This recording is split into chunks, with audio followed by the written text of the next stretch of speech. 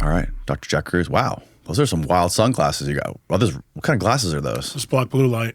Blue light glasses. Yeah. Those are pretty cool looking. Yep. Also, I love your hat. Make America healthy again. Yeah, just picked that up in Dallas from Nicole Shanahan. Oh, yeah. We were just talking off camera how you just came from Dallas. What were you doing there?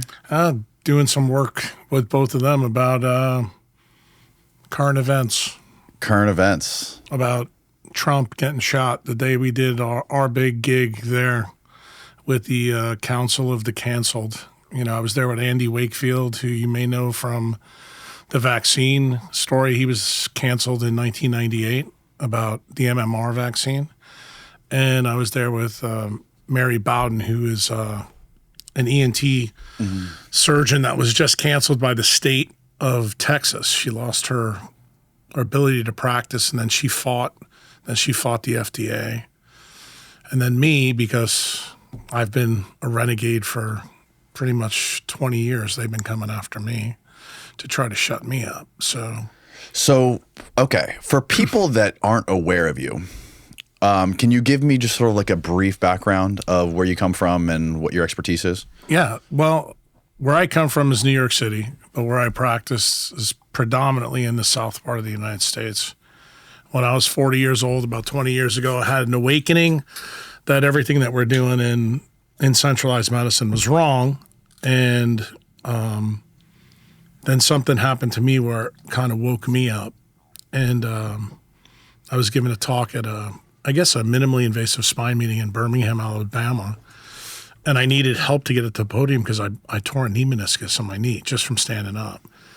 And one of the orthopedic surgeons' wives were there, and she worked for a biotechnology company. She goes, I know why this happened to you. And she goes, I'm going to send you, 6 papers and a book, and I want you to read the book first, and you can figure it out from there. What she was trying to tell me at that time is that Big Pharma, was cooking the books, and it was about a hormone called leptin. Leptin was relatively new at the time. I didn't even learn about it in medical school because it was discovered after I graduated. And they shelved the trials, and what she was trying to tell me at that time was that Big Pharma was going to do something to kind of scam the public, ruin the public's health. And when they canceled the trials, they immediately went out and started to patent cold receptors and do some really bizarre things. And she knew there was something nefarious going on. And she said, look, my husband says you're a pretty smart guy. You probably figure it out. And that was actually the story that she wanted me to figure out. But I went a totally different way with it. The book she gave me was kind of interesting. It's a fable. It's called The Monk Who Sold His Ferrari by Robin Sharma. And in that book... The Monk Who Sold His Ferrari? Yeah, The Monk Who Sold His Ferrari. It's a good book. It's a fable. It's not a true story. But she wanted me to read that because the story in there was important for the paper she sent me. It was about a guy named Julian Battles, a Jewish lawyer in New York, has a heart attack. He's a train wreck. He's low dopamine, overweight, an asshole, the classic, stereotype of a New Yorker. And he quits, sells his Ferrari and goes up to the top of the Himalayan mountains, comes back a year later, tan, thin, and actually filled with wisdom and actually a nice guy. And he comes back, to his old world and this and that. And then she gives me the papers and I read the papers. And I thought she was trying to tell me is what was in the book possible? That's not what she was trying to tell me. She was trying to warn me that they shelved the leptin trials because they had a new drug in development and they wanted me to talk about it. And that's not what happened. So this is now 6 years after this, after I figured out that everything that I learned in medical school was not true. It's really based on, quantum mechanics. The physics of organisms are the key. Circadian biology is the key. We are decentralized, meaning that there's no central controller. That's not what they teach you in medical school. It's not what they teach you in residency. But then 6 or 7 years later, after talking to several people who knew her, I knew what she wanted me to talk about. So I decided to do a TED Talk about that very issue. And the TED Talk got canceled. It was, How does a TED Talk get canceled? To Well- get shut down on YouTube or whatever? well, it was Big Pharma shut it down. Oh, wow. And the reason why has a lot to do, what was in the book. And, current events now. You know about Ozempic, you know about the GLP-1 drugs. What you don't know is that this was all preconditioned by the FDA and Big Pharma. In 1974, we had saccharin. 1977, you have high fructose corn syrup. All of those are GLP agonists, just so you know that. So they have known about this, and the FDA, when the last little bit was in, I believe, in 89, they approved sucralose, which is, Splenda. Right. And Splenda was only supposed to be in certain foods and drinks, and then they expanded it to pretty much anything that's, a processed food. And that's one of the reasons why processed food is really bad for you, because it's got an agonist for GLP-1, so it's designed to make you fat. And then if you have, I guess the best way to put it, if you have an indoor existence, which we all now have, I mean, you're a young guy. You don't remember what it was like, when I was 20 years old. Nobody was inside. Nobody had technology. No one had a microwave oven. No one had a cell phone. And technology, the one thing that it's done is it's brought all the silly talking monkeys inside. They're no longer outside. Like, kids rode bikes, they played. When you grew up, you're playing video games. We didn't have any video games. And it turns out that the non-native EMF, which is what blue light is, married with these changes that have happened in food, was the story of leptin. So I decided, because where I was going the first 6 years of this, more on the light story, more on the other doctor that got canceled for the non-native EMF story, which is a guy named Robert O. Becker. He's a orthopedic surgeon. So is this the guy who worked for DARPA? Well, he didn't work for DARPA. I heard, because I read a book called, from this lady who I'm friends with, Annie Jacobson. She wrote a book called The Pentagon's Brain. She wrote this deep story on the history of DARPA and some of the scientists that work for it. And she talks about this limb regeneration guy who was trying to figure out limb regeneration for soldiers. Yeah, he figured it out. But the bad problem is when he figured it out, he actually figured out that and a whole lot more. And why he got canceled. In fact, that's the reason I just went to talk to, Kennedy and Shanahan. Because his story is tied to DARPA, but it's also tied to the assassination. It's tied to how science was stolen. Becker is in the generation right after the science is stolen. And the way the science was stolen initially that story starts in 1944, really in 42. That's the Manhattan Project with General Groves and FDR.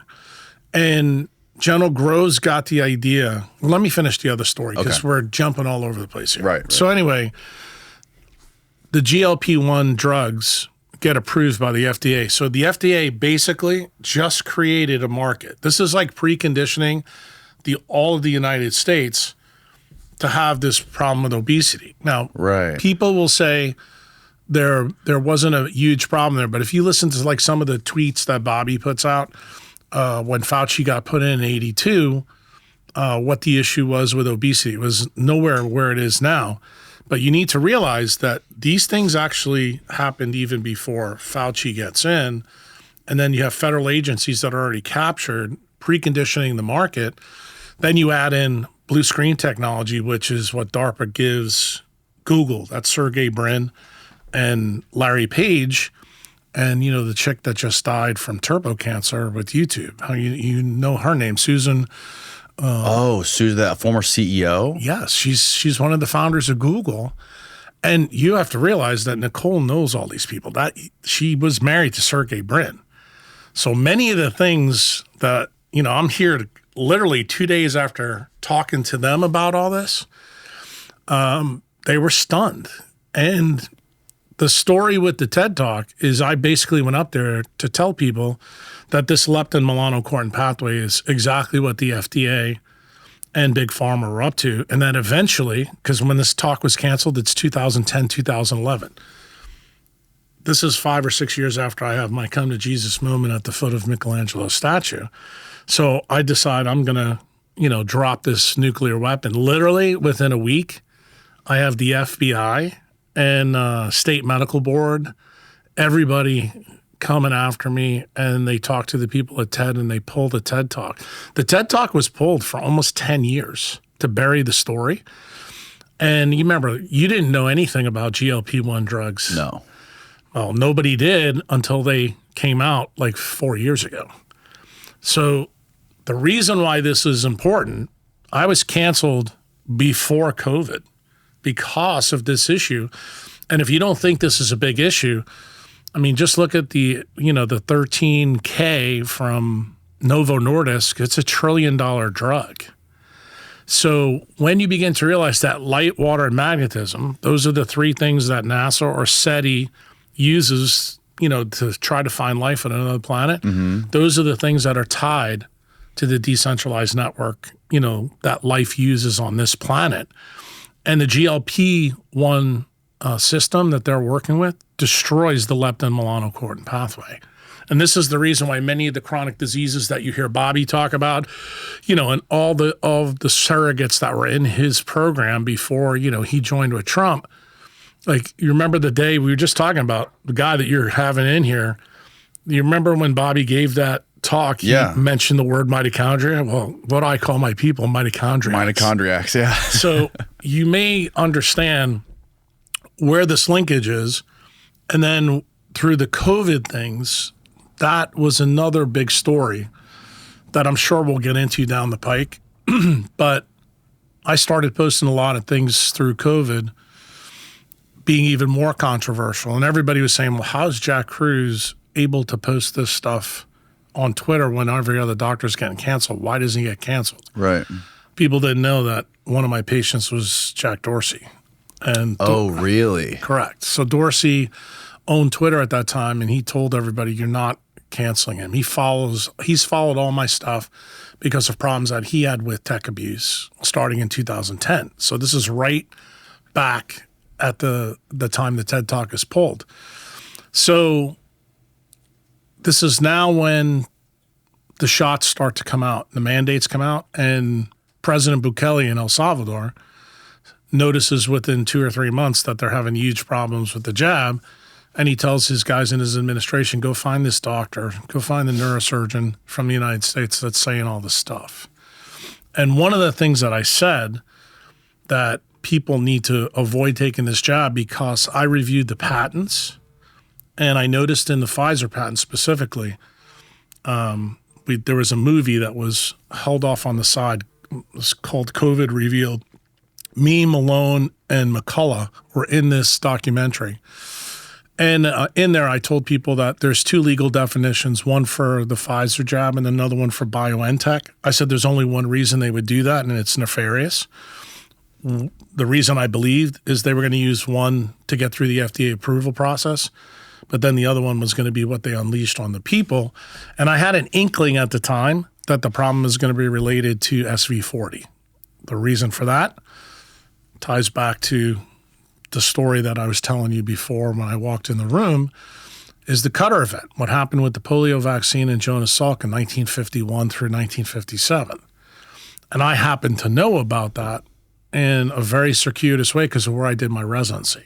Did my residency at LSU and did medical school there and my neurosurgery residency. And if you know anything about the Cutter event, the city of New Orleans was tied to this event in a big way. And I just went to Dallas to tell, Shanahan and Bobby the whole detail of the story. And Bobby and I did a podcast with Rick Rubin about 1.5 years ago about this issue. This is when he first jumped into the race. And what people didn't know about at that time, after I wrote this constitutional amendment for Bukele, I shared it with Bobby and I shared it with this healthcare attorney who's Aaron Siri.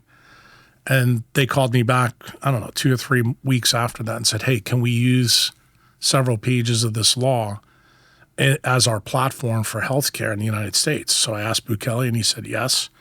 So that's the reason why you've heard a lot of this stuff on there. Most people know Bobby's an attorney. He sued Monsanto, got a ton of money. Right. And he's done things for the environment and all that.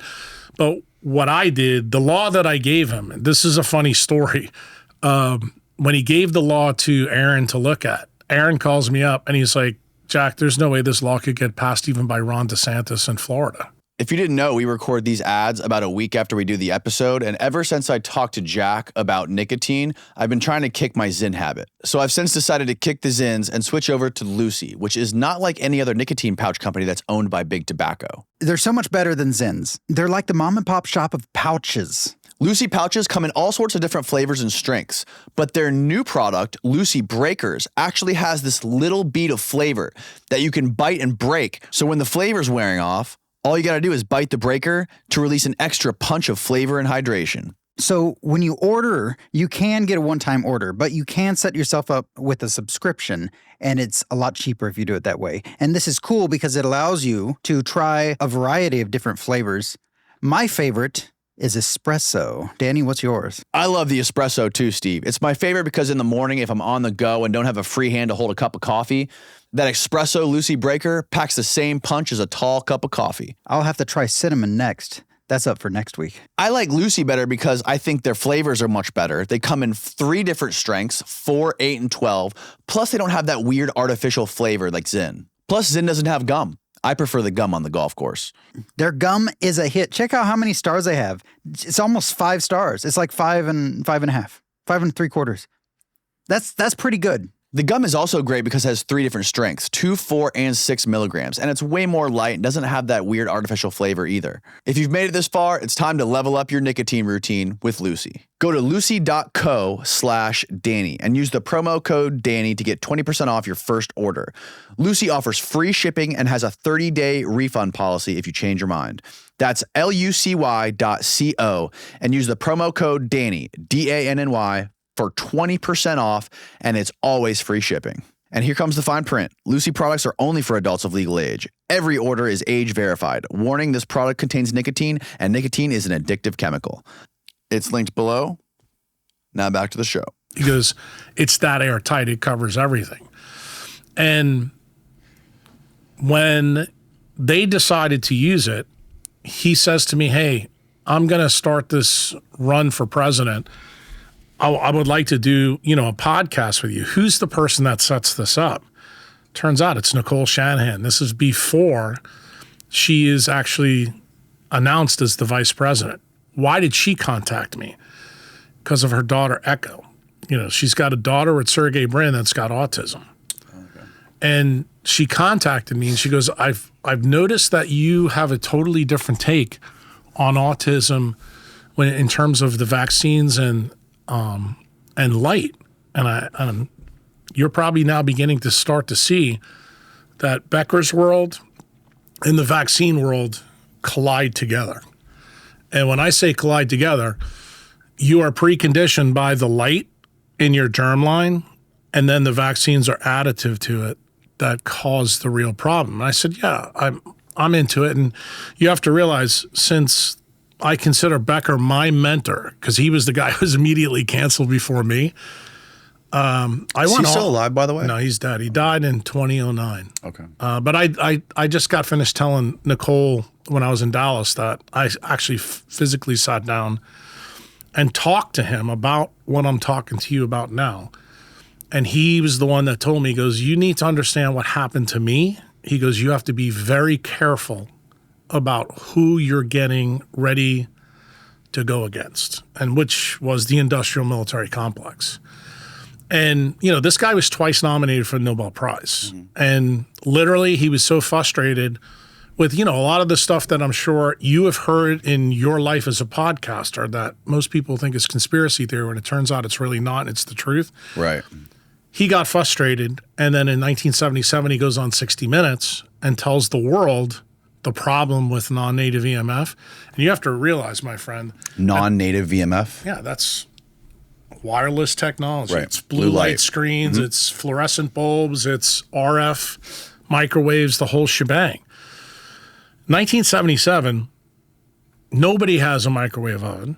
Nobody has a cell phone. And how did this problem with Becker kind of show up? It shows up because the military wanted to build this antenna called Sanguine in a lake in Wisconsin. What was the purpose of the antenna in 73?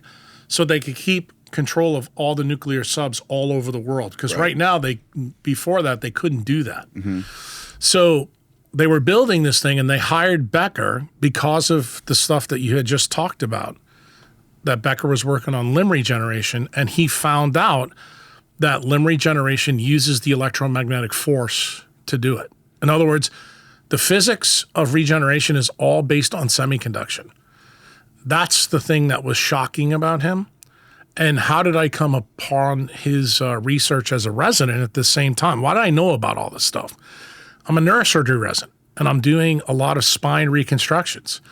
Well, bone was the subject of Becker's work. So my mentor in neurosurgery, Dr. David Klein, said, Jack, I want you to do a project on bone regeneration. I want you to use this guy's Becker work, because what he found in 59 through 67 was absolutely shocking. Most people still don't believe that that's how it happens, but I want you to present it to the residents. So that meant I had to go read all his papers. So I learned about this. And, most people who listen to this podcast, what I'm about to say won't believe this, but it's axiomatically true. You don't heal bone, ever. Bone regenerates completely. So, for example, if you break your arm right now and you go have surgery, and the orthopedic surgeon opens it up and looks for where your previous break was, there's no scar. Really? None. It's one of the few tissues in man where that's the case. Most people know about it with the liver. You can cut half a liver out and it'll grow back. But we as mammals, especially the end of the line mammals, we don't have that ability in a lot of different areas. So what does Becker do? He does a bunch of work to figure out actually how this happens. And it turns out we create a DC electric current in us that actually causes red blood cells in the marrow to de-differentiate. In other words, a red cell becomes a bone cell, and that is what heals the fracture, and it completely regenerates it so that there's no scar. So, of course, he writes all this stuff up. Then he finds out actually how this goes. Like collagen and apatite that are part of bone are actually semiconductive proteins. He does experiments that show bone emits light just like an LED diode. And just remember, this is going down in the 60s, bro. So that's how the military found out about Becker's work. Right. Okay. And he was the expert. Like, he was the Anthony Fauci of his time in bone regeneration. He worked in the VA hospital in Syracuse, so he had huge government contracts. He was very, very prolific. So in 73, when the government comes to him, they're like, look, we want to know, will this antenna, since it's going to use RF radiation, does it have any biologic effects for the people in the military or the people that live around it? Becker does the work with guys in his lab, and he finds out it does. He writes a report in 73 to the Secretary of the Navy, and they were stunned with what he found. And he kept writing reports. The next thing he started to notice that all this stuff in the Federal Register never got published. In other words, the research went in, but it never left DARPA. And no one ever did about it. So what did Becker decide to do? Now, I don't know where you're from or where your family's from, but I'm originally from New York City. At the same time, we have a governor in New York named Hugh Carey. They're trying to get electric power lines go from the city up to Niagara Falls to get more transmission lines. So Becker starts doing some work on these power lines to prove to the military that freaking antenna in Wisconsin is a real problem. And he does something that's, to this day, most people still don't know this. They still think it's conspiracy theory. Yeah. That power lines can harm you. But him and Marino, who's the guy that was in his lab, he's a biophysicist, became a lawyer to defend Becker. They did a study on 765 kilowatt towers that are everywhere, even here in Florida. Cell towers? Yeah, no, these are remember, there's no cells Right. Okay. Yeah. at this time. Yeah. These are electric towers for the power grid. They changed the Earth's magnetosphere 80,000 kilometers above the surface of the Earth. They proved this in 1974, 75, 76. And not only did they write the military, not only did they give this information to Hugh Carey, they gave it to all the electric power companies And everybody was just like stunned. Okay. So you have to remember, this guy he's like freaking Joe Montana of science at this time. And no one is listening to him because why? His message is very inconvenient. It's a truth. And it's a time we're retooling our economy from an industrial economy to an information technology. So the power grid's a big deal. The use of non-native EMF, Intel, Microsoft, Google. This is all the precursor stuff at this time. The big company at that time, which you probably know, is IBM. Believe it or not, IBM was already working on liquid crystalline displays that was using a lot of this stuff. And DARPA was involved in that too. So DARPA and the military sucked Becker in. They're fueling him until the truth comes out. And what does he do? 1977, he's so frustrated, he gets on 60 Minutes and he tells the world the truth.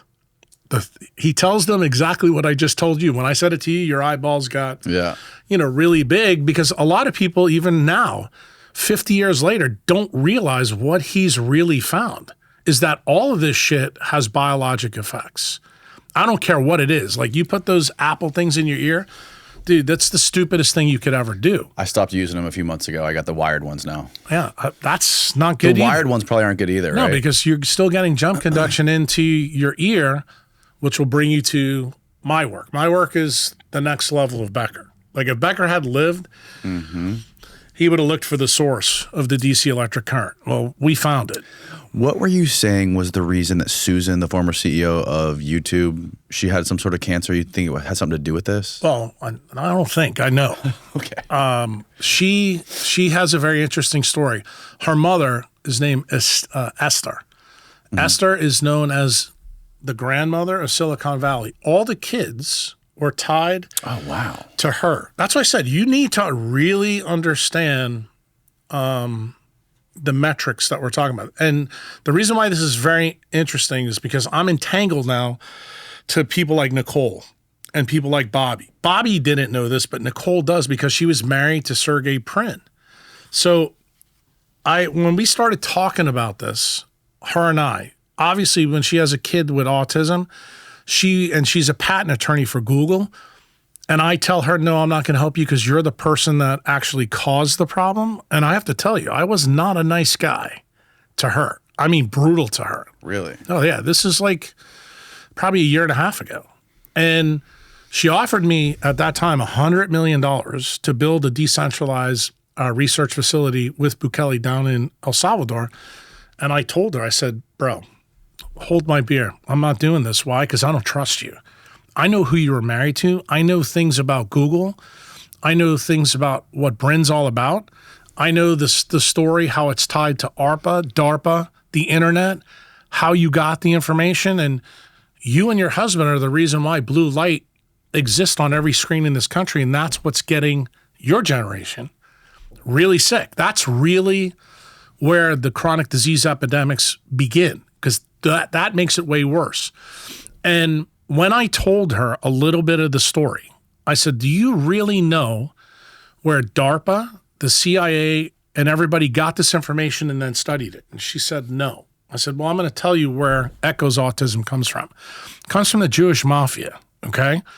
In the 1930s, 1940s, 1950s, the names that you know, Bugsy, which they made a movie about, Mo Dalitz, who's the guy that started Vegas, and the big guy, you're right here in Tampa, so you should know a little bit about Meyer Lansky. Meyer Lansky, yeah. Meyer Lansky. Traficante. Correct. Well, Traficante wasn't Jewish, but... No, but Traficante is really important because of how this ties in to JFK, DARPA. Oh, yeah. Yeah.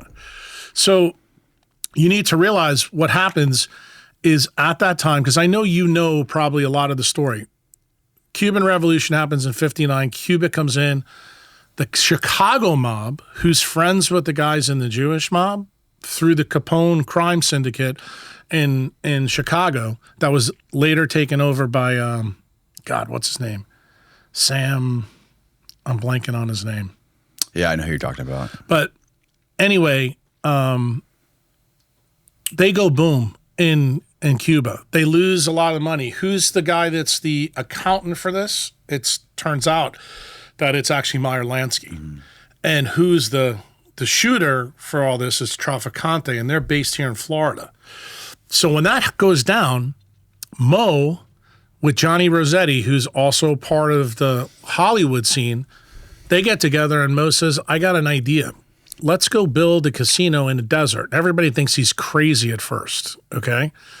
So they build Vegas, and it's like, it makes more sense to them to go to a place. What year was this? This is 1940s. Okay. So let's build a casino the same place we're dropping all the nukes. Well, but great idea. Believe it or not, that's where his idea came from. If you're familiar with this podcast, you know I've talked about Verso ad nauseum on previous episodes because I've been using their product daily for almost a little over 3 years now. But there's a totally new unexpected bonus you can get from Verso, which is weight loss. Cell Being by Verso isn't just about slowing down the aging process. It's packed with research-backed ingredients that also promote fat loss. These ingredients have been proven in both animal and human studies to boost metabolism and improve body composition through a variety of body mechanisms. One aspect is how these ingredients increase the body's process to break down fat and act as a calorie restriction mimetic, essentially fooling your body into thinking it's consuming fewer calories. They also help regulate glucose and leptin levels, which suppress hunger and increased feelings of fullness, effectively curbing cravings. I take Cell Being every morning to feel like a younger version of myself, combating the signs of aging, which is amazing on its own. Experiencing fat loss is just an added bonus and something I'm happy about. Plus, Verso ensures transparency and quality by publishing third-party testing results for each batch they produce, so you know you're getting exactly what you're paying for. If you want to feel as good as I do and lose some weight at the same time, head on over to the link below at ver.so and use the coupon code Danny, and you can get 15% off your first order. Again, go to ver.so and use the coupon code DANNY at checkout to save 15% off your first order. It's linked below. Now back to the show. He was like, nobody will ever think that we can create the biggest racket in the world. And for your audience, because I'm a big history guy, and I think you need to know all these bits and pieces because I know we're jumping around. But do you know where the term money laundering comes from? No. Comes from Mo Dalitz. Comes from Bugsy. Comes from Meyer Lansky. What they use, the Jewish mob used laundromats to launder money to skim it to keep it away from the government. Oh, wow. So yeah, I think I have heard that before. Yeah. So that's where this came from. And then Mo and Rossetti and Meyer Lansky, they have the reputation that's very different than the Italian mob. The Italian mob is kind of like guys that are going to shoot you up and it's kind of bloody. These guys are much more reserved, okay?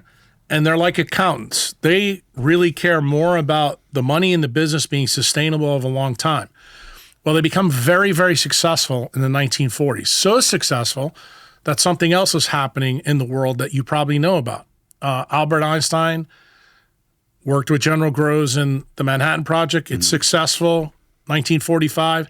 So in 1948, the Jewish state that was still not made yet offered Albert Einstein to be the first president. And it turns out their military arm, which is known as the Mossad, actually have Lansky and Dalitz. They're their guys in the United States, okay? Lansky and who? Lansky and Mo Dalitz. Really? They were Mossad agents here in the United States. So what do? They go to Vegas and they realize that there's no regulations. It's the Wild West. They build it from the ground up.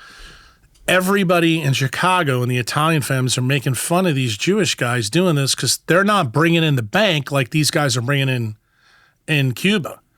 59 happens, and guess what happens? All the Italian guys get turned off. They're losing millions of dollars, and they're furious. Mm-hmm. So you know they hate Castro. So what do? They have their friends, Mo. Mo has been working for 12, 13 years in the desert, and what does Mo do? He steadily and slowly increases profits, but guess what he does? How does he do it? Does he shoot anybody up or do anything like that? No. The first thing he did is he put one-armed bandits in all the casinos. He blue lit everything. Why? Because he paid attention to how people spent money. And he realized when you used artificial light, it seemed like people spent more money. So then what's the second thing he does in like 1952, 53? He starts painting all the windows in the casino black. So you can't see outside. Can't see outside, and he doesn't want to go outside. Then that's the last thing he does. Gets rid of the clocks? Is that what he does? The clocks were gone already. Okay. But the best part is then he brings in girls scantily clad, and he starts giving people alcohol while they gamble. And what does he basically do? He creates an army of low dopamine idiots in the desert who they don't have to shoot. They go into their pocket and pay all the money to. So, of course, at this time now, after Groves is out, he gets Truman to change the OSS to the CIA in 47. The CIA knows exactly what Dallas is doing. And they know that they're avoiding taxes. So they decide, we need to go find out, is there any science behind any of this stuff? So where are we right now? 48. 51, 52. So you may have heard of this program called MK Ultra. Once or twice. Okay.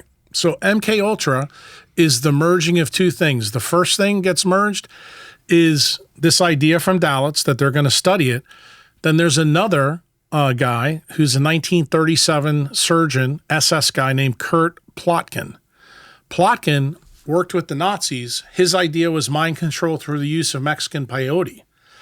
So he starts doing his stuff, and the CIA is looking at the effect of light and wireless technology and things like that these guys are using, and they begin to study it. They hire a guy named Sidney Gottlieb. Gottlieb runs the program from 53 through which we think 64 before, of course, all these things are destroyed.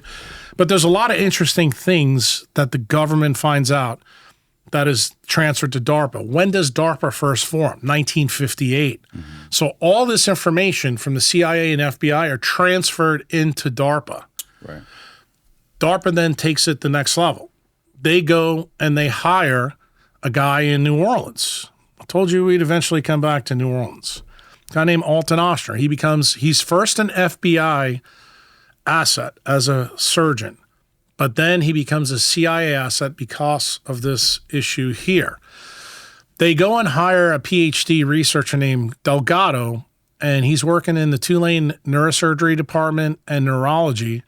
They get him out of that really quick, and they send him to Mexico, and they start putting wires into the bull's head to find out, can they stop and control the bull using electric signals? Why? Because they already have started to learn about Becker's work. So now this is the idea.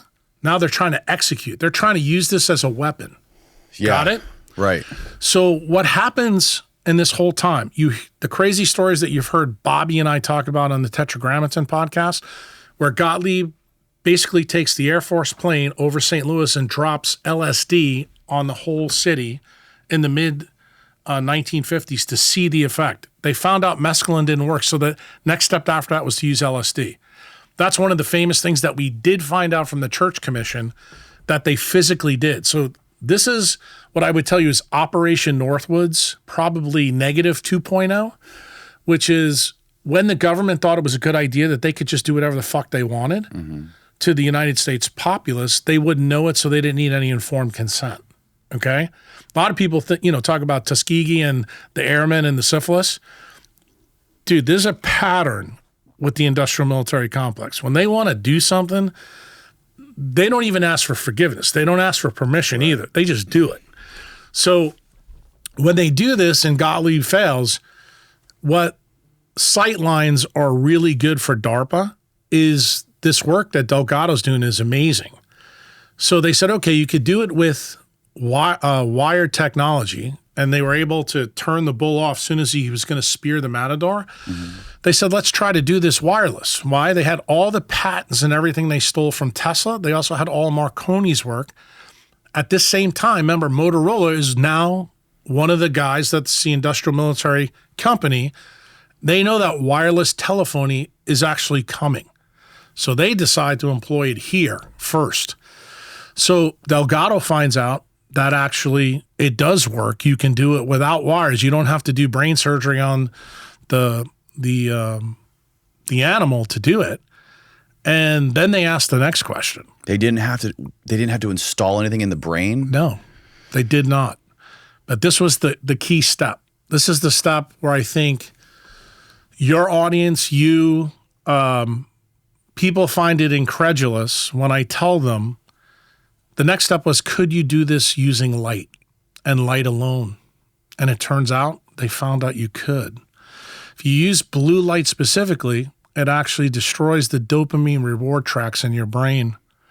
Just so you know, Meta and Google today own those patents. Remember who's the Google patent attorney? Nicole Shanahan. So I said, Nicole, do you remember all the work you had to do? And she goes, yeah. She goes, I could never figure out what all this was about. Well, you need to know a little bit about Google's history. Google was formed in 1995 when DARPA gave the search algorithm to these two cats from Stanford. You know about Stanford now, right? Mm-hmm. You talked to me about Huberman, why they don't want to talk to me. You started to put two and two together yet? Yeah. So the issue is these guys created the internet. They connected all these colleges all over where the academicians were to share this information. So this information is going all around in this area. They basically then figure out and perfect the delivery of blue light technology through screens. Who is the big tech company in the 1950s and 60s that were doing this? Turns out that's IBM. And IBM is working on liquid crystalline displays. And I remember, this is in the 50s and 60s. You as a young man never saw those TVs until the 90s, okay? And then it got a boost from who? Obama, who made the analog to digital transition so that you'd have to use what? LCD screens. And then what else did he do? We're going to ban incandescent bulbs. Why? Because incandescent bulbs not only have fake blue light, but they also have purple and red, which is what you need as the antidote to blue. They were banned?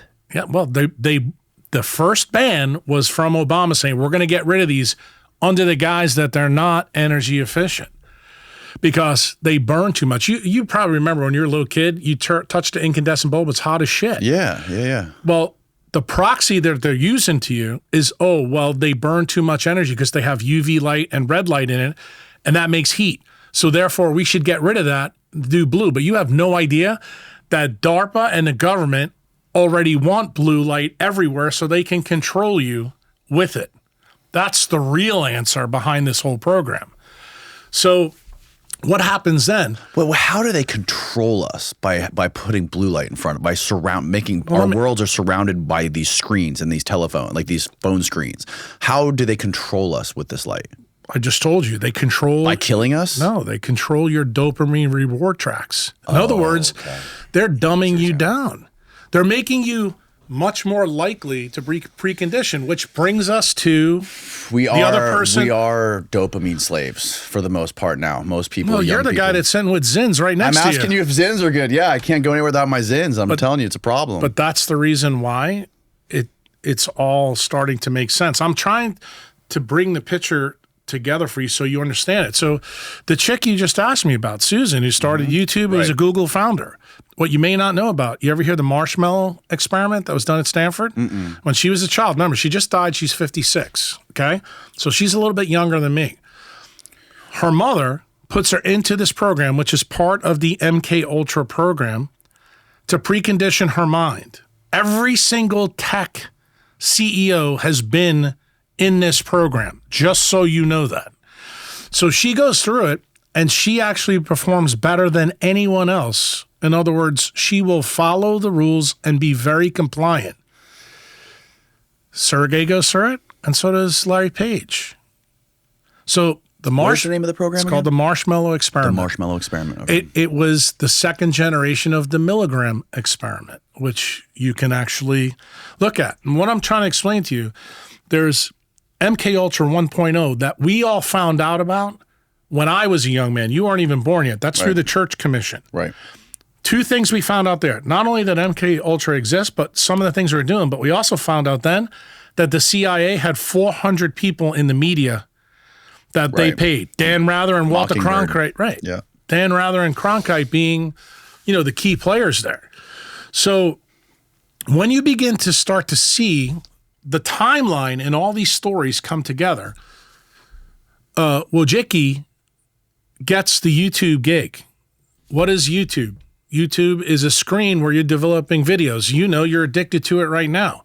That's how I make my living. That's what addiction is all about. Well, guess what? The other question I want you to ask yourself as a young guy that's supposed to be smart, have you ever asked yourself why it is that every screen comes out blue, that they don't have red? You actually have to put software in to change it? I got mine set to where like it turns red after like 7 p.m. Yeah, that doesn't work. Let me look at mine, what it does. That's how it should look. Whoa. Is that a special app? Yeah. So you can, we'll talk about it after we finish this. But Okay. The point that I want to make to you, the question you need to ask yourself, why is it that every tech company has blue lit screens? I'm going to tell you the reason why. It's because that's how DARPA wants it. They want you to be very addicted to the technology so it's sticky. That way you can be programmed further. So, wow. Oh no, it's even more wow than that. You haven't even got to the wow stage. So what happens with this lady, she wounds up being compliant, just like she was with YouTube. You want to know why all these people get censored? She did whatever DARPA, whatever the industrial military complex wanted. That's the reason why people were having their shit removed. If you want to know the reason why Bitcoin content gets removed, is because DARPA is not interested in Bitcoin, because their energy to fuel their whole process is cheap fiat money. Bitcoin is actually a nuclear weapon for them. Right. Because you can't print money to do all the covert shit they're doing. She goes and rolls her sleeves up, takes a jab. She gets, the turbo cancer. She dies literally very quickly, within, I think, 6 or 7 months. Turbo cancer? Yeah. That's from the SV40 promoter that's in the jabs. She gets screwed by the other part of the story we haven't got to yet. So when did she develop this cancer? She just died earlier this year. Yeah, but how long has she had the cancer? Like when did she get diagnosed? 6 months before she died. She got diagnosed 6 months before She got she died. stage 4 lung cancer, never smoked.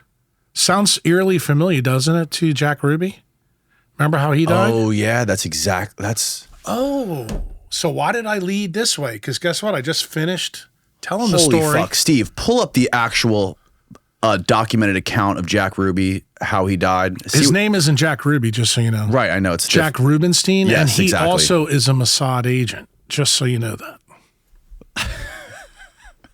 Let's see what the Google machine says about Mr. Rubinstein. Jack Ruby. Type in Jack Ruby. Oh, you can't find his death. That's not him. Obituary. He died right around when Garrison was doing Right when the trial. The trial. Jolly West. So after Ruby shot Oswald, Jolly West started visiting him in prison, right? Yeah. But you know how he got the SV40 though? Wasn't that way. Let me tell you the story so you get it. Okay. Because we probably need to jump into the polio story so you understand this part of it. Search for cancer. He gets pneumonia while he's in Dallas. He's writing writing the Warren Commission to tell them to get him out of Dallas because he knows Carlos Marcello has got a plan for him. Well, he's going to use the bioweapon that they created on Magazine Street in New Orleans with Oshner. I just got finished telling this whole story in detail at Dealey Plaza to Bobby and to Nicole and to their administrative team. And I have to tell you, the guy that was filming it, his eyeballs nearly melted. So like they're about to melt. It's a good story, but it's the truth. And the way in which you'll find out that I know the truth, that's going to really blow your mind. But the story of Ruby is interesting. He is in Dallas. He's talking to the Warren Commission, says, you got to get me out of Dallas and get me to D.C. because I know they're going to do something to me. He already knows what's going to happen, but he doesn't know how it's going to happen. So he develops pneumonia in Dallas. All this is discovered by you and your guy back there. So the doctors come in and they give him penicillin flu shots. Turns out in that flu shot was the SV40. He gets stomach cancer and dies like that. Just like your girlfriend from YouTube. And guess what? Why was that bioweapon created? That bioweapon was created by the industrial military complex and Alton Ochsner to get rid of Castro. Okay? And guess who was the front for this whole thing? The mob was involved in this. Most people don't know this, but Carlos Marshmello grew up with Lee Harvey Oswald in New Orleans. So he was one of the guys that was working for him, and Oswald was also in the CIA. So if you want to know the part of the story that no one has ever figured out, is why did Oswald was able to go to Russia, come back with carte blanche and never have any problem? Because he needed to be in a communist country so that Castro would allow him to bring this tainted cigar that he was going to smoke, get the SV40 and die.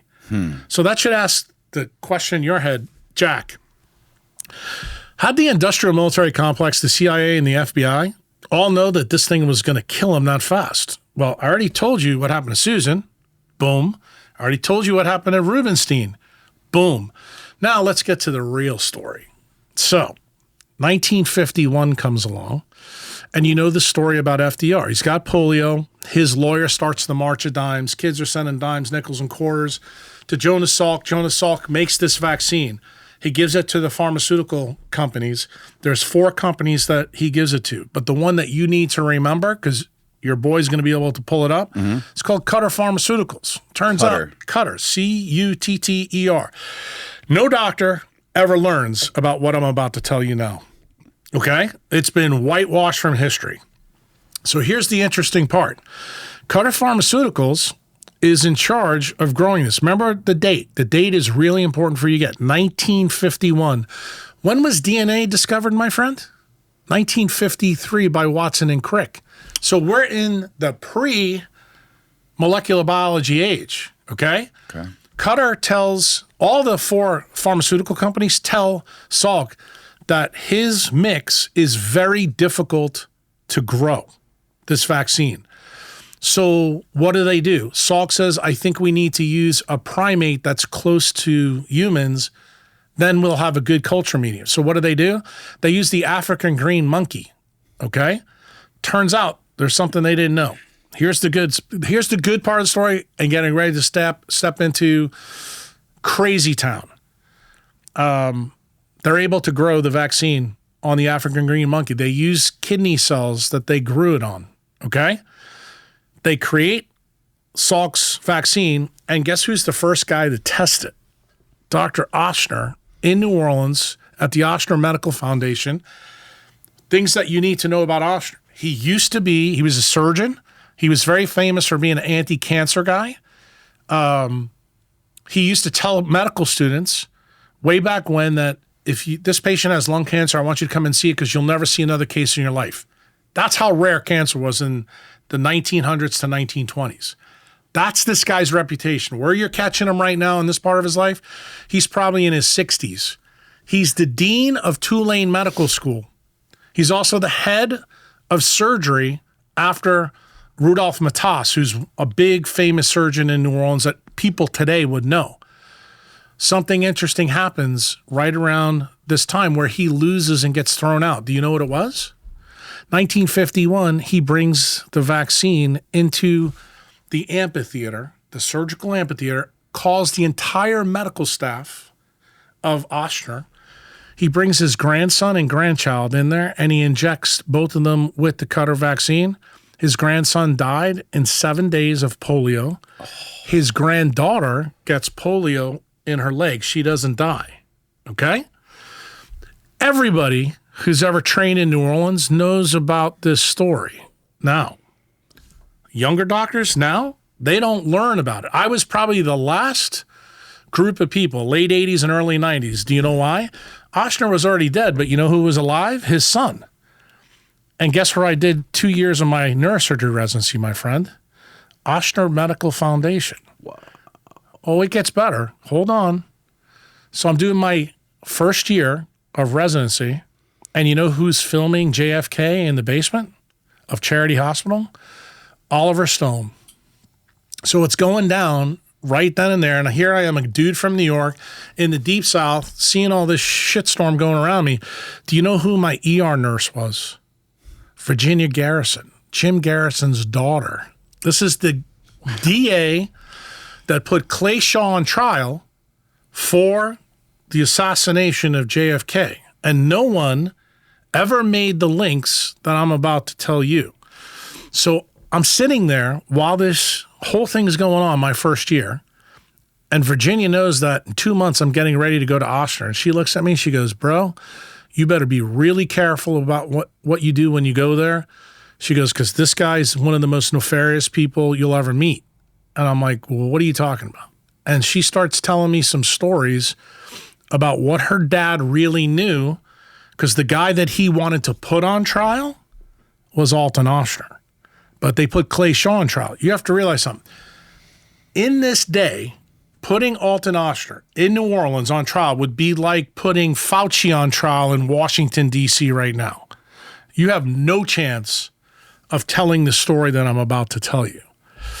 So remember, Oshner's the first ever National Cancer Institute doctor. I told you he's the anti-cancer doctor. So after he does this to his grandchildren, he then turns around and tells the industrial military complex, because that's who is developing this, that, look, we need to slow our roll down. We need to get this right. We need to fix the problem.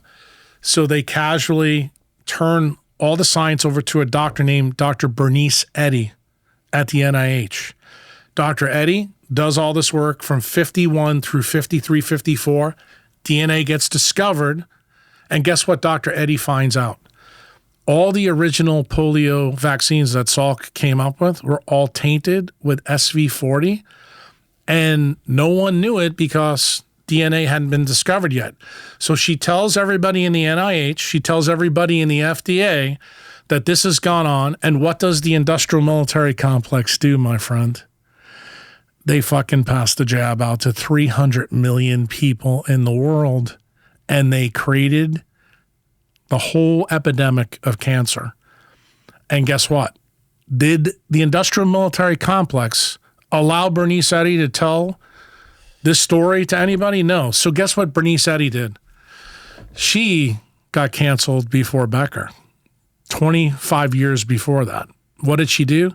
She gave a talk in, I think it was 1955, at the New York Academy of Sciences. And at the end of the talk, she drops the little nugget that I just dropped to you. That, oh, by the way, all the polio viruses were contaminated with SV40.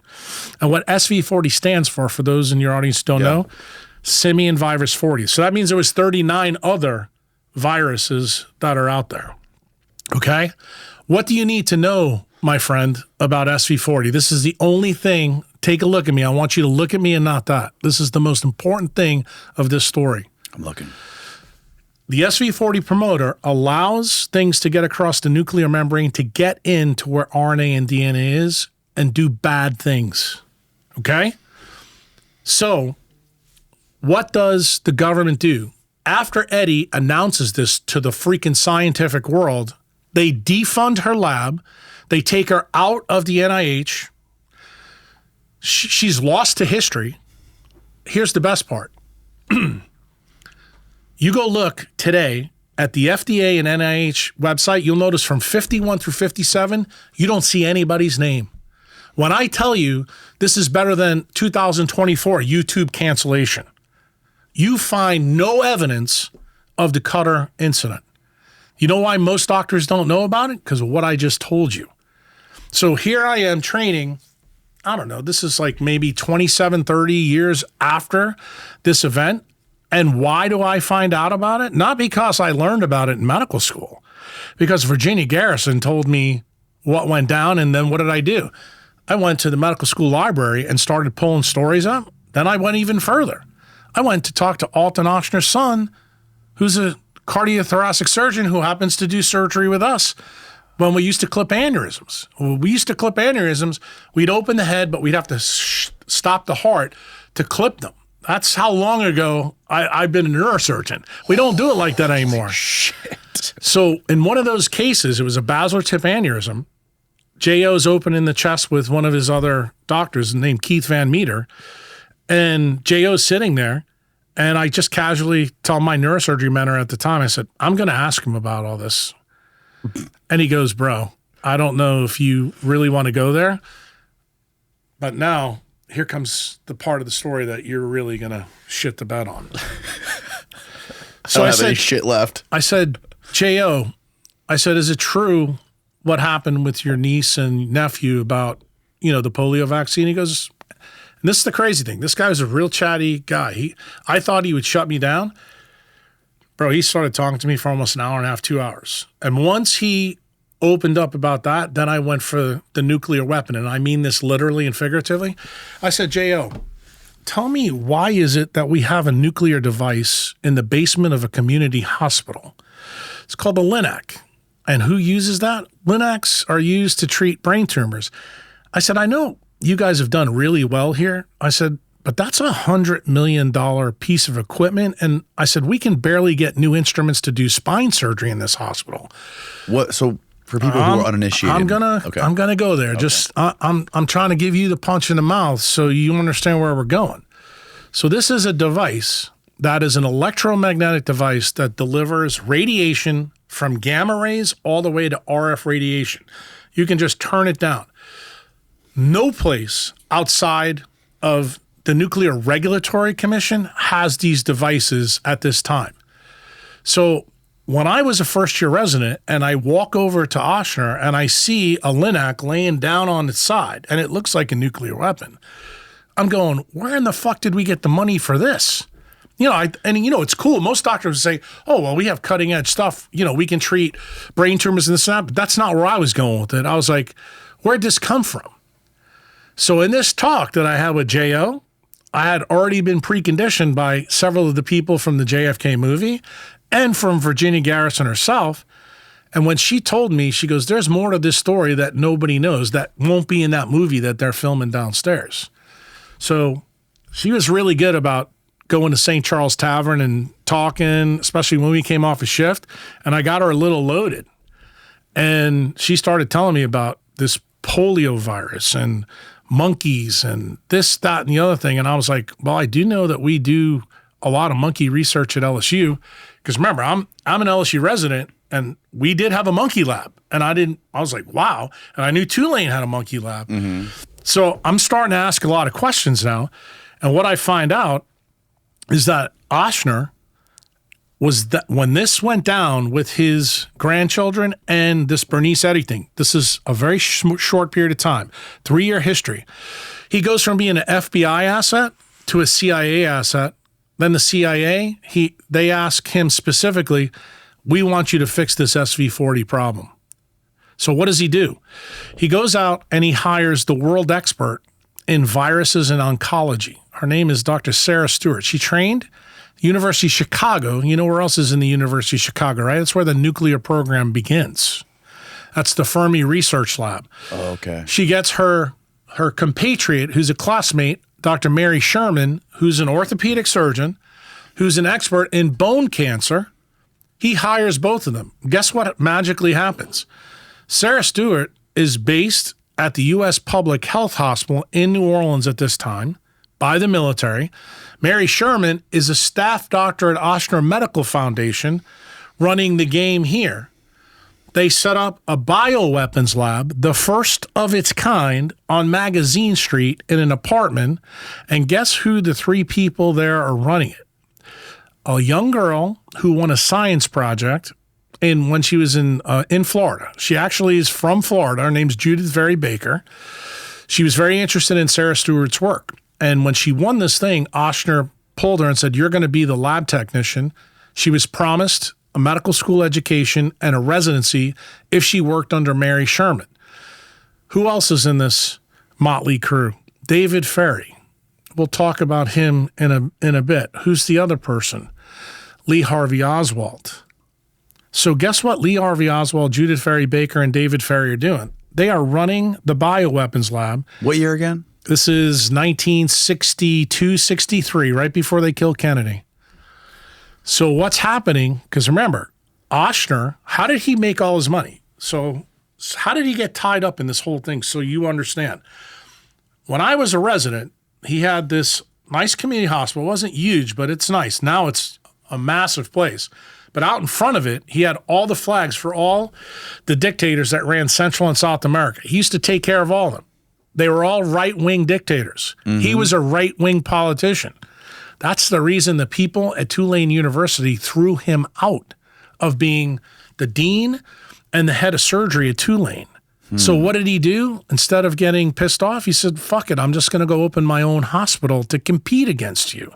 So that's what he does. So how does he make it successful?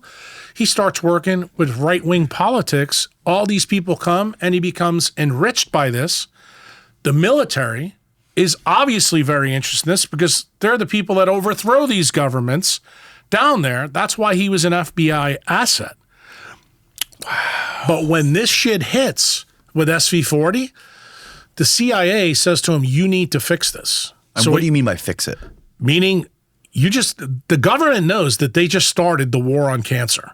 Like they gave the world cancer at record rates overnight. Did they know this was going to happen? Absolutely, because guess who told them? Sarah Stewart. Okay. She was the world expert that worked for the government. And when she heard what they did, she said, you need to hire Mary Sherman. You need to put both of us on this project, and we need to do this in clandestine fashion. In fact, the day that David Ferrie gets killed, Sarah Stewart's lab book was found by Jim Garrison. This is a very interesting story, my friend. Now you can start to see why this is all really intertwined. So what did they mean when they said you need to fix the SV40 problem? Meaning there has to be something that you can get that out of the genetic code. Okay. So what do? The CIA goes straight to the delegation in the United States Senate that controlled money at that time. Do you know who all of them were? All the people in Louisiana. How do you like that? This is UEP Long's son, who's a state senator. Hale Boggs, remember he was on the Warren Commission? Yep. Hale Boggs is the head of the Appropriations Committee. So magically, Ochsner gets a Linac delivered to the U.S. Public Health Hospital that's across the street from Children's Hospital on Henry Clay Boulevard. And it's standing up in a building that is only 3 stories from the street, but it goes 3 stories down in the ground. And this thing is standing up like you would see a nuclear weapon like in the Planet of the Apes, the first version. Yeah. There's 6 targets that are pointing at the Linac, okay? They start using small little mammals with the polio virus injected, and they start zapping it with all different levels of radiation to see if they can eradicate it. Mm-hmm. This should not sound crazy to you because that's exactly what oncologists do today, right, to tumors? Mm-hmm. But guess where the problem lies? What did the oncologist, what did Sarah Stewart and Mary Stewart and the Motley crew find? The more they irradiate it, the more lethal the SV40 became. In other words, it caused unbelievable cancer, and it happened like that. So these tests kept going on. And then what happens? 1959. Castro comes in. And you know that the FBI and the CIA, all that stuff that you've already talked with Ian Carroll about, and, well, who's the other guy? Martyr Maid, Yeah, I haven't talked to him. But that dude, he's the academic historian, and the other guy is like I would call the conspiracy theorist. Ian? Yeah. Right, Ian. Yeah. But he's not really a conspiracy theorist. A lot of what he believes is right, but this whole thing, nobody knows about what I'm telling you right now and how these things link. Because, I even said to Bobby in the Tetragrammaton podcast, I said, what's the difference between fact and fiction? Fiction has to make sense. The story that I'm telling you right now, because I can see in your face, you're like, dude, this is the craziest story ever. I've never heard any of this stuff before. No, you won't, because I told you. Do you think the YouTube stuff that you're going through now is bad? Do you think what, the World Economic Forum and what Fauci's done is bad? Bro, you have no fucking idea. And that's the reason I'm telling you, I was wise to this when COVID came. because I know this story. I lived it. It was in the beginning of my residency. And I asked questions. That's all I did. I want to know why we had a Linac. I want to know what's going on in this polio story. And then I said, I want to know why the primate lab was moved from LSU and Tulane, and now it's sitting across the lake in Covington, Louisiana. Well, I got the answer through this story. Now I know the reason why.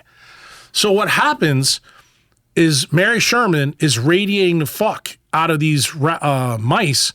They would bring the mice to Judith Ferry Baker, who would homogenize it with Ferry and Lee Harvey Oswald.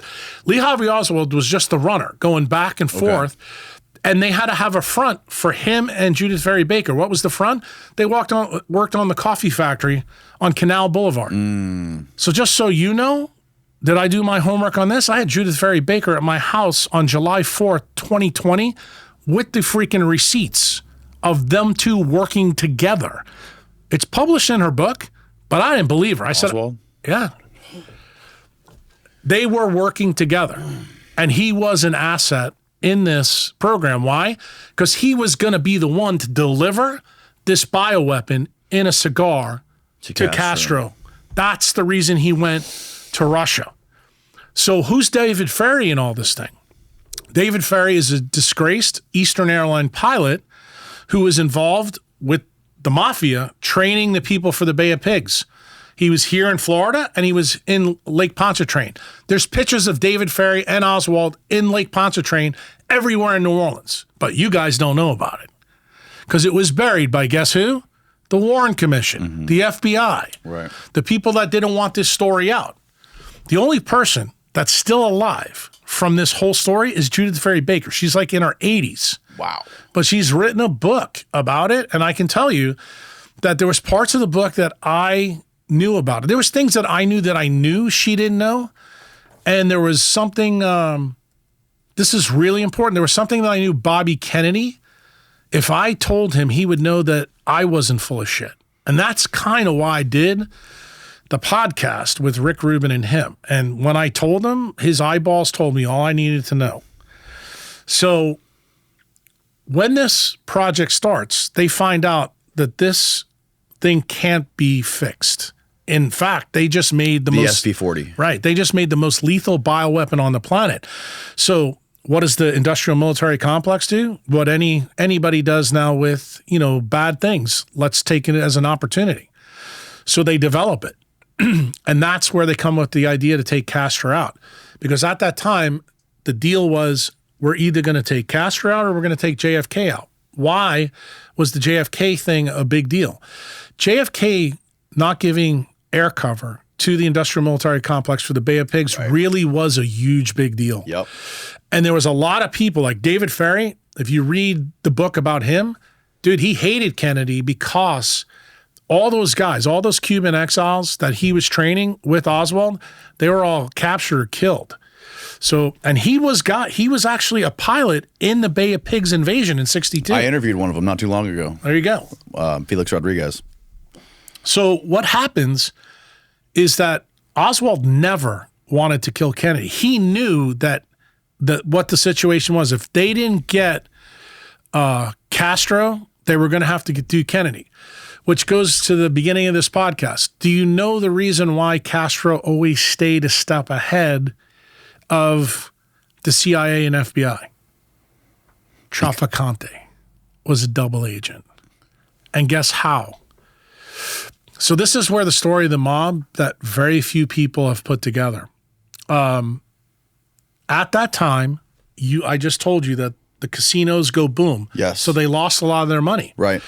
Mo Dalitz is kicking ass and taking names in Vegas.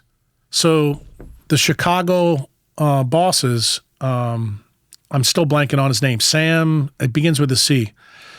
His nickname used to be Momo. That'll show you. You may find it. Yeah, find him, Steve. Sam Momo, Chicago. Yeah.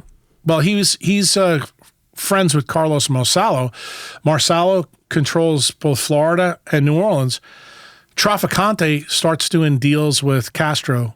They started running all the drugs through Giancana. There you go. Sam Giancana. I just couldn't remember the name. And he starts running drugs through Florida, and guess what? the Italian mob finds out that this is more profitable than casinos. So the reason why this goes down is he cuts a deal with Castro that I'll feed you any information I get about you, but you keep letting us run the drugs through New Orleans and Florida. So that's where the mob gets involved with drugs. Mm-hmm. Nobody in the CIA, FBI knows really why this is going on. So Castro was never able to be killed. I think the CIA is on record saying they tried to kill him 7, 8, 9 times. Right. They were always unsuccessful because of the link I just told you. So what happens next? They go, and this is the best part of the story. This is the part of the story that really exonerates Lee Harvey Oswald, but the industrial military complex will never allow you to know it. They have to test the weapon. Oshner knows that he has to test the weapon, so he goes to Angola prison, the same prison Johnny Cash is famous for going to singing. They find a guy on death row. They tell him they're going to inject him with something, but they tell him, you're going to die anyway, whether it be by the gas chamber or electrocution or here, but we'll give your family money. The guy actually agrees to do it. They transfer him to Angola, to a small little prison in Clinton, Louisiana, and you'll know why I know all this stuff. And who drives up the bioweapon? They don't let Judith Very Baker do it. They actually give it David Ferry, Lee Harvey Oswald, and Clay Shaw are in the car. Do you want to know why they put Clay Shaw on trial? Because he was seen in Clinton, Louisiana, which at the time in 1963 was a very black town. These are 3 white guys in a black Cadillac. This is the same day that Martin Luther King gives his I Have a Dream speech. And why is this a big deal in Clinton? Because they're registering black people to vote. And guess who registers to vote that day in Clinton, Louisiana? Lee Harvey Oswald. You'll be able to find it. So guess what happens? This is how Garrison knew that Clay Shaw was going there. He didn't know what he was going to do, but he had an idea. So they go up to the prison. They inject the prisoner. He's dead within 10 days of cancer. So they get a positive on that. Guess what happens? Judith Very Baker finds out what they did through Oswald, and she goes fucking ballistic. She goes back and tells Oshner. Oshner threatens her, says, you're no longer going to medical school. Who's Oshner again? Oshner's the guy, the doctor that started this whole process. Okay. The polio guy, the guy that injected his kids. Oh, yes, his grandkids. So he gets furious. She runs back to Florida. What magically happens next? Oswald tries the attempt to go to Cuba to deliver the cigar. He's unsuccessful. Literally. Is this when he went to Mexico City and tried to get to Cuba? Cuba, correct. Yeah, oh my God. That's exactly right, bro. You're putting the dots together. I figured that you would once you hear all this. But here's the funny part of the story. When he fails, he tells Judith Very Baker on the phone, which you can read about in her book, he says, they're going to kill Kennedy, and I'm going to be the patsy. So the first attempt on JFK's life, believe it or not, is actually in Chicago. Guess who foils it? Lee Harvey Oswald with a phone call to the cops.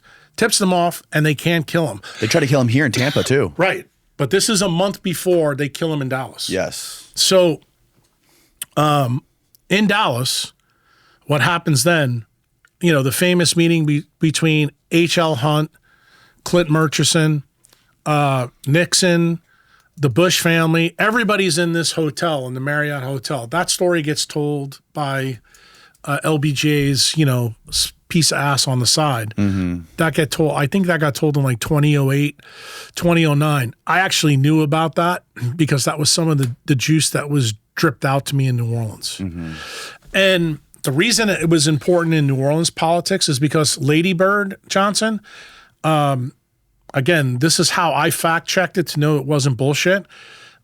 Clint Murchison, who's the first owner of the Dallas Cowboys, is an oilman. Him and Lady Bird Johnson bought all the real estate from Dallas to New Orleans because I-10 was built in the 50s when Nixon was the vice president. So Nixon told them where the road was going to go, and that's how they got tons of money. So when I fact checked that, I was like, okay, this now is definitely plausible how all these people are tied together. Then the final thing that I did after my residency's over, the U.S. Public Health Hospital gets decommissioned. And I knew that when all this shit was going on with COVID, I said, I need to go back down there and check the public health hospital out. I was fortunate because the same janitor that was there when I was a resident at Henry Clay Boulevard, he knew who I was. And I said, I see they're renovating the building. I said, do you think I can get in there? He goes, dude, nobody's used that in years. He goes, it's kind of empty.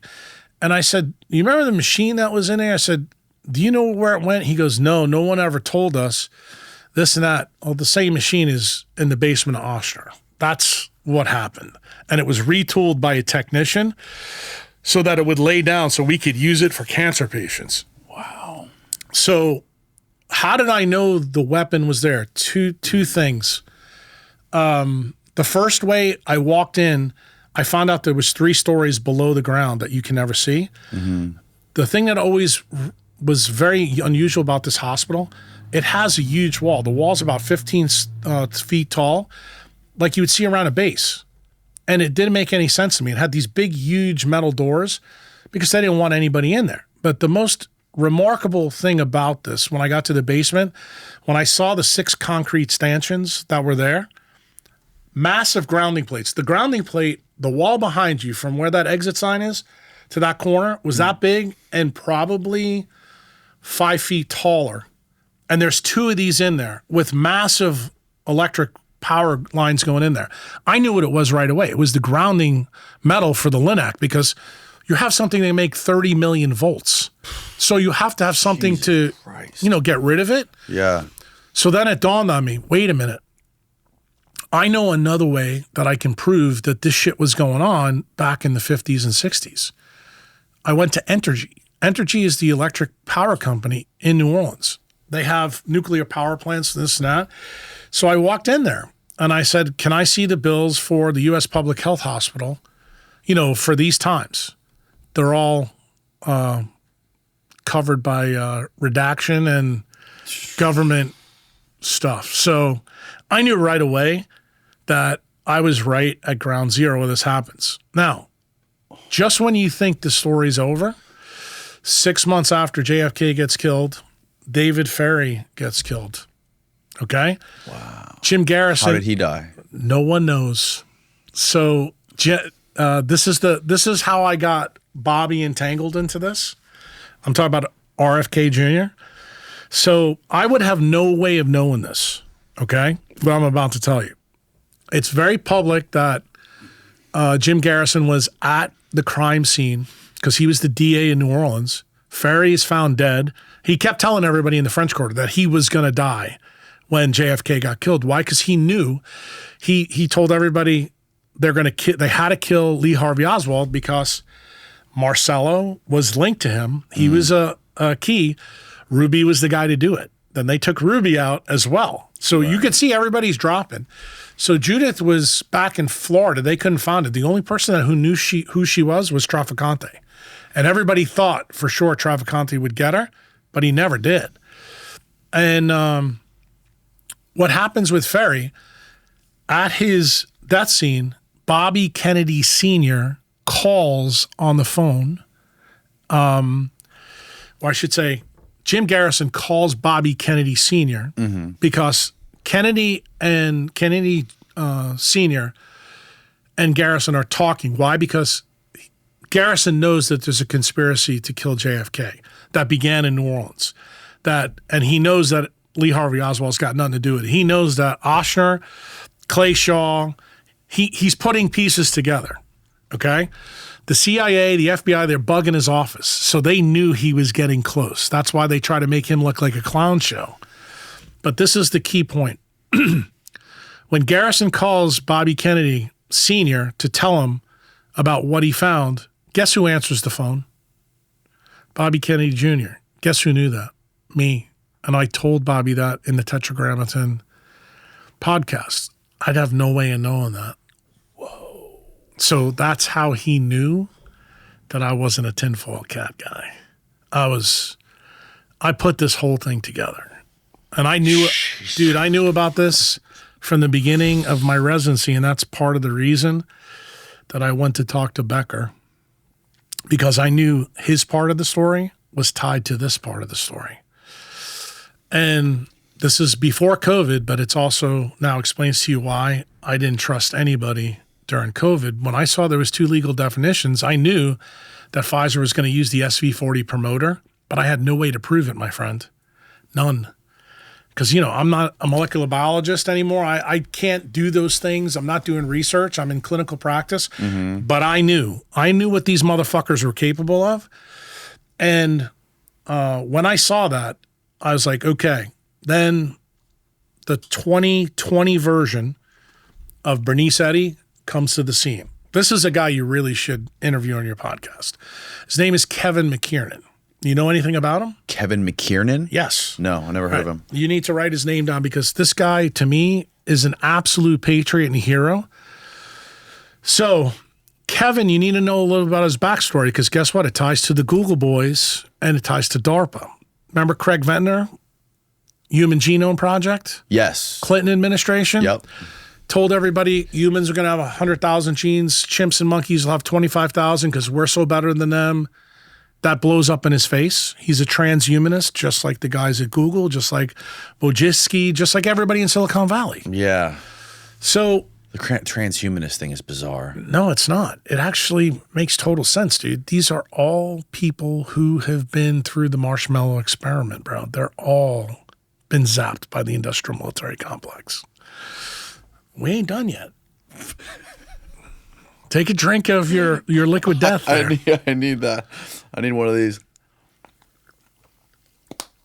So the transhumanist thing, I always thought it was a scam. No. Oh, Because no. It's actually evidence. It's evidence of MK Ultra 2.0, 3.0, 4.0. But guess what MK Ultra is called today? Do you know? Any of your conspiracy boys ever tell you? I have no clue. Brain Health Initiative set forth in 2013 by President Obama. Do you know where it's based? In Central and South America. Isn't that funny that it's in the same places where you can't find it? And do you know where it's hidden in? Places called Centers of Excellence. How do you know that I'm right? Do you remember the story I told you about Sidney Gottlieb before? In MK Ultra 1.0, when he took LSD and dripped it down on St. Louis? Do you know who sponsored that experiment? Washington University and the U.S. Navy. That's also discoverable. Do you know where Washington University is?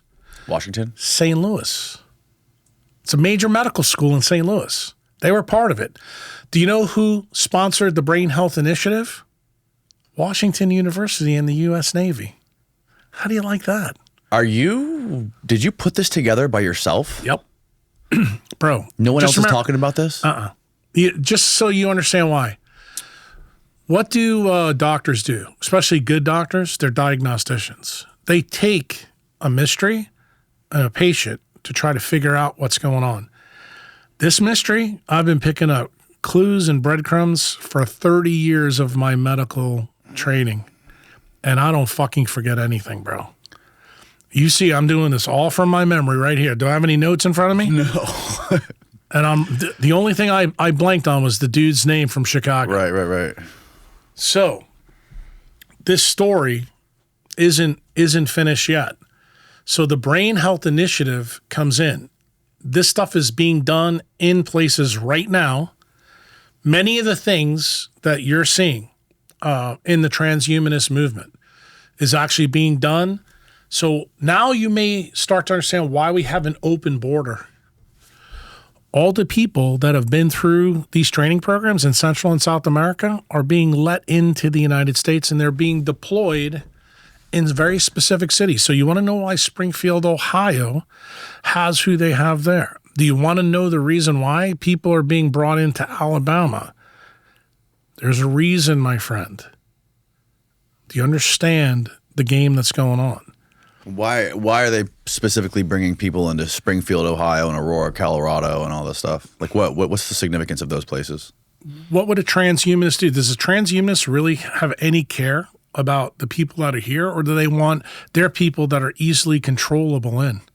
Like, did Sujin Wojcicki? Wait. Does she care? My definition. I thought the transhumanists were just like were people who were going to get their brains frozen after they died. No, they're more than that, my friend. They're the same people like Bill Gates' dad. They're eugenists. They want to trim everybody. They're not interested. Like, if you sat down and talked to Nicole, she will tell you stories.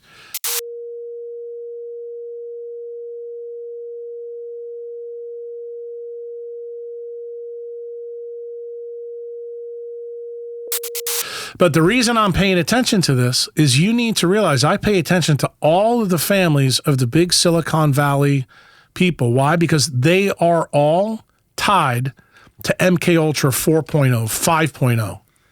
Every single one of them. And there's a reason they follow the rules of the industrial military complex, because they're designed to do that. Okay? And guess what? They get that training at the universities that they went. Stanford, Harvard. Just remember where all these people come from, my friend. Name any of them. Is this why you moved out of the country? Pretty much. And look, I've been saving this for 30 years. And I believe we're in the 9th inning, that if November 5th goes the wrong way, that we're Venezuela. We are where Venezuela was in 2005, 2006, and Chavez comes in and they take our guns. Kamala's already said she wants the guns. My problem? She changed it in the debate. Bro, she's still fucking full of shit. You know it. Yeah. But here's my problem.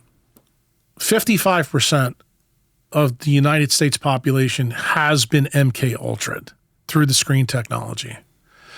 So they're all obedient idiots. So here's my position. This goes very proximal to what Ayn Rand wrote in Atlas Shrugged. If we ever get to a point where it's mob rules, which is exactly why the Democrats always say democracy and not constitutional republic, bro, this is the problem. And I believe we're here. And, you and I are in Florida right now. I haven't told you this. I have to come back one more time to vote. And I vote in Florida. Oh, do you vote here? Yes, I do. Because I have a clinic in Destin. And when I talked to Bobby about this, he goes, look, I need you to vote for me. Even in that state, he's changed his tune after he joined forces with Trump. Really? Now he wants me to vote for Trump. And I reiterated that literally 2 days ago with Nicole. I asked Nicole straight. She goes, nope, we want you to vote for Trump. My nurse, who you spoke with, Chantal, Nicole told her the same thing. We want you to vote for Trump. And not for Bobby. No, because now... Well, he dropped out, so... Well, but the thing is, there was a talk that he needed to get the 5% to get the third party. But now he realizes, I think, how serious the situation is. So the podcast that I told you to listen to before I came on with you is the Alexis Jasmine podcast. Yes. I made a prediction in there before it happened. I said, they're going to come and get Trump again. And guess what? The day that we did the live X event with Nicole, they found the guy at the golf course. Right. That happened right then and there. And I'm telling you right now, they're not done. No. I expect at least 2 to 3 more times, because guess what? The only way to ensure the next step of the plan, because what is the real story of COVID? COVID is not what any of you think. COVID was a compliance test for a coming economic reset. So remember I told you earlier that the industrial military complex, its energy, the source is cheap money.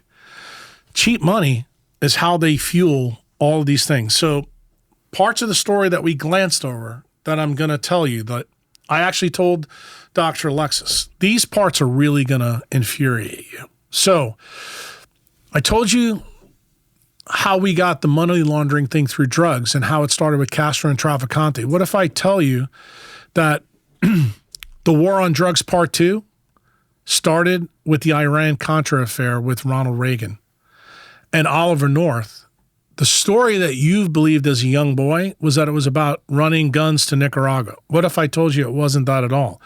It was to make sure that the industrial military complex captured the pathway between the Colombian drug cartel and the Mexican cartel so that they could deliver opiates right into the United States. Fun black ops. Right. And that's exactly what Iran-Contra was all about. It's another pile of money, okay? So... Are you familiar with Danny Sheehan? No. Harvard lawyer who he was he worked on the Iran-Contra case, the Pentagon Papers case, the Watergate case, all these cases. He came in here and basically elucidated all this stuff beautifully. But he's the one who's how I got my education in this. All right. Well, perfect. Then I don't have to go through it again. No. No. Keith, I don't mean to interrupt, but I was just wondering. I just want you to understand what the goal was. It was to create a pile of money. So what has the government done? First, Social Security they stole. Okay.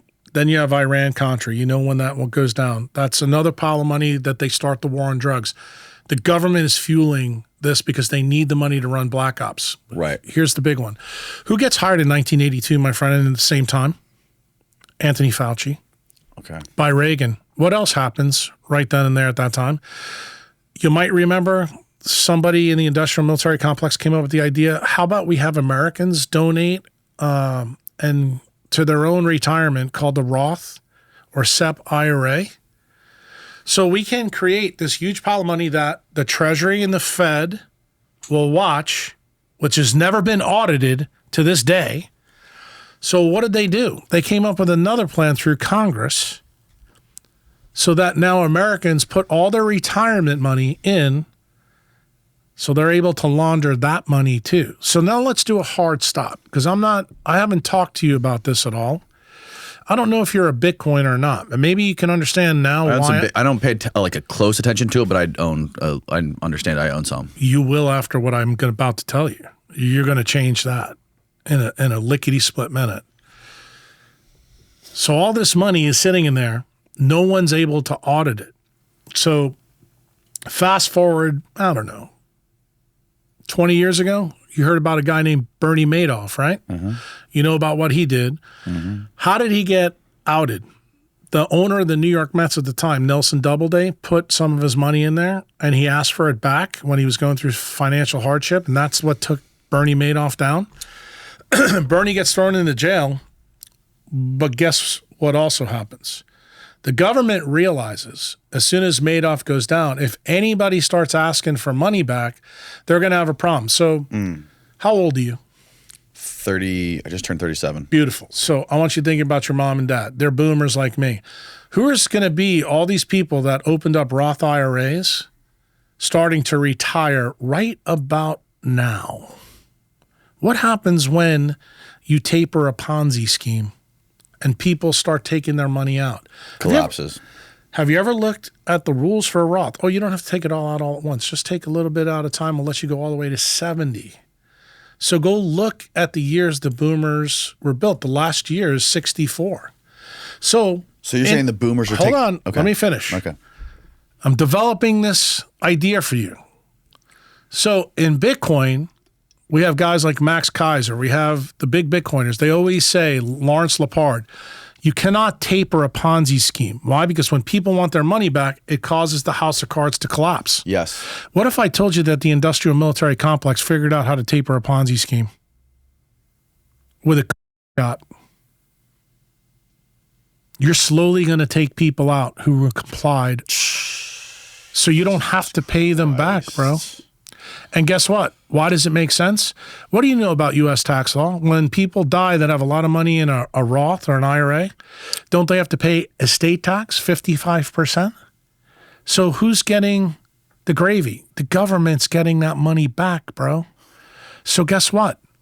Do you understand now why we started this podcast with Susan and the turbo cancer? And yet I took you back 50 years and showed it to you in Jack Rubenstein. And what's happening now that Kevin McKiernan has proven? Kevin McKiernan does the test, takes unopened expired vials and fucking tests and finds SV40 in a jab 50 years after the polio massacre. Do you understand, bro, what's really going on? Because let me tell you something. I'm teaching you right now about the Dunning-Kruger effect. When what you don't know turns out to be the most important part of the story, everything you thought you knew goes. So, my friend, that's the real reason why I went to Dallas 2 days ago and spoke at Dealey Plaza and laid this whole story out on tape and told everything I know in every detail. Because if I happen to get taken out by acute lead toxicity, I want a young guy like you who's doing this podcast to make sure you go fucking fact check Uncle Jack. But I promise you, I'm not going to let you down. Every single one of you out there needs to know what I'm talking about. These are the biggest fucking criminals in the world. They make Adolf Hitler look like a street gangster. They've killed way more than 4 million people, and they're not done. They're looking to completely take out millions of people slowly over time, all different kinds of ways. So don't think it's over. What did Fauci and the Bi-Dolac and the vaccine law really do?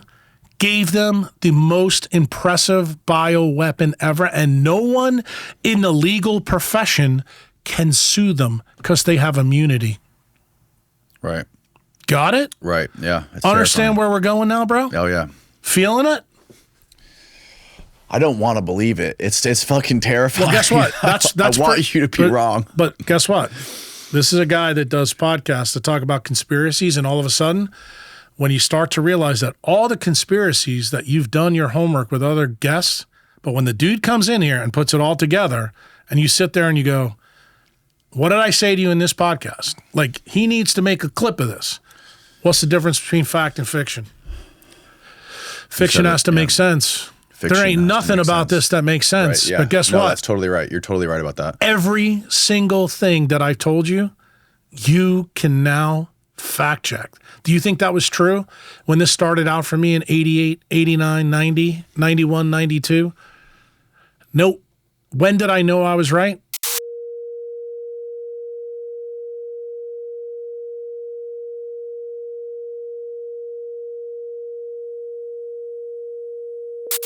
Right. Dude, this program ain't going away. And I've already told you where they're being tested now. Remember the black guy that was on death row in Clinton, Louisiana? Now it's all people with brown skin that are in Central and South America. That's what the Brain Health Initiative is all about. See, that's the execution part of the plan. And then they're creating a military to bring them up to the United States now. So that you're having all these crazy bastards that have been programmed now led into the United States and made citizens. Guess why? Not only the replacement for you, which a lot of the black folks are starting to wake up to, but they're going to be controllable replacements. This plan has been in since Tavistock in 1921. That doesn't make sense. Oh, yes, it does. Why would you want, if you're a country, why would you want to do that to your population? The biggest thing because our Constitution for tyranny, treason, death. If you know about this, and that Constitution is in law, what is the goal of the industrial military complex? You want me to distill this down for you so it lands? They want to replace the U.S. Constitution with the UN Charter. That's what they want to do. Right. Because then they have free reign. They then control the executive and Congress, but what branch don't they control? You know why they went back into the plan to kill Trump? Because he put two guys that are Fourth Amendment experts on the Supreme Court. Do you know why you can't get a CBDC through now? Because the fucking Fourth Amendment blocks it. That's the real reason, bro. That's why they hate Trump. That's the number one. It's about the only thing Trump did his first term that I'm happy about. Everything else, he basically is a fucking idiot that let all these people around him. I mean, just to explain this to you, how pissed off I am about this, he put Steve Mnuchin from Goldman Sachs as his Treasury Secretary. Right. Right then and there told me, you're a fucking moron. Yep. Because that's letting a barbarian in the gate. Then what does he do? Lisa, the CIA lady who burned up all the documents for. Exactly. But think about Jeff Sessions. It took him 2 days to turn. Think about Comey. Yeah. Dude, every single person around him. So when you probably can tell I'm not really a Trump fan, but I told you I'm voting for him. Why? Because Bobby is now part of the team. Bobby knows, look, Trump wants to drain the swamp. You know what Bobby knows? He knows where the drain plug is. That's what we need. Because let me just tell you something. Everybody in the Joint Chiefs, everybody in the industrial military complex, everybody in Congress. There's people that are sitting in Congress right now that need to be for treason. Okay? They allowed this to happen. And we the people, let me just tell you something. When Thomas Jefferson and James Madison wrote in the Federalist Papers why the fucking Second Amendment is what the Second Amendment is, you got to remember, it wasn't for hunting. It wasn't for school things. It was to protect us from our government. Exactly. Yes. And guess what, bro? We're here. We are here. They actually used, if you want to know the story that I don't know how much in other podcasts you developed. Let's talk about what really happened with JFK. Real quick, can we, I want to basically summarize what we were trying to talk, what you were explaining to me earlier about the values in the SV40 and with Roth IRAs. So essentially what happened with the COVID mRNA vaccine was it killed and people, mainly elderly people, right? People Correct. that were like 50, 60, 70 plus with multiple comorbidities. Didn't affect kids. That's actually the front story they want you to believe. That's not true. You know who's dying now?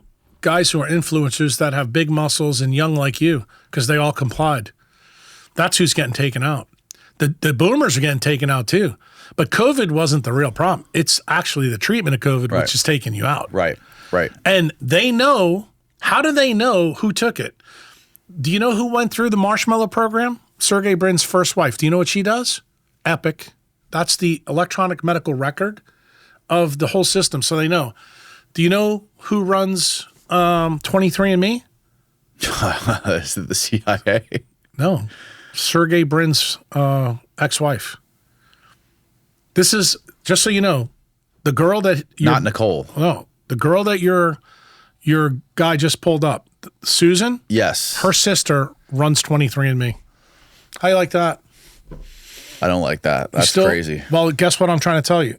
They have the data. They're the data collection. Remember I told you that these kids that run these programs, all of them are being controlled by the industrial military complex.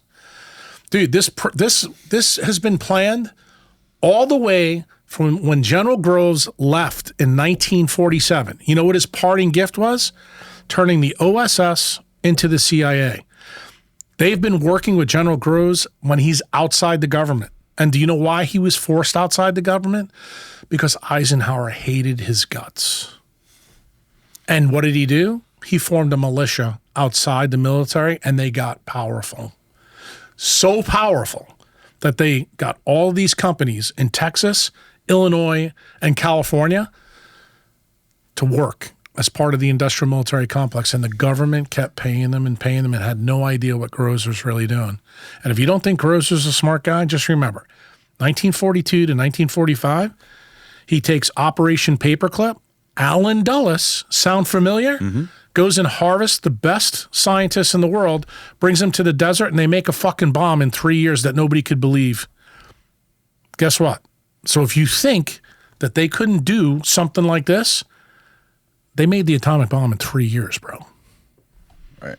That's how fucking talented these people are, and that's how smart they are. And everybody who works there, these are not stupid people.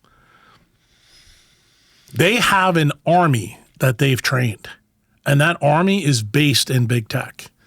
And they are carrying out these attacks constantly on the American people. And you guys keep drinking Starbucks coffee, watching Netflix, and getting dumber by the minute because your dopamine levels are getting destroyed. And you don't put it together. But dude, I'm laying it out for you. I mean, it's all there in front of you. It's time for you to shit or get off the pot. This is what I tell people. But like, this is my biggest thing. I understand what you're saying. I understand that the government wants people to be controllable. That makes sense to me. That's why kids go to school for 8 hours a day. And now we irradiate them with Wi-Fi. Right. But what I don't understand is, why do you want your population to be obese and basically physically useless? Because it makes it easier to kill them. But if you want to maintain... They're all owed money. If you want to be They're all owed money that they stole already. You still haven't got it, that the story always comes back to money. You're talking about the IRAs. Dude, I'm talking about everything. We're 30. Look, I don't know if you know this. Yesterday, I'm trying to remember what his name is. I'm probably going to, James Lavish. He's another Bitcoiner. He's got a tweet out there. Yesterday, we crossed the Rubicon of $35.3 trillion. Just so you know something, listen to this. If we were to pay back $1 million every second, it would take 4,023 years to pay back that money. So let me ask you a question. When you see a lavish tweet like that and you think about where we are, how the fuck do you solve that problem, dude? Got it? No, I got it. It makes sense what you're saying. I totally get it. Well, I know it makes sense, dude. I'm a brain surgeon. I'm not a dumbass. But what I'm telling you... But I am, and it makes sense to me. No, but you're not a dumbass, because I'm going to tell you why. You've been nibbling at this problem so many different ways. You're like a great white shark on this whale, and you keep biting at it. You keep bringing all these people in here. You know the bits and pieces. What am I doing? I'm giving you the final touches on the sculpture. So guess what? I need you to realize that you got to keep doing what you're doing. Like, you now are the media. Let me explain to you why the media is gone. The media is gone because of General Kruse. Let me tell you exactly what their plan was. They decided to abscond big science. Their plan eventually was to use big pharma money to start do advertising on the media. So what did they do? They made them all employees. Do you know how they came up with that idea first? They did the same thing to doctors in the 1980s. That's the reason why HMOs came up. Because what do? They put the government between us and our patients. They did the same thing with the media. And they did it 30 years before. Bro, these people are brilliant, Danny. I'm telling you, they really are. And the thing is, all I'm doing with you guys today, coming in here straight from off the plane, so I'm putting some Windex on your glass eyes. That's all I'm doing. And I want you to understand truly what your world is all about, because you said you got kids. I don't know the cat behind the screen back there. Kids? That's what I'm saying. And I want you guys to understand that I don't want you to be bullshitted anymore. Like, I always tell people, a half-truth always leads to a full lie. Like, all the people that you've had in here, they didn't know bits and pieces of the story. But you know why? It was by design. The industrial military complex cannot let you know all this stuff. Because if you knew it, you would fucking take them out in a minute. These people are more nefarious than King George was in 1774. Right. That's what I'm afraid of. They're making fucking Hitler look like, a gangster. I got news for you, bro. These people are bad. Like, really bad. And until people wake up and see this, like, I'll give you an example. Don't you think it's unprecedented that a Kennedy and Nicole Shanahan, who's probably the most liberal Democrat ever, are fucking joining with Trump? It's pretty insane. Well, dude, for 18 months, I've been in their ear. In their ear.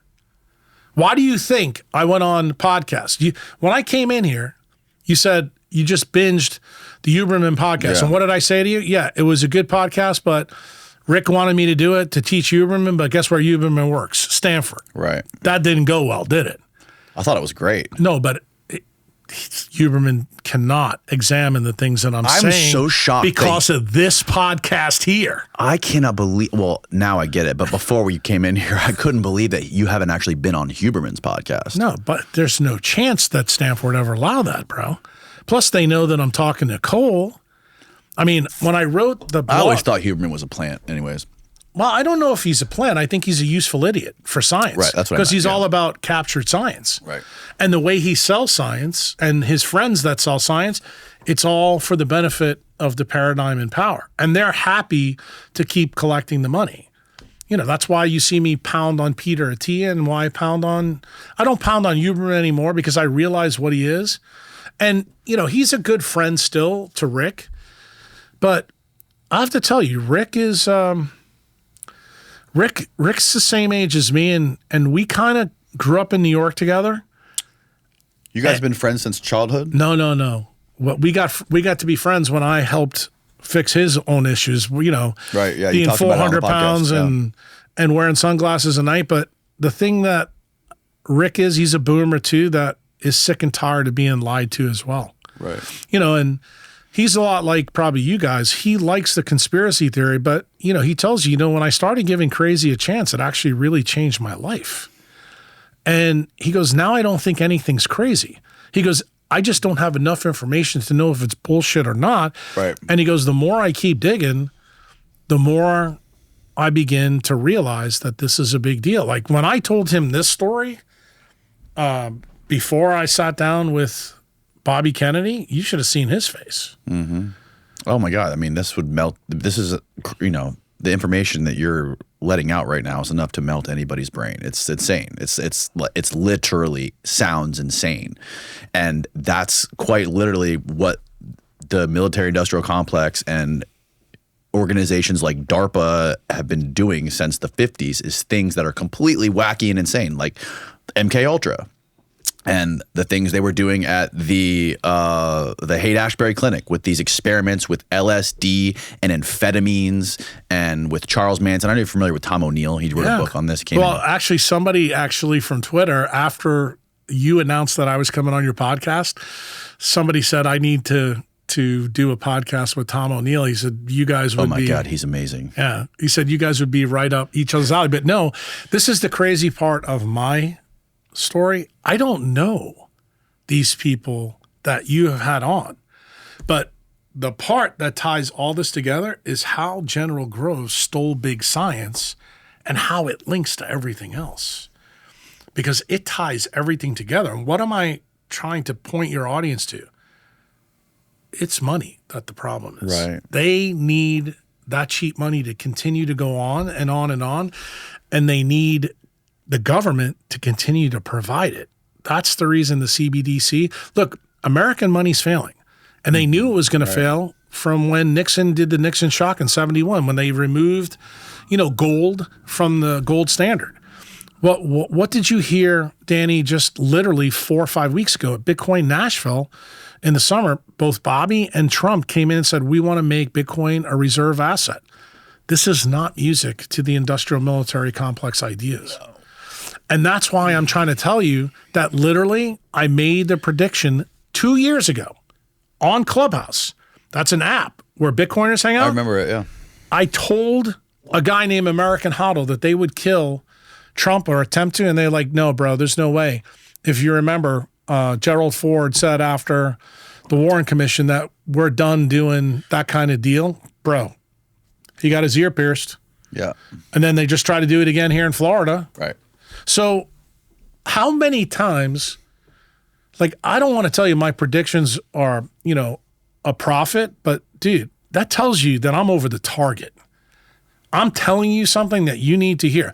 I don't care if you don't believe me, but what I'm saying to you is understand what I'm saying, research what I'm saying, look at all the pieces and parts, understand how they explain world current events right now. How we can have what we just saw in the debate. Now that we know the two people on the debate, one of our sorority sisters are feeding her the information. Dude, this is exactly how it works. Who's paying for those two people's salary? Big Pharma. Put on any fucking station. Isn't it true? I heard that the two people that are the biggest donors to Trump and to Kamala are Peter Thiel for Trump and his vice president. Right. And Eric Schmidt. Yep. Google. He used to be. They're both close. Right. And they're both the representatives for the U.S. in the Bilderberg Summit. Yeah. And I'm also going to tell you, not only Bilderberg starts with Tavistock in 21, then the Trilateral Commission through the Rockefeller years, and the Committee of 300. Dude, you're banging on the right drum. Do you know what I want to teach you before I leave here? Do you know the synonym that you need to start using for Bilderberg or the Rothschilds. It's called Allodial money. Pull that up on the screen so he can see it. Allodial money is money that has no superior, meaning there's no title. You know who that starts with? That starts with the papacy, and it starts with the royal family. In other words, nothing can be taken from them. Do you know what people have? See, Allodial title. Click on that. So do you know what that means? There's only one other thing that's ever showed up in your 37 years on this planet. That's Allodial, and that's Bitcoin. And that's why they're coming after you, bro. That's why they're coming after this money. I'm going to tell you right now, what do we say in Bitcoin? When you have your own stack, they can't fucking take it from you. And this is the only thing in the world that's like that right now. Right. If you're not the Pope and if you're not part of the royal family. Right. The Bilderbergs, every single royalty is cousins with fucking King Charles right now. Every single royalty that's existing. Dude, this story, the people that back the industrial military complex are those people. They're the real problem. But guess what? They're the ones that have propped up Gates. They're the ones that have propped up the WHO. They're the ones that propped up the World Economic Forum. Dude, these are the more layers they put between them and us, the better it is, because guess what? What did I say to you before? Fact or fiction. Do you understand why guys like me and you, we get branded with the hat and we're the conspiracy theorists? But here's the thing that they didn't plan for. I'm a fucking neurosurgeon. I've been doing this for 30 years. I'm a really good diagnostician. So good that I haven't been sued once in my career. I'm good at what I do. And I've held this story until right now. Why? Because it's important right now. It's important for my kids. It's important for your kids. It's important for every single person that's out there listening to this. I don't want to leave this planet with this information so that we have to go back through the dark ages again for 500 years until we take these motherfuckers out again. The person who made the mistake, do you know how this all started? Queen Victoria. Queen Victoria decided to marry into all the royal families to stop a war because she knew her family was filled with a bunch of fucking idiots. And what did she wind up doing? She created World War I. It was a family squabble. And do you know what? You know what set them off and how they lost their allodial titles? The Bolshevik Revolution. And guess what? When they killed the Tsar, who's the cousin of King George at the time in England and Kaiser Wilhelm in Germany, neither royal family could believe that. Do you know one of the most unprecedented things happened in the history of the 20th century that day when the Tsar was killed? The royal family, in case you don't know, their real name is Saxe-Coburg Gotha. They're German. They realized it wasn't popular to be on the wrong side of the war, given what happened with Romanov. So what did they do? They took a new name off a castle in the north of England called Windsor. And that's how he saved his ass. And what did he have to do? He had to agree to a new part of Parliament called the House of Lords or Commons. So he had to give power up to the people. He lost a allodial title. Wow. That's how it started. But he did it to save his ass. So let me tell you something. Britain has won 2 world wars, and both times they lost. The first one was the big one, where they lost a lot of their power. What did they lose in World War I? They lost 2 things. They lost the sea to the U.S. Navy, but what's the big one? The Treaty of Versailles was a huge hit to the royal family because the way it was settled by the Keynesian economics, it guaranteed a second war. Why did they want a second war? To get back what they really lost. They lost a allodial title and they wanted it back.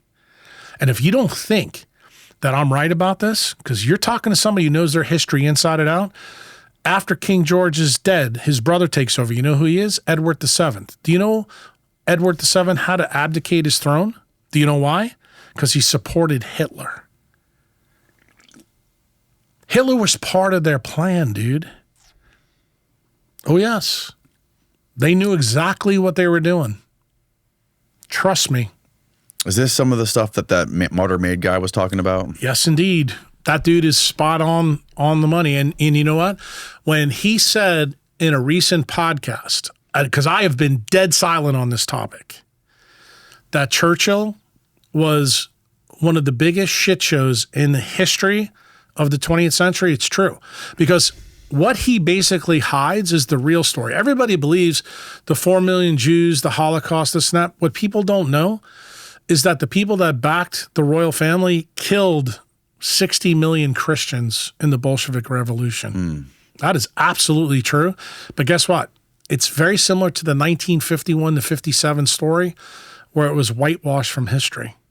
And every time that we have a period in history where something gets whitewashed, that's where I hope a guy like you, Danny Jones, in the future, as you age, when I'm dead, you remember the lesson I'm trying to teach you here. When you do podcasts, go find people that really know history.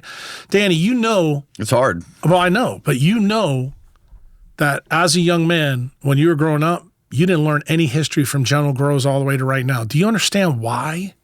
Do you understand why they put your kids now for 8 to 10 hours a day? Because they are training your children. You're not. Yeah. I am not kidding you, dude. And what else are they doing? No more books. They're irradiating. That's MK Ultra. It's fucking everywhere you look, bro. But you know what the problem is? You know what pissed me off the other day was they started the teachers feeding my 5-year-old came home. He's like, you know what our teacher gave us for snack time today? I'm like, what did they give you? She's like, all week I've had Rice Krispies treats. You never let me have those at home. My wife was furious. She literally went up there and talked to the teachers the same day. It was like there can't. Well, you're going to be more furious when you find out that that's how Gates now plans to put some of the biotechnology in foods. That's the reason he's buying up farmland. It's also the reason he wants to block the sun. Because guess what? What's the antidote to blue screen technology? UV and red light. Why did Biden put the final damper on incandescent bulbs? It's going to be banned completely in 2028. You say they said it was energy, but it wasn't energy. No, it's because they know it's the blue light. The blue light keeps the system going in perpetuity. And none of you realize it. None of you, because you know what? A, you're not smart enough to know the history. B, you're not a neurosurgeon. You don't know anything about the non-visual photoreceptor system in man. And here's the sad part. Most centralized doctors don't either. Like, there's so many bombs that I gave you in this podcast already that people's heads are going to explode. And I don't expect them to know this an hour or 2 or 3. Like, you'll probably go back and listen to this 10 years from now. Yeah. When I'm dead, and you're going to go, bro, this guy was telling us the truth. And I'm going to say something. This may be hyperbolic, but this moment in your podcast, this is Paul Revere riding through Boston, and I'm telling you they're coming.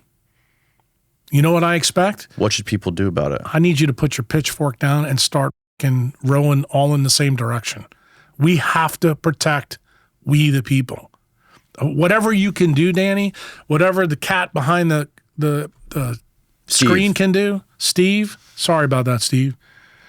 We need to come together and we need to take our country back. These people, the barbarians, are inside the fucking gate. The Trojan horse is inside. But it's just, I'm going to remind you about something. You may think I'm pessimistic. I'm not. You know why? A bunch of people who are misfits from the UK, who were farmers, who had pitchforks, got muskets, and beat the best army in the world. Let me tell you something, Danny. There's 360 million of us, and we still have that Second Amendment. This is the problem that people don't understand, I think, for the most part, is that's why I think they want to keep us divided. Correct. That's what all the game with the media is. And how do we find a way to unite everybody? I think this podcast is one of those things. I think what I just did in Dallas with Nicole. I mean, look what's going on with Nicole and Bobby. You don't think that's an amazing thing that you've seen? That people ideologically who really don't like each other are now, like, in other words, people in New York and Virginia in 1776 said, fuck this. Mm-hmm. They had different political aims. Right. They came together, so why can't we? Like, I've gotten criticism. Not that you've leveled it, but people on Twitter have leveled it. It's like, Jack, on your Twitter profile, you say you're, a guy in exile. Yeah, you're right. But I casually point out, where's Thomas Jefferson, Benjamin Franklin, and James Madison home country? Was it the UK? Yeah. So they fixed it from being somewhere else. Why can't I? Right. I went to El Salvador and sat down with President Bukele and told him a lot of this story. And what did he say to me? How would you fix it, Jack? I said, I'd put a constitutional amendment that's just like Benjamin Rush asked Thomas Jefferson to do, so that the attack vector for the U.S. Constitution couldn't be medical tyranny. So you know what he told me to do? Write the law. I did. So Bukele has it. Guess who else has it? Bobby Kennedy. You know who else has got it now? Trump. This little neurosurgeon sitting across from you on a phone who came off a plane. I'm that dude, bro. Don't tell me that one of us can't do it. If not you, who? It's terrifying shit. Not for me, bro. You know what? I haven't processed it yet, so. I've been thinking and living this for 30 years, and I know it's a lot for people to hear, but it's kind of like the best thing I can try to educate you about this. You're like sitting across from me and you're a new person who I just diagnosed with a glioblastoma. And I'm telling you, you got a year to live. That's kind of the same thing I'm telling you here. The difference is I know you're going to die when you have a GBM, but I know you got a big chance here. You won't die and you won't be an economic slave for the next 7, 8, 9, 10 generations of your family. If you stop being apathetic and nihilistic and get off your ass, turn the fucking Netflix off, stop drinking the coffee, stop buying their products, and go take your country back. That's all you got to do. There's a reason I came here, bro. How do you know all this shit and still have time to be a brain surgeon? Let me ask you a question. If I'm madder than hell that my profession was stolen. We no longer, when I wrote my medical school application out, I had no idea that I was stepping in to basically an army that was programmed by the industrial military complex. And when I found that out in 2005, you'll hear this, Danny, many podcasts I do, I get fucking madder than hell. When you ask me a question like that, I'm thinking about that 18 months when I realized everything. Now you know it just wasn't a story about leptin. It wasn't a story just about all the biology stuff that I teach. It was this fucking story in the background that I knew about this in the beginning. It was very easy for me to question them. Like many doctors ask me, how did you fight back? You know, I just did the live Twitter X's, and I have to tell you, you're the first person I've talked to since this. I haven't even discussed this with Chantel. Mary Bowden, the doctor that was sitting next to me, the ENT doctor, she said, you know, they had this plan because doctors are very compliant. You know, you have to do that for medical school and this and that. And I looked at her and I said, should I just drop this bomb right here, right now? And I didn't. I didn't say the things right then and there because here we are on Twitter. There's millions of people going to look at it. And I said, this isn't the appropriate venue to drop this. But let me just tell you something, Danny. Thanks for destroying my podcast. Well, I'm just fucking madder than hell about this. And I think that I think every American should be infuriated that SV40 is in this jab. And here's the crazy part. For Steve behind the curtain in here, I'd like to hear your guys' take home. Now that I've given you the whole story, tell me what your first visceral thought is to know that the FDA still hasn't stopped the jab today, knowing everything that we know about the aftermarket data. Well, I mean, it's just what the whole COVID pandemic really taught me, and I think a lot of people, is the revolving door between the FDA and the pharmaceutical industries. And the FDA seems to be more just like a propaganda wing for the pharmaceutical industry. Actually, I'm going to tell you, it's part of the program. This is all MK Ultra, dude. You're seeing it laid out. Yeah. This is now MK Ultra. I have a pretty famous quote that was in my TED Talk that got banned. Ideation without execution leads to deletion of every good idea. Let me just tell you something. MK Ultra was a great idea that they originally stole from the Nazis. Right. But they executed. The Nazis didn't. That's the truth, bro. And when I wrote that quote, I had General Groves in mind when I wrote that quote. Dude, he's the biggest criminal in American history. And he has bred so many criminals. It started with Jimmy Byrne. Look, even the Manchurian candidate they set up, which was Harry Truman, because they got rid of the 3-term vice president, which was Henry Wallace. Dude, even when he realized he was hoodwinked, he couldn't fucking do anything to stop it. That's how fucking powerful these guys are. So the only president that has been, how shall I say, above board, they took out with acute lead toxicity. That's JFK. In my opinion, the country doesn't heal until we know the truth about what happened with him. Yeah. That's my opinion.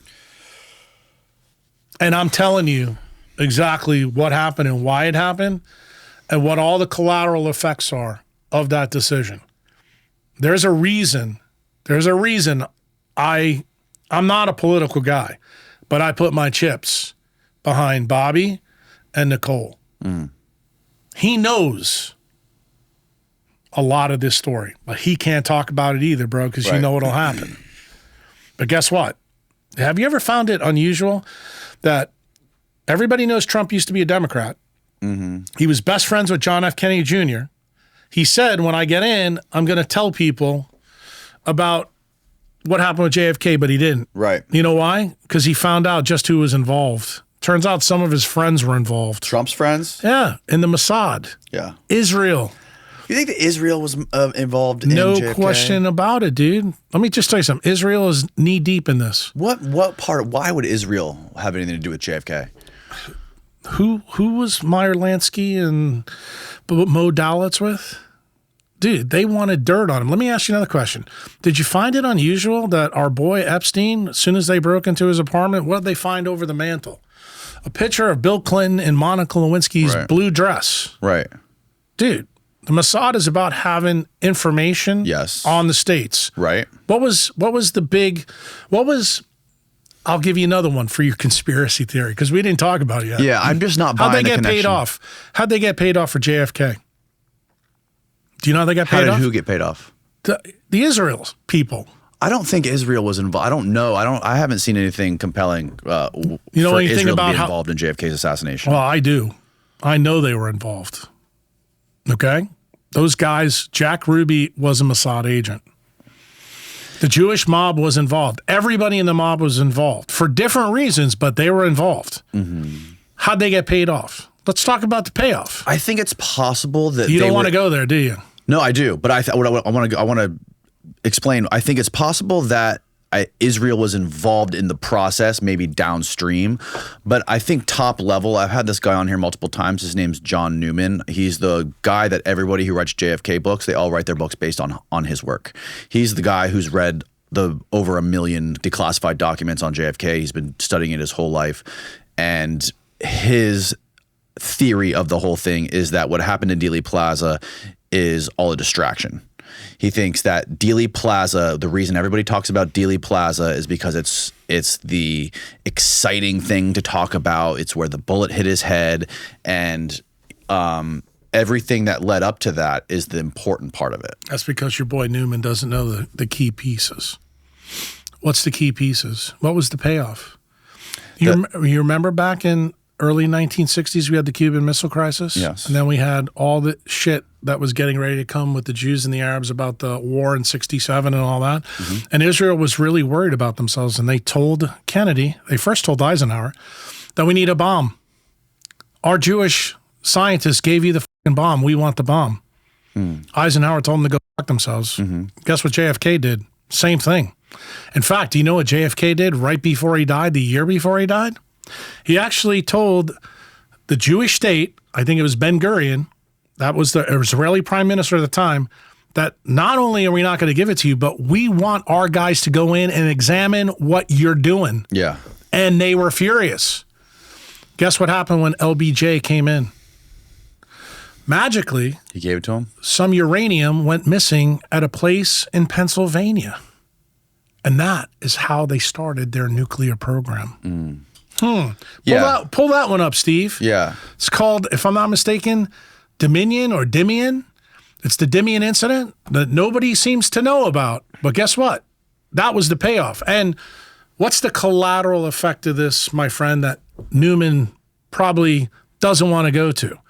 Turns out we happen to know. There you go. No. This would be, it's put in the search, Israel, Pennsylvania, uranium, fissionable uranium. Pennsylvania. No, get rid of the dominium. Yeah, uranium fission. Go to the Incident. You can leave incident there. Just get rid of the other thing. uranium incident. There you go. Thank God for AI. There you go. There it is, the Apollo affair. 1965 incident in which the U.S. company in Pennsylvania lost a large amount of highly enriched uranium that was suspected to be sent to Israel's nuclear weapons program. Oh, here we go. Yeah. Well, So hold on. I'm not done yet. okay. You're going to have to hold on for me now. Now I'm going to run your podcast. This is your show. No, here's the second thing that happens, the collateral effect. I think the guy you had on told you a little bit about this. This is the Ian Carroll cat. Mm-hmm. That all the Jews showed up in New York before 9/11 happens, and they're all in the Dancing art. Israelis? No. Oh, the art thing. Yeah. Right? Yeah. Yep. Do you know why? Because the Mossad trained the 4 Arabs to take the planes over and run them in the building. Mm-hmm. Got it? And what was the point of that? What was the point of that? Point of that was one point. You can pull this up. Is the Patriot Act was walking around Washington, D.C. from 1999 all the way to 2000, right. And everybody said, there's no way you can get this in. And George Bush said, hold my beer. Yep. And you familiar with Cheney, Thomas Drake? Bro, I'm just telling you. Yeah. No, I agree with you. I agree with you here. Well, if you agree with that, then you better learn about that, because that was the payoff for JFK, and they've been involved ever since. And guess what? That brings us to current events with Jeffrey Epstein. Now, let's really make it current. Who's the new Jeffrey Epstein? P. Diddy. Diddy. Same exact prosecutor they used for Ghislaine Maxwell. Well, guess what? Bro, this is the same ball game, bro. I'm just telling you.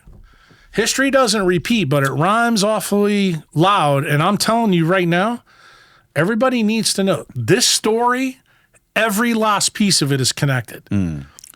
John's big point about JFK, he thinks that the big picture of it is that General Lemitzer and Taylor, they wanted a nuclear war. They wanted to nuke China and they wanted to nuke Russia. Right. And they had a meeting in June of 63 or 62 where Bobby Kennedy Did he Sr. ever was tell you why that was the case? I'm just curious. He probably did. I'm not remembering off the top of my head. Because both of them were proteges of Kruse, and that's what Kruse wanted to do. Okay. And Kruse stepped out. Who stopped Kruse? Eisenhower. Right. Remember what Eisenhower said in 1961? Farewell speech? Mm-hmm. Yep. Oh. Are you starting to see now what Kruse did? He went outside the military and still had control over the Joint Chiefs of Staff, all during Eisenhower and Kennedy's presidency. And you know what the interesting thing is, who opened up China in 1971? Nixon. Who was Nixon the vice president of? Eisenhower. Right. Bro, I mean, how many things do I have to keep fucking knocking down for you? You're knocking them down, man. I'm not denying it. You're on it. I think the JFK assassination, though, I think like many things can be true at once. I think there was a lot of things going on there. One of the biggest smoking gun that John uncovered was there was an FBI flash stop on Oswald's file. The FBI was watching Oswald. They had a flash on his file. And a week before the assassination, it was removed from his file. So he basically says Oswald being on that route in Dallas was the equivalent of a flea being at a Lysol convention. There's no way he should have been there. The flash stop was removed. Yeah, but you got to remember something. There was a reason he was there. Right. He was working with the FBI agent on Magazine Street. That is documented in Judith Ferry's book. See, I'm going to tell you about Newman. He doesn't know fucking shit about Judith Ferry Baker. He doesn't know anything about that. That's the reason you got to go back to him and say, bro, you're missing huge parts. I can tell he doesn't know shit about this Linak, but dude, I'm the guy. Right. that worked with that Linek. And I proved to you already that Bobby is the one that got the phone call when Ferry got killed. So if you don't think that story trumps anything that he thinks, what he's doing, he's trying to put breadcrumbs together. Everything I told you links perfectly. You don't have to believe it. And I'm not trying to convince you to believe it, but I'm telling you, this was done on fucking purpose. And the reason the FBI stepped back is because they knew that Oswald was a CIA operative. Right. Without a doubt. Right. But he was there to be the patsy, and Oswald knew it. If you read Judith Vary Baker's book, she said it. She told him, he told her 2 months before the assassination that he knew that he was going to be a patsy. The thing he didn't know is that his friends, Carlos Marsala and Jack Ruby, Yes. were going to take him out. Ruby is a Mossad agent. Right. No, yeah, I agree with you. And John agrees with all of that stuff. He just believes that, and look, he, like everything that you're saying about Oswald being there, being a patsy, and Ruby working, he would probably agree with you on all of that stuff. His only point is that everyone wants to say the CIA killed Kennedy. His point is the CIA was the cover-up. The military killed Kennedy. It was a military coup, is his point. No, but I think this is semantics and we're parsing words. Exactly, yeah. You have to realize that General Groves was the military and he is the deep state. It's where it began. Right. And that's what I'm saying. See, the problem is, and I guess maybe the difference, him being a journalist and me being a doctor, I look at it making a diagnosis. To make a diagnosis, you got to go back to the root cause. I'm taking you back to the root cause. Right. That's the difference between me and them. And I have to tell you, it turns out that this part is the biggest missing story in the JFK story. And the truth be told, if you talk to the people in the Garrison family, if they'll ever talk, I doubt they will, I can tell you that they physically told me that her dad wanted to put fucking Oshner up on trial. He didn't want to go after Clay Shaw. Dude, do you realize he puts Alton Oshner on trial? Everything fucking blows up. Like the Warren Commission never happens. And just remember the people that are on the Warren Commission. Like I'll give you another example why I don't trust any of the journalists. And this will probably get me in a little bit of trouble with the JFK thing. But you know the guy who's... You're not getting any more trouble than you already got. But you know the guy he's now doing stuff with Paramount and talking about the mob and this thing. I think his name is Tom Maine. Yeah, I've heard of this guy. Right. Tom... he's doing the stuff with all like... Mayer, Thomas Mayer. You got it. So do you know what award that he won in the past? The John McCloy Award. Do you know that John McCloy sat on the Warren Commission? Do you know that if you go listen to things that he says, he tries to listen to him really carefully. Yeah. He tries to skate around a lot of stuff that you and I are talking about. Really? Dude, he's who the Church Commission warned us about. Do you want to know how many people in this industry that you're talking about, that they're fucking scammers, that they're working for the other team? How about 99% of them? Right. No, That's what I'm trying to tell you, bro. Just remember, what's my day job? Am I making any money off the JFK thing? No. I'm a doctor. Yeah. You're not selling. You understand what I'm saying? Yeah. That's what I need you to understand. No, I get it. Incentives dictate outcomes. These guys have made an industry out of this guy's fucking death. Right. What am I telling you? This is about the Republic, bro. Yeah. It's a totally different ballgame. And what am I asking you to do? Use your head. Jack, this is f***ing fascinating, but I have like all this stuff I want to learn from you about health and about science and medicine too. So can we transition a little bit and talk some more about like your background in brain surgery and Sure. And what you do? I want to learn more about like the protocols that you use to live your life and to subvert this like blue light attack that is happening to everybody. I want to open it like my first question is, how did you meet Rick Rubin? Through helping him out. I think it was a dinner that we had with a guy who's a vegetarian named David Avocado Wolf. You ever hear that guy? He's like a wackadoodle. Is he? Is he a vegan? Was he a vegan? Yeah, he's a vegan. Okay. And Rick was a vegan. Right. And Rick was transitioning from that lifestyle to the new one with him being a mitochondriac. Right. And Rick began to realize that it was more about light and not about food.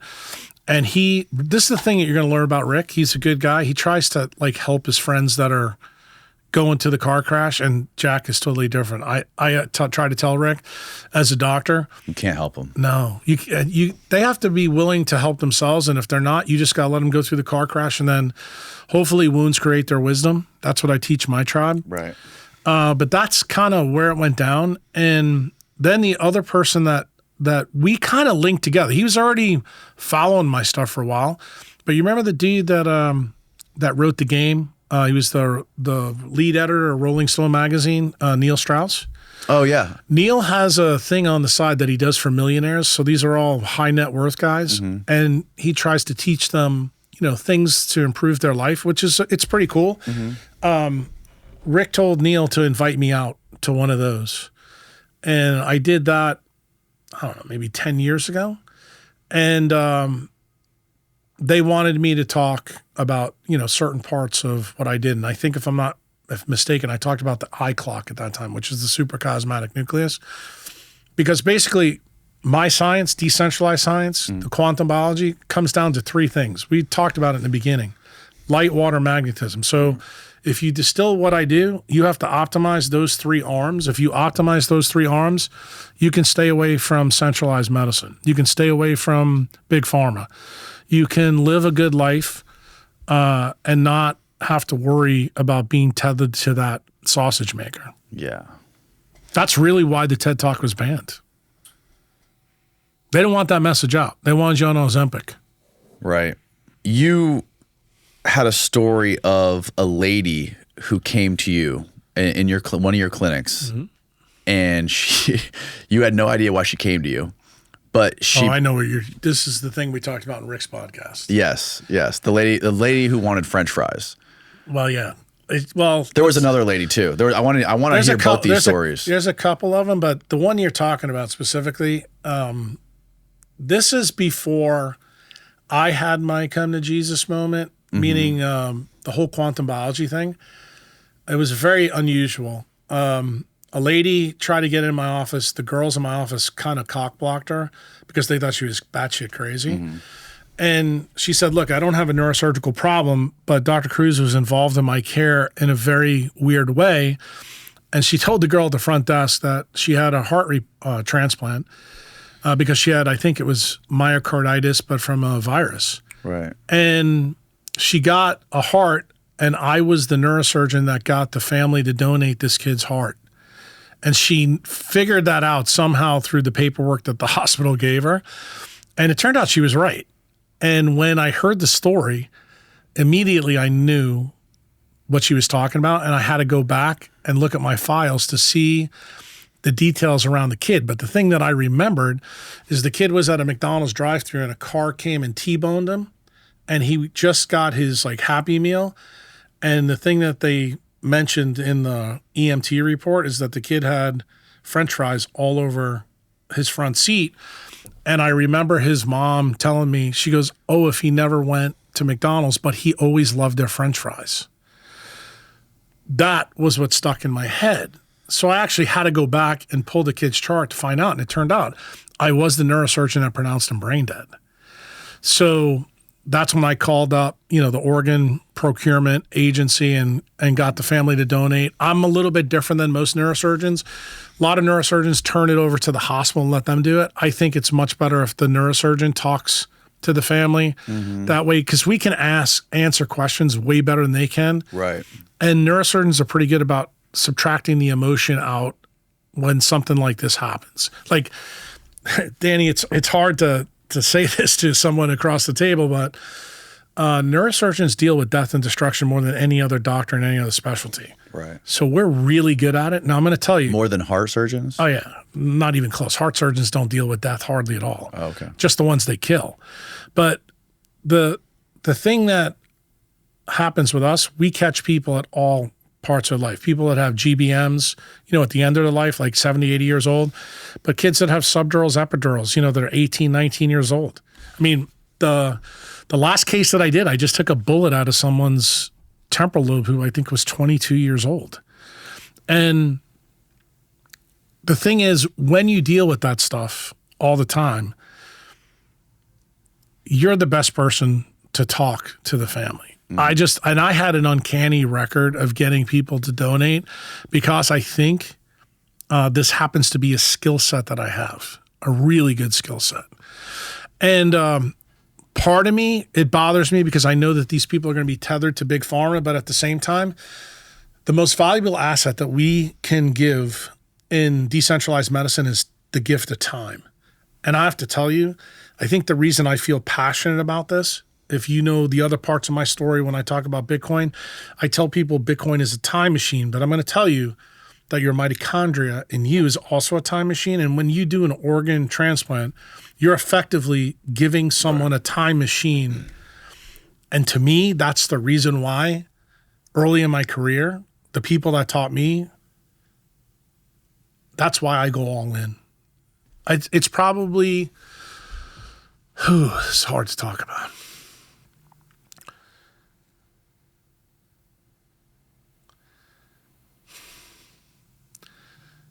When other people are going through tragedy, you realize that you can give the gift of time to somebody else who it's running out of. There's no surgery that I can do that, that can give that back. And the crazy part, I'm not even doing surgery. So I have never told anybody. I have a famous term where I say it's brain surgery without a scalpel. This is the exact idea that I came up with, why I decided to be good at this, because I knew that I could give people back time if I was really good at doing that. And the reason I sat down and talked to that lady is because I knew how important it was to her. And then I thought about the family and I thought about the kid. And that mother, I'll never forget her. It was heart-wrenching for her. And I told her that her son would still be alive, just in a different format. And I remember it like it was yesterday. But when that lady walked in, and it was like reality hit me in the face. I was telling the mom that, and it turned out I got the lesson. And I think it happened before I went through my own come to Jesus moment, because this was preconditioning me to realize that I had to go on this journey. And when you realize that a lot of things that you're doing to people isn't the right thing, and this is the right thing, that's when you have to go all in. And I said a couple things to you when we were talking about the JFK thing, that incentives dictate outcomes. That's the day that incentives stopped dictating outcomes for me. That's when things began to change for me. That's when I started doing things based on time and not based on money. And that's why that story, you know, I don't like to think about it, because for me, there's very few cases in a neurosurgery career where you know that you were changed. That was a big one. Wow, man. Especially, I can't imagine the amount of death you see. Oh, well, if I told you what I've seen just in the last 4 years from COVID, I mean, I told Chantal this. I'd go back and work a week of trauma call, and I'd see at least 13 blood clots and at least 5 or 6 turbo cancers. Like, people would have cancer and there was no explanation. And I can tell you, I started doing some really, I think hospital systems would say it's fucked up, but this goes back to this story with the kid with the thing. I told the people, they want to know, how did this happen? I said, well, it's pretty simple. Go send your tissue to Philip Buchholz in South Carolina and let him fucking sample it. If you got SV40 in it, I can tell you exactly how it happened. So anybody who listens to your podcast, they're attorneys. Now you have, the answer. And how do I know that I'm accurate about that? This is another mind fuck to the other story. But we're now talking about medicine. When I was going through the process of trying to figure out this SV40 thing very, very early on, in 1992, I became aware of a PhD researcher who is looking at the mesothelioma data. And mesothelioma is a very rare cancer. Like I can tell you my career, when I first started, no one ever got it. Then people started getting it. And now they blamed everything on asbestos. And I never bought that story. So you can imagine about 5 or 6 years later when I find out the story about JFK, the polio shot and everything else, I'm going, could this new cancer that nobody knows about be linked to SV40? So I go to the medical school library at LSU and I find this cardiothoracic surgeon who's kind of famous. He's done more mesothelioma surgeries than anybody else because it's pretty rare to do surgery on these people. Mm-hmm. He has 472 specimens in his office. PhD goes and researches it. They check it all. Every single case of mesothelioma had SV40 in it. So Steve can pull this one up. I can tell you the article was written in the Atlantic because I remember when I did my homework on it, I couldn't believe it when I saw it. And that's just another data point for me where you have a weird cancer and you ask the question. Mm-hmm. So the story that I told you in the beginning of this podcast, here it is again in a fractal. In my medical career, I asked the question, is mesothelioma really an asbestos story, an SV40 story? When I found out that's the case, here I am now at the end of my career. We're talking the last 6 months, that I've been doing neurosurgery. Mm-hmm.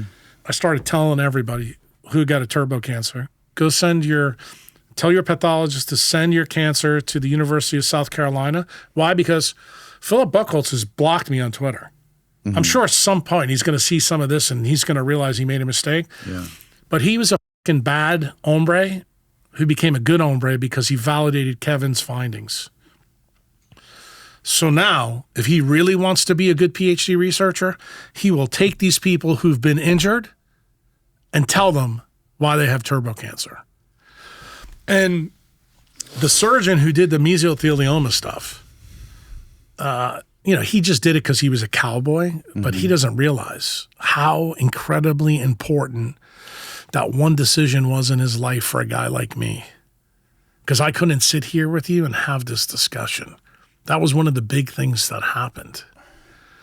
And I feel the same way about the people today. So, when we talk about the kid with the transplant, we talk about those stories. I will tell you, there's very few cases that bothered me like the kid with the french fries. There's another one from my residency, believe it or not, that Chantel's involved with. Oh, really? Yeah.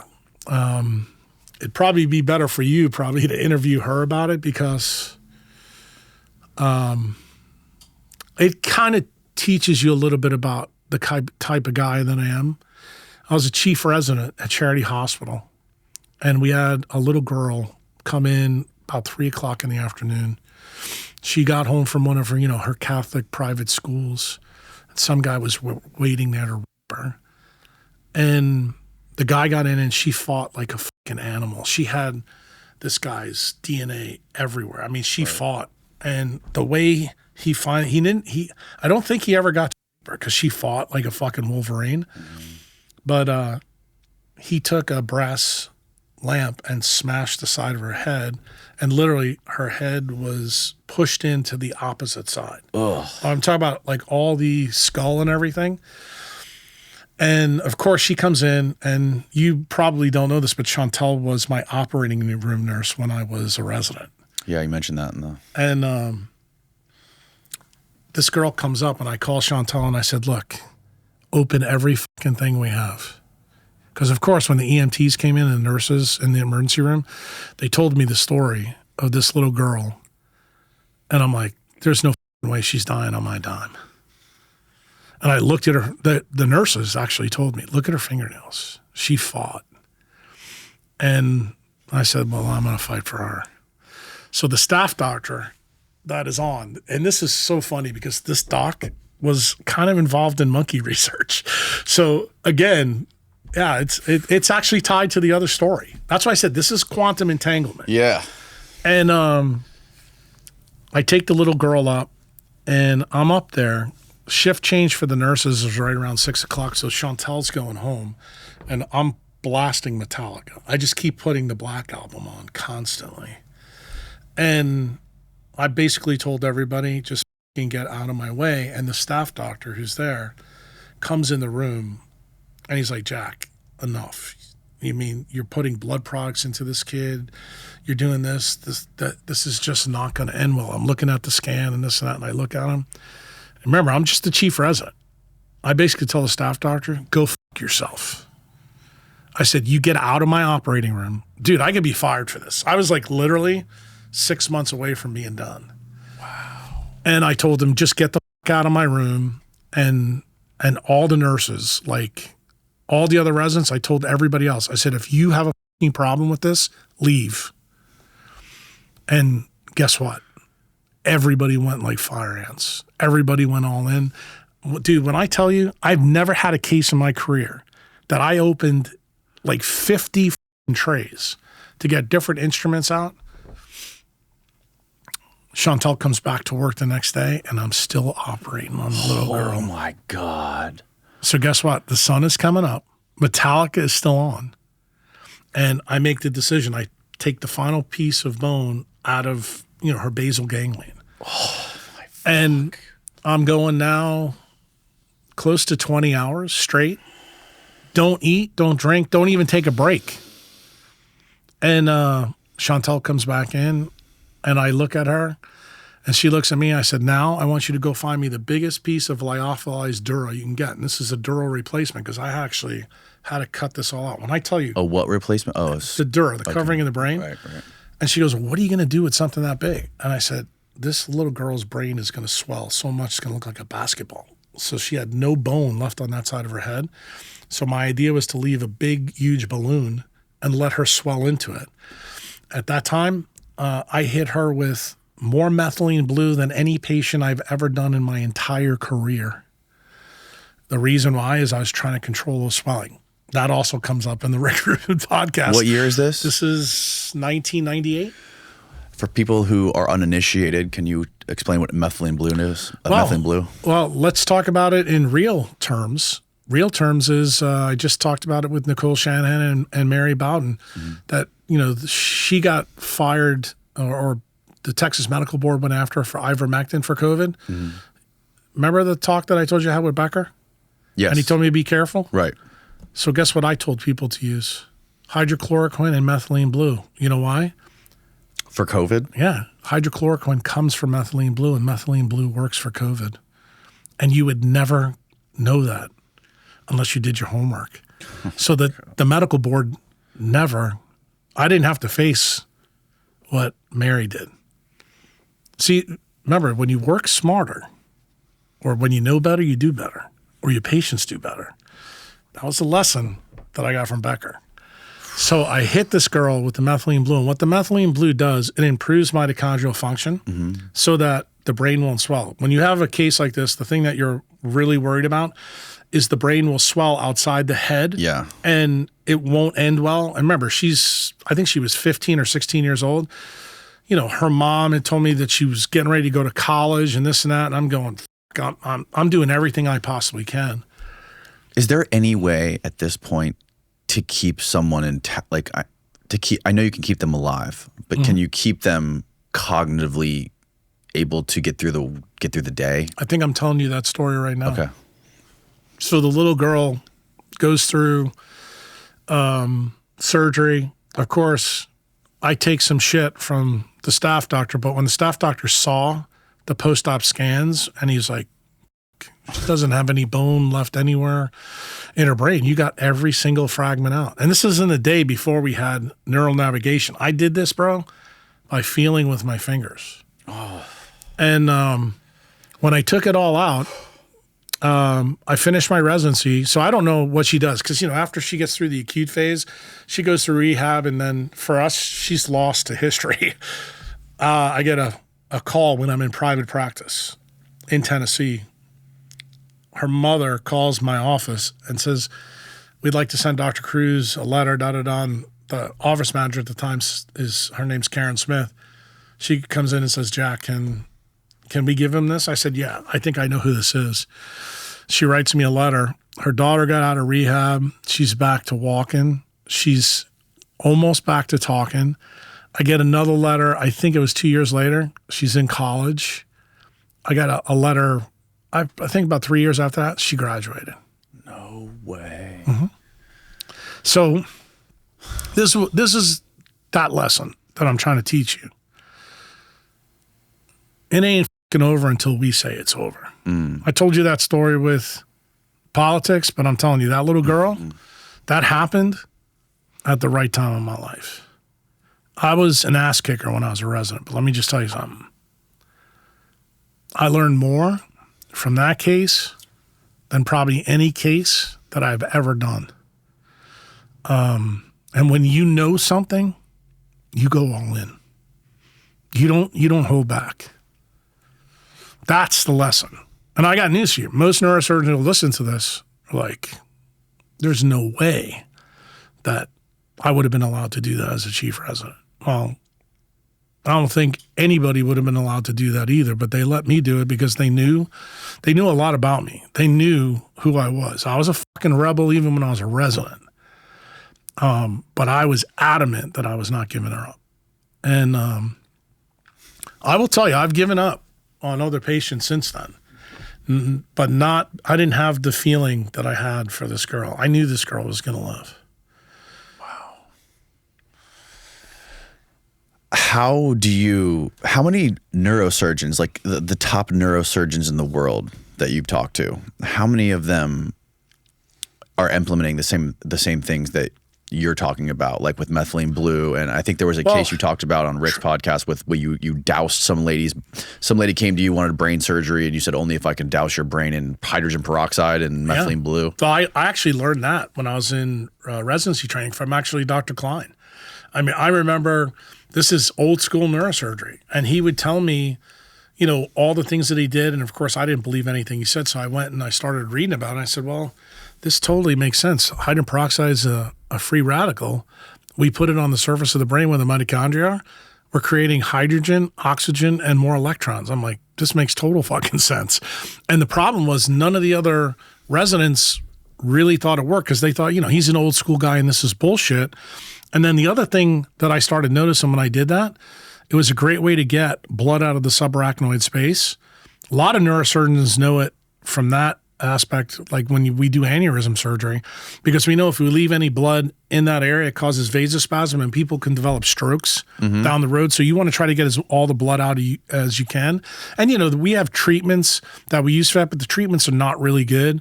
We have drugs that are designed for that. The drugs really aren't good. And when I came out of residency, probably 5-6 years later, the hydrogen peroxide story got changed, where I added UV light and infrared that I would put on the brain. Red light? Yeah. And guess what happened? The brain swelling, outcomes did well. Remember the story I told you that I didn't have any suits or anything else? I did high volume neurosurgery in my practice. I did a lot of cranial surgery. All these things that I started doing were part of the reason why I didn't get sued. I remember doing spine surgery on people who had open dura from me doing a lumbar fusion and putting UV light. Like, I guarantee you, this people on my surgical team are going to listen to this and they're going to say, we thought he was fucking crazy. But I wasn't crazy because guess what? The science, it wasn't well known now, but now it's much better known. So I'm telling you now, 20 years after me starting to do this, like 5 to 10 years in my practice, I've become less crazy over time. Right. And that's the reason why I'm telling you that you have to be serious about your craft. And I think the more serious you are about your craft and you understand what you're doing, it's important. And unfortunately, I trained at a time where doctors worked for the patient. Today, most neurosurgeons, they're working for a hospital system. So that means there's an oracle problem. Doctors aren't working for you. They're working for the hospital. Right. And you need to understand that. Patients don't understand that right now. That's one of the biggest problems in centralized medicine. When it comes to the red light, the infrared red light, there's these panels you can buy online. There's various brands of them, and some of them have infrared light. Is this what you're specifically talking about when you're shining this on the brain? Yeah, in brain surgery, there's two things I want to do. I need to have a light that covers infrared A, which is 600 to 1,000 nanometer light. But the big switch is I have to have near infrared. Near infrared, yes, goes a little further because there's a photo switch that I learned about after I had my come Jesus moment. It's 1,280 nanometer light. That photo switch is actually important with 380 nanometer light. That's actually the big control switch between anabolic and catabolic metabolism. And what does that effectively mean? When you use those specific frequencies of light, you can optimize metabolism while the patient's asleep. So if any of my anesthesiologists listens to this and they want to know why I was doing what I did, I never told anybody what I was doing because I was always afraid I'd wind up in front of the medical board. But I was guaranteeing that people would wake up from anesthesia like this because I knew that was one of the big risks, that we need to have people recover fast. And it turns out if you understand the two photo switches for metabolism, which is 380 nanometer light, that controls the mTOR switch. 1280 light controls the free radical switch. And that's the decision between the use of ATP and free radicals. Most people don't realize that because they don't know mitochondrial medicine well. Right. Nitric oxide is also a free radical, and it has an unpaired electron. Nitric oxide, when it gets into your mitochondria, actually turns ATP production off. Like most doctors who will listen to this think that we need to use ATP all the time. It turns out when we're in the sun, we actually reduce the amount of ATP we make. We're actually living off the light of the sun through energizing our blood plasma, which has water in it, 93%. Right. So one of the key bases, I told you, is light water magnetism.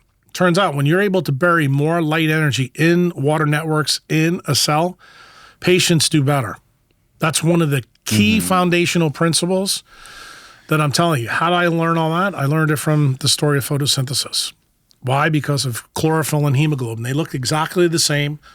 And you said that you listened to the Huberman podcast, and I know there was a lot of science in there, but you might remember that I told you the two most important biologic semiconductors before the KT event were hemoglobin and chlorophyll. Why? Right. Because they have a nitride cage around it. Or remember, what's the most dominant gas in the atmosphere? Turns out it's nitrogen. So before oxygen was available, these were the two key semiconductor proteins that we use to make electrons. So when I realized that, and I started to think about what happened from the KT event to us, I said, there's got to be other pieces and parts of the story. And what was the pieces and parts that I realized? That the semiconductor proteins were giving their light that Becker found in his work to the water networks. And that would actually turn water into a quantum mechanical battery. So this is in 2005. Now remember, none of this is published in a textbook at this time. But guess what? Everything I just told you today is now published in papers and textbooks. That's Jack Kruse. That's decentralized medicine. There was also a point you guys were having a discussion, and I think Huberman corroborated this about the amount of information that's in the textbooks that you get in your medical training. And you were having a conversation with somebody, and he was saying that Eddie Chang, yes, yeah, the guy from USC, USF, and he said maybe 50% of it, 99, 100. It's all bullshit. Look, that's hard to comprehend. No, it's not. When you understand for why. Like me. Yeah, but even for you, it's not. You just heard the JFK story I gave you. So what can I tell you? Every single nutrition study, every single study that any PhD or doctor reads has no light controls. So we're making the assumption that how it really works, and you don't have light controls, and I just told you how important light is. I mean, is it that hard to believe what I said is probably true? And then here's the bigger part of the story. Our mitochondria makes a special kind of water. It's called deuterium depleted water. You don't get any deuterium depleted water coming out of your tap at home. So what happens if you ran all the experiments with that type of water. And it turns out that water has a high dielectric constant. What does that mean in English? It means it makes more electrons. What's the story of life? The more electrons you have, the better you do. What do electrons do? Funny little Jewish guy from Bern, Einstein, photoelectric effect. More electrons you have, the more light you could absorb. It's not that hard to get, dude. When you see the magic, you go, this is really a game of net negative charge and electrons so that you can absorb more light. The more light you put in the system, okay, the brain shrinks down. So when you ask me the question, Chuck, why are you using methylene blue? Because I knew it was a path to get me more electrons. And if I get more electrons and I'm shining light on the brain, that actually helps the brain. That makes me a better surgeon. And all the lights that you guys use during surgery, those big bright lights, they're blue lights, right? Yeah, they're xenon. And I told everybody to go get a spectroscope and put it on their operating room microscope, put it on their loops on their head, put it on the lights in the room, and then correlate that with how your patients do certain ones. And the funny thing I also said in that podcast, I remember I specifically changed where I did surgery into a hospital that didn't have the best equipment in the world. But you know what they had? They had a courtyard that I could bring my patients outside in the sun. And the anesthesiologist didn't f with me, and fight with me about doing this. And they were stunned. They were like, I can't believe this guy's patients just wake up and they do great when they shouldn't. Like the other doctors who operate on people with Parkinson's and Alzheimer's, they would be in the ICU for 2 or 3 days because they had sundowning and everything else. And I would do my subdurals and bring the patient outside, and they're like, this fucking guy's going home the next day. That is how powerful sunlight is for our biology. But you know what the problem is? You never get to open this door in centralized medicine because they don't even know it exists. It's kind of like what I did with you about all your other conspiracy theories. I gave you the part that you were missing, and it turned out that part tied up a lot of loose ends. I'm telling you, the same thing happened to me. And that's really the reason why Jack Dorsey and Rick became my patients, because they were like, they talked to me and they saw how serious I was about my craft. And they're like, I trust this guy. And that's what really happens. And then when someone listens to you and then it begins to work, and Rick's like, bro, this doesn't cost me anything. All it costs me is time, and I have to retool my life to do different things. And same thing with Jack. When he realized that, what he was doing as a tech abuser was harming him, cognitively and mentally, and he changed that. Now both of them are Zen masters. They've been doing my stuff for 15 years. So I guess the story, the way it unfolds, it kind of goes to what I'm trying to tell you about medicine. Do the right thing, bro. Like, don't do the thing that benefits you. Do the thing that you know is the right thing to do. Because I really believe in karma. I think the universe pays us back, and I think you have to be authentic in how you do it. I'm pretty authentic on social media. I'm pretty acerbic. I'm f***ing salty. I curse. I'm everything a neurosurgeon shouldn't be. But when you sit down with me and talk to me, you'll find out I'm as smart as a motherfucker. And I like telling dumb motherfuckers how stupid they are. I do it on purpose. Why?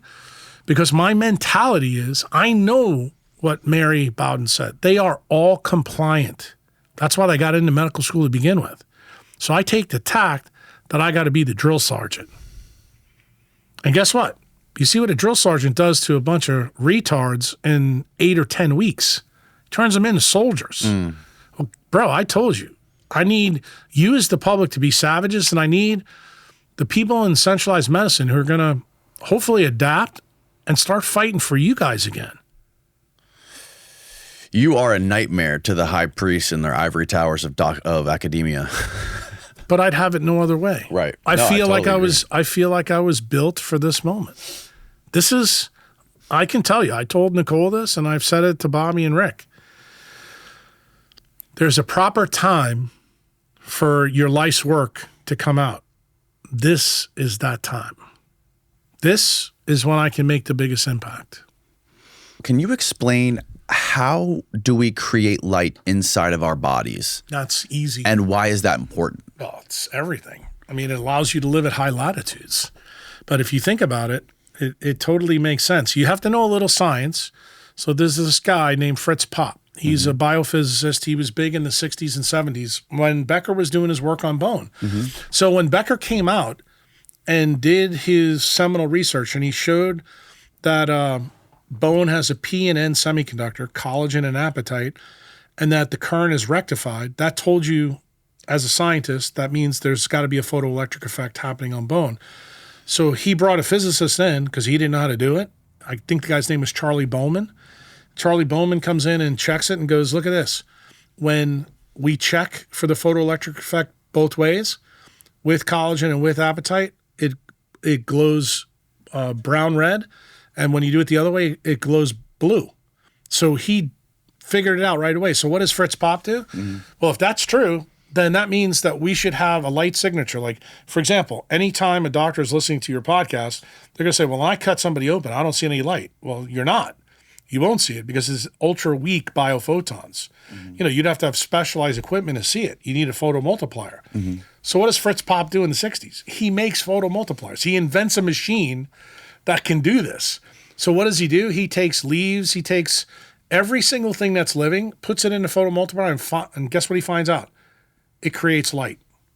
So when I learned about this, I'm going, okay, I know Becker's experiments, and I knew those experiments, just so you know, in 88, 89, 90. Okay, we're talking a long time ago. And then I went back and I said, okay, somebody's got to be studying this light story, and it turns out it was Fritz Popp. Now, there's a lot of things about Fritz Popp's story that's he shit the bed on, but the number one thing that he proved is light is created by us. So then it became incumbent upon me to figure what that out was. In those 18 months that I told you, I went from being centralized to decentralized. I spent almost $100,000 translating Russian journals about scientists that were doing this work both in Japan and Russia, and found out that mitochondrial DNA actually creates light through the process of breaking electrons and protons down from food. And I kept reading it, and the number one thing that I remember from the papers, still to this day, that you had to have oxygen and you had to have electron chain transport working for this to happen. And I was just fascinated by this, and I said, okay, I need to delve into this more. So then I started open physics books, and I started learning more physics. And it was like one thing led to another, kind of like what you do on a podcast. When you get on a story, you go, okay, now we got to go here. Now we got to go here. Now we got to go. That's exactly what I did. That's why I'm telling you, I'm a diagnostician. And I'm the most curious person you'll ever have on this podcast. You put something in front of me that's a mystery, and bro, I'm going to not stop until I figure it out. So that's what I did with this. And then, long story short, after I figured it out and I started using different things to make light in us to improve things, I realized immediately, as soon as I knew we made light in us, I had to look for the target of the light. And then I found the target. It was POMC.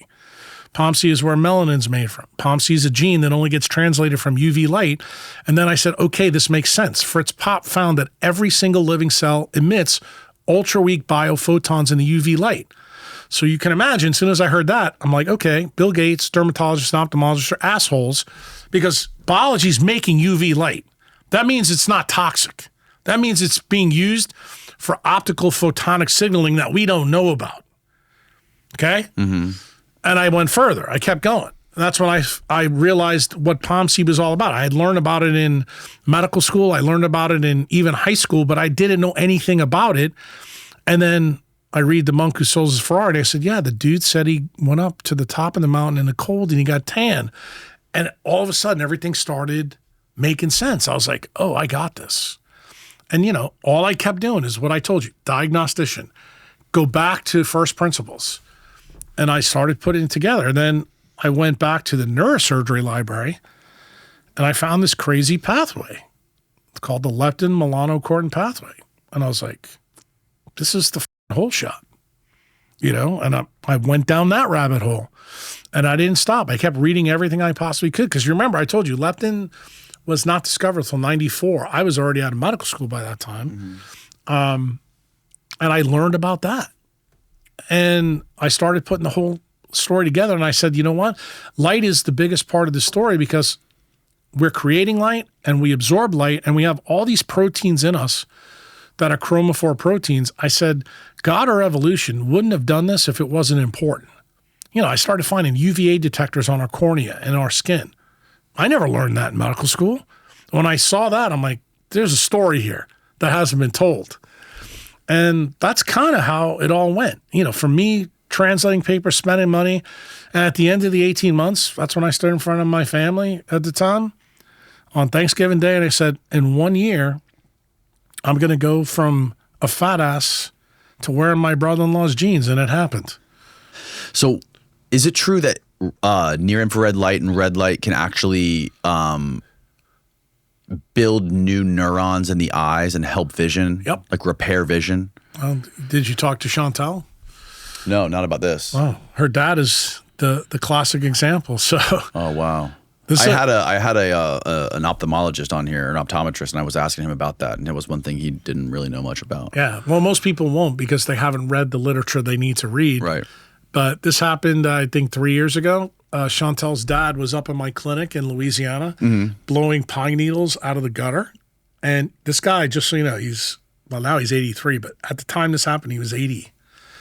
He's a Marine, falls off the roof, lands on the ground. He breaks his leg. The reason he breaks his leg, he's got a knee replacement. So if you know anything about a knee replacement, it looks like a metal plate with a keel in it. The keel, when he hits, splits the tibia in half. Ugh. He also, I thought he may have a concussion. I thought his eyes looked kind of funny. And he's got AMD. I knew he had AMD. So I was worried that could he have popped the lens out or dislocated something. So, of course, I sent him to the hospital.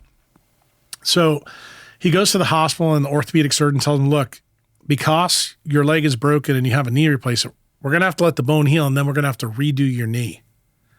So he's looking at major problems. Everything else in his head was okay. His eye was fine. No issues. He calls me up 2 weeks after the injury and he's in a cast and he's like, Jack, you got to do something to help me. I have so much pain and I can't shit. I'm taking the Percocet. I said, Dave, take the keys to my clinic, go sit in front of the red light that I have for the NFL football players for the concussion. Right. But remember, he's a jarhead. I said, listen to what I'm telling you.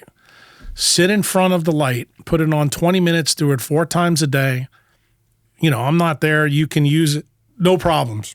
Taught him how to turn it on. Taught him how to program it. I said, but make sure you wear those glasses, the goggles, when you sit in front of him. He didn't listen to me. So what happens? That's another thing I wanted to ask you.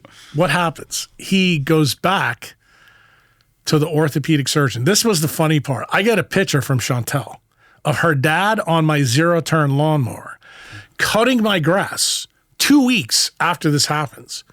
He's like, my leg doesn't hurt anymore. And he goes back to the orthopedic surgeon. The orthopedic surgeon takes an x-ray, can't find the fracture. Oh my God. The fracture is healed. And here's the best part. He's walking around in the orthopedic surgeon's office. He's like, Dave, you don't even have a limp. He goes, I don't think we're going to have to do your knee replacement either. So Dave's great. 6 weeks later, he gets an appointment to go to the ophthalmologist. Yeah. They look in his eyes. He's still doing the red light, even though, because he says it makes him feel great. But he's not wearing the glasses. No, he doesn't have AMD anymore. It's gone. This is a guy that for 5 years was getting the injections into his eyeball with his doctor. And the doctor looks in his eye, the ophthalmologist, not an optometrist, an ophthalmologist. Which is a surgeon. Well, right? You call them surgeon. I don't call them surgeons. But the ophthalmologist does eye surgery. Correct. But he looks at him, he goes, there's no evidence that you have macular degeneration anymore. They even do an eye test on him. And I'm sitting there and I'm going, I didn't know that this was possible. So what do? I go back and read the literature. Sure as shit. There's papers out there about this issue. Most of them in Japan. Guess who's burying them? Big Pharma. Wow. See, my friend Dom D'Agostino, he was on this pod. He lives in Tampa. I know who he is. You know Dom? He's a ketogenic metabolic guy. Yeah. And he got a grant from the DOD to do research on ketosis for... I know all about it. Yeah. They were getting the oxygen toxicity seizures from the rebreathers. And he found out by putting him in ketosis, he was able to eliminate the seizures. And now he's doing it with all kinds of people that deal with epilepsy and stuff like that. He would improve his outcome if he actually added UVA light, if he added 380 nanometer light. But you can tell him that I said that, or let him listen to the podcast. I told him you were coming in before, and I asked him what he thought about you. He said he loved you. He said he really loved your work. But I'm going to tell you, that's the missing piece for ketosis. The reason why ketosis by itself doesn't work, if you don't have a way to control the mTOR switch, you're f***ed. He'll love this. When he listens to it, this answer is for him. Tell him that David Sabatini has lost his Nobel Prize because he doesn't know what I just said. But Dom could potentially steal it now if he does a study. Because, you know, the lady that I just told you that you need to have on, Dr. Alexis Jasmine. Yeah. Just so you know, she is like Dom,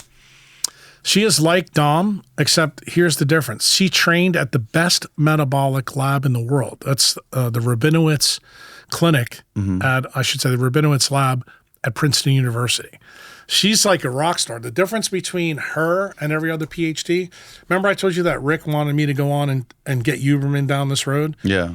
Dude, she's down this road. Really? Yeah, I told Nicole, you got to give her money to run this because she wants to run all these light biochemistry stories and fix all the problems. Like the reason Dom's got the belief he's got, it's a half truth, because nobody's ever done studies utilizing UVA light irradiation on the skin and the eye while you're doing ketosis. If they did, you'd understand truly how mTOR works. So, for example, Huberman's good friends with Peter Attia. Peter Attia he thinks the world of Sabatini, but he's not smart enough to figure out what I just told you. But guess what? Rick listened to me when he had his heart surgery. And what did I tell Rick to do? Use methylene blue. The doctor said no, though. Peter Attia said I was crazy. Then 6 months later, he comes back. He goes, I don't think Jack was so crazy anymore after I looked into it. And see, that's my beef with centralized doctors. Like when I know something, bro, I'm not going to tell one of my friends not to do something that's going to hurt them. Right. And that's how we improve things. And I don't think we can improve those things in the United States because Big Pharma will block this from ever seeing the light of day. I told you they already blocked my TED Talk because I knew I was going to out them on the GLP-1 stuff that they were getting ready to do. So just to be clear, if I'm doing red light therapy with the NIR setting on, do I have to wear the glasses or no? I wouldn't wear them. You wouldn't wear them because I don't wear them. I lost them, so I stopped wearing them. I wouldn't wear them. But I'm going to tell you that everybody else to do CYA, they're going to tell you to wear them. And all the guys CYA. Cover your ass. Oh. From like a malpractice suit or a business suit. Yeah, well, when you buy it, there's a big warning on it. Yeah, the warning is always there because you're protecting the manufacturer. But I would tell you, when you realize that, infrared A and near infrared light are in sunlight, it doesn't take a rocket scientist to figure out that it's probably okay. The difference is you have to realize that those lights are not equivalent to the sun. Those lights all flicker and they all have a polarization effect. Any light that comes from there are polarized. Sunlight is unpolarized. Also has no flicker effect. Right. So fake light is never equivalent to sunlight. So people always ask me, Jack, how come you don't have affiliate codes and get paid for red light since you talk about it all the time? Now you know the answer why. Because the real answer is the affiliate code I want is from nature. I love that about you. I think that's so fucking metal. Well, I mean, it's the way I roll, bro. It's like I want people. I always say this. Why am I going to sell you? This episode is brought to you by. Right. It drives me crazy.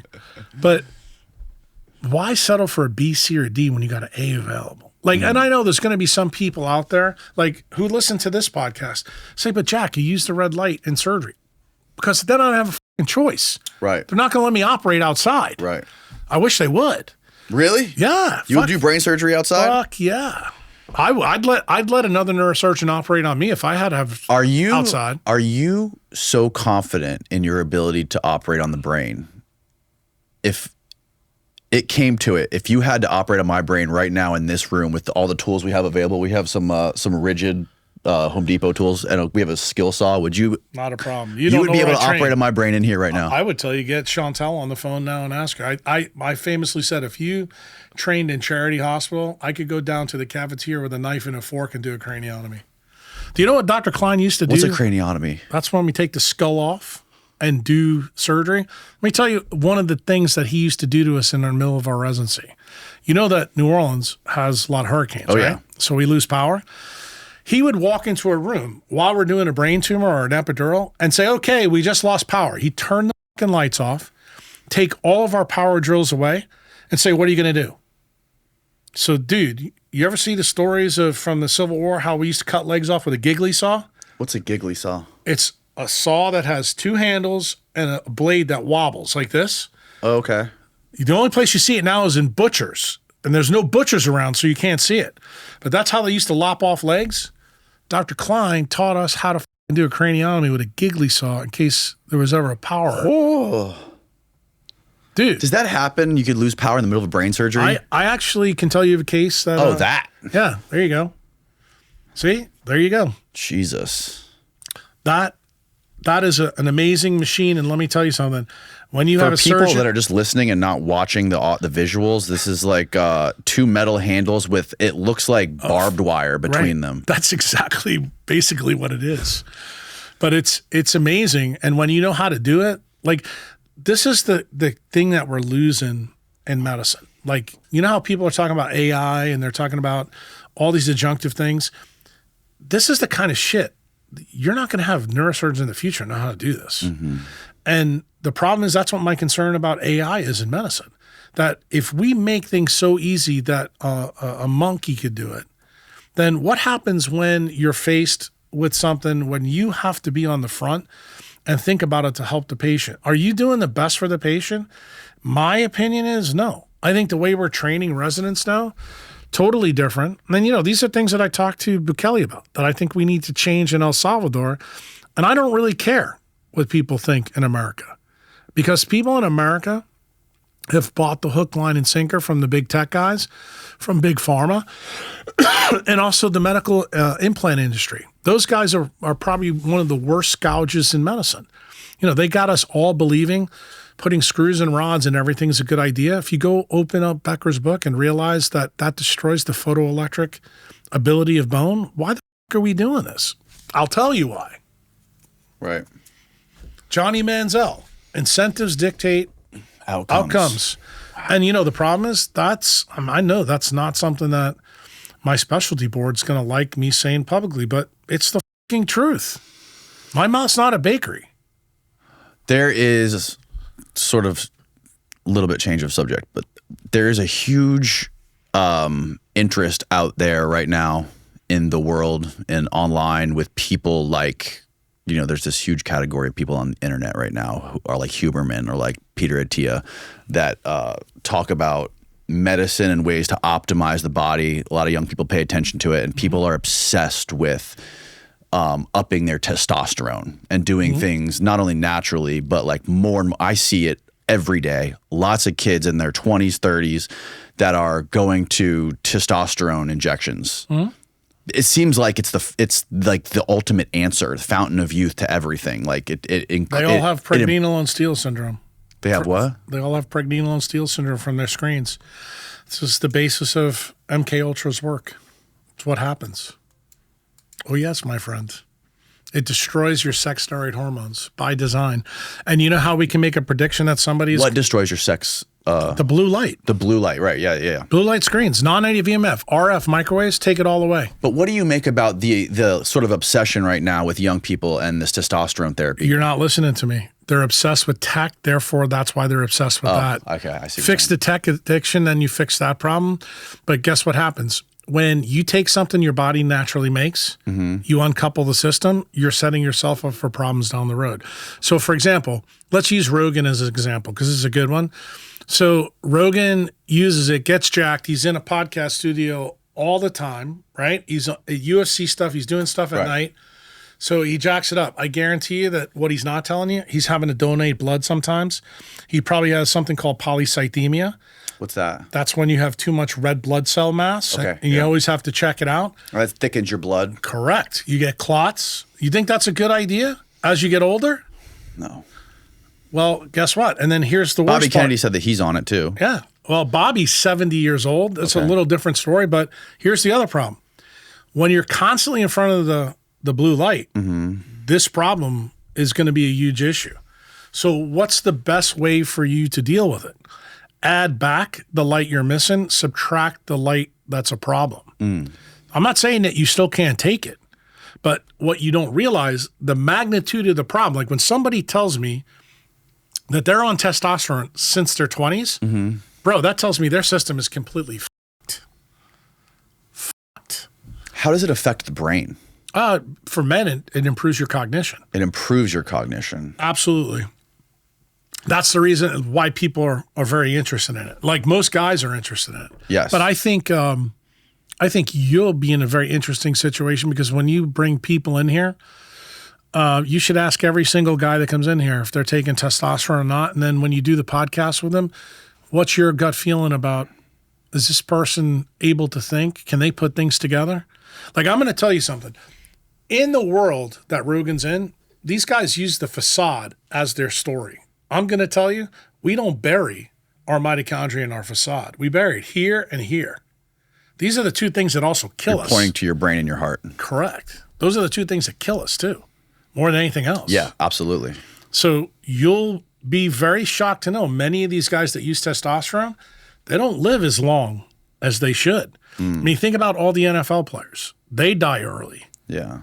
You know, all the guys in wrestling, they die early. They all look jacked, right? But it turns out, if you go to the super centenarians that are in Albert Einstein taken care of by Nir Barzilai, you'll find out there are little short Jewish guys that have belly fat. Yeah. And their leptin levels are up. But guess what?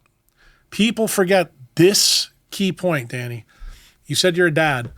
When that baby came out of your wife's vagina, it couldn't talk, it couldn't walk. She got a C-section. All right. That's even worse. But what? Yeah, it's terrible.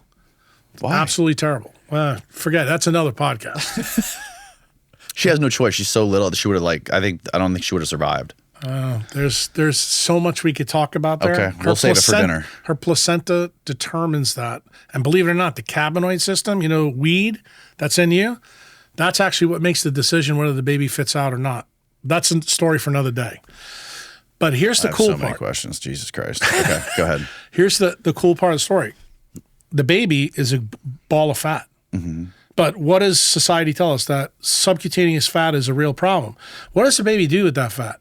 It unwinds the fat and forms a brain. The brain doesn't fully form until it's 28 years old. Remember, you don't myelinate your frontal lobes until you're 28. Right. That's why you can't rent a car or rent a hotel room until you're 25. Did you know that? Yeah, I did know that, but I didn't know that was why. That's the reason why, because you're too crazy. So the point I'm trying to make to you, think about the obesity crisis now the way Rogan doesn't think about it. Why do we have this? We have people getting fatter and fatter because things like we talked about before about the GLP-1 drugs and big pharma. But when you put subcutaneous fat in, what are you doing? You're actually protecting the mass of your brain. And what do we know about children? They're more susceptible to non-native EMF. Why? Because they don't have as much myelin. The more myelin you have, the better able you're to protect yourself. So guess what? What is myelin again? Myelin is the covering of the brain. Got it. Meaning the nerves, that insulation. Like if we're talking about wires, it's the black plastic on the outside. Got it. That's the thing that gets destroyed in MS. Gets destroyed. So when you put this all together, you start to go, so this is a protection system of the little baby when it's being formed. So when the baby comes out, maybe we should start thinking about obesity a little bit different. Is the obesity crisis telling us something about MK Ultra? Yep. That's why it's happening.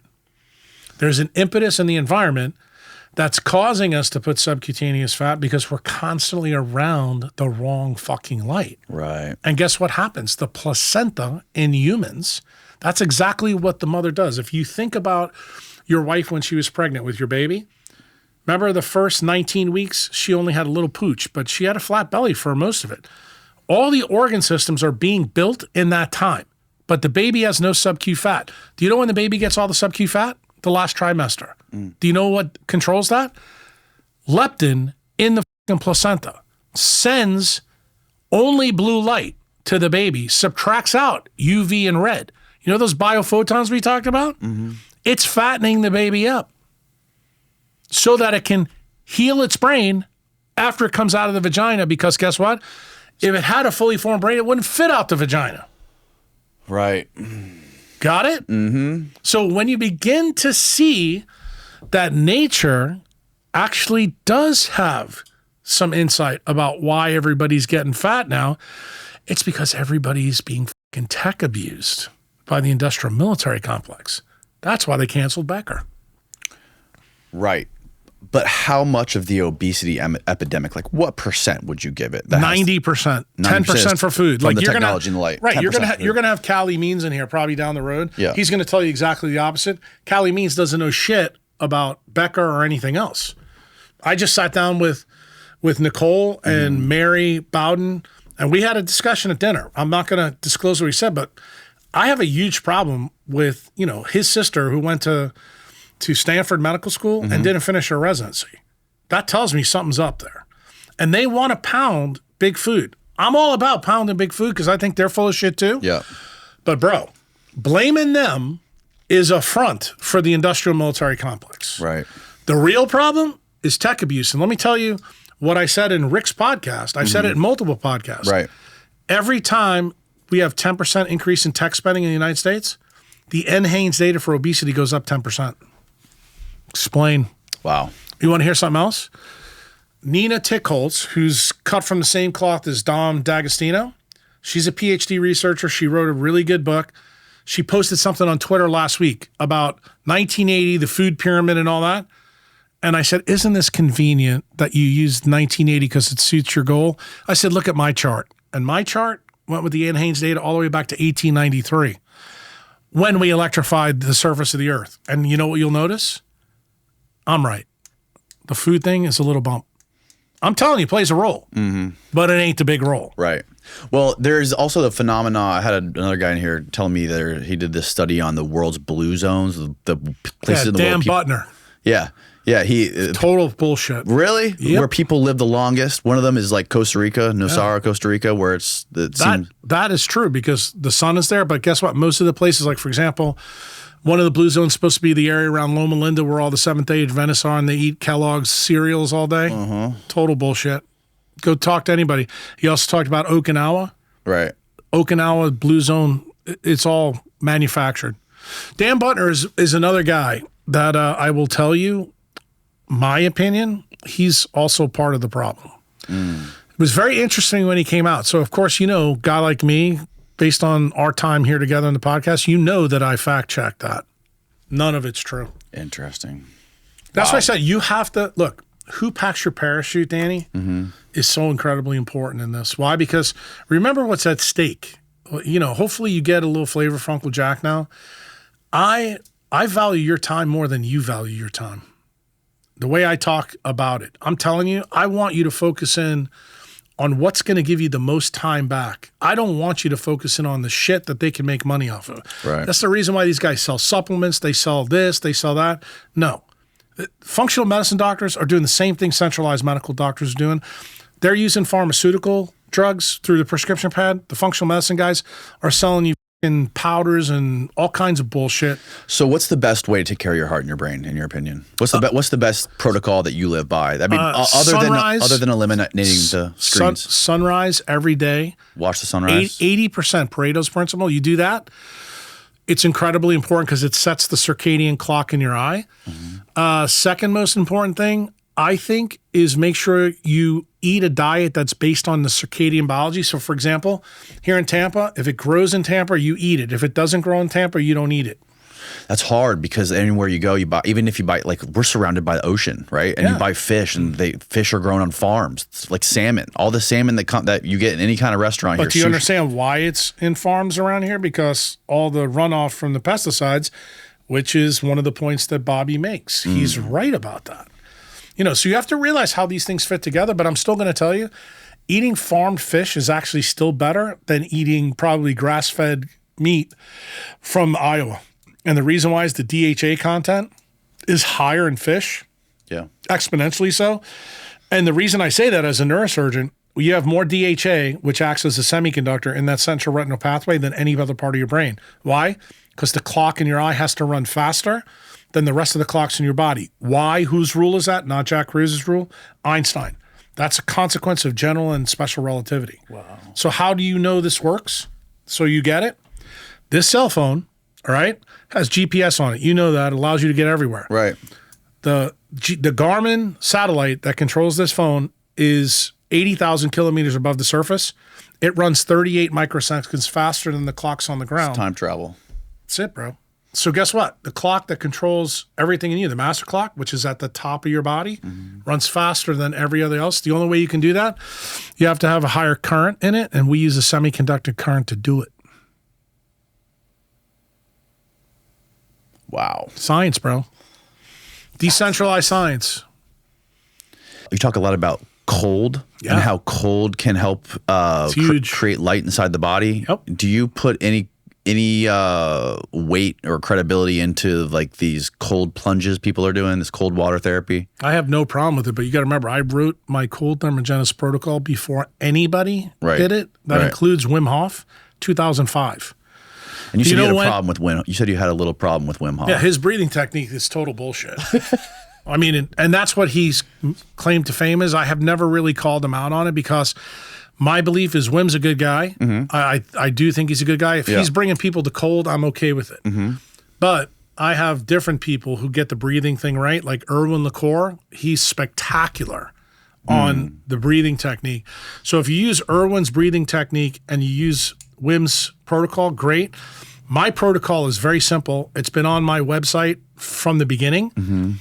Just realized cool sculpting, when centralized plastic surgery got on the cold game, their first patent is in 2008. I wrote mine in 2005 and I put it on the internet for free. So you have the choice. How did I figure out the cold story? Yeah. Every mammal has the mammalian dive reflex. Yes. That's actually how it works. And Can you explain that for people who don't know? Yeah. When a baby comes out of its mother, we were designed to be born in water. So the best way to think about it is the Nirvana album cover, you know, that has Come As You Are on it. You see the baby swimming in there. The baby will not take a breath in while the cold water is around it. Then when it comes to the surface, because of its fat, it floats. That's when it takes its first breath. Cold is built into every single mammal, and it goes back to when the age of mammals started, you know, which I talked about in the Huberman podcast. But it's present in us. We are the one mammal that doesn't really use it like we should. Why? Because what are the two metrics that circadian biology works on? Light and dark and temperature. People always forget the temperature part. Right. And that's where cold plays a role. And it turns out we have a metabolic switch in our eye called endothelial nitric oxide synthetase. Remember? We talked about nitric oxide earlier. Right. The crazy part of the nitric oxide story, everybody knows that when you make it from UVA light or infrared light, it can help with blood pressure. But you know what nobody else tells you? Dropping the bomb here now for the people who haven't read the Patreon. Nitric oxide controls the stem cell depots in your body. So how do you replace bad cells? Like, you don't go to the regenerative medicine guy down the street and get an injection. You learn to use nitric oxide. So you get in the sun. That's the best way to do it. And what do? That's how you actually take out the bad cells, called apoptosis, cell suicide. Right. How do you replace them? The same free radical signal does that. And what do you need to do it? You need 380 nanometer light and you need 1280. Aren't those two lights that we talked about earlier?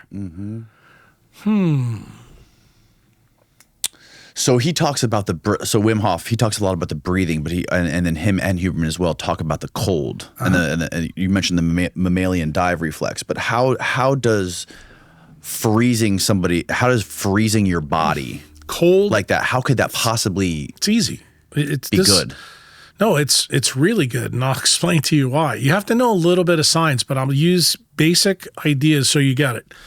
So if we send Steve out right now on my iPhone and we put it on the hood of the car that drove me here and we left it in the Tampa sun, would I get a temperature warning on this? Yes. And then I could put that thing in the freezer. It would work right away, right?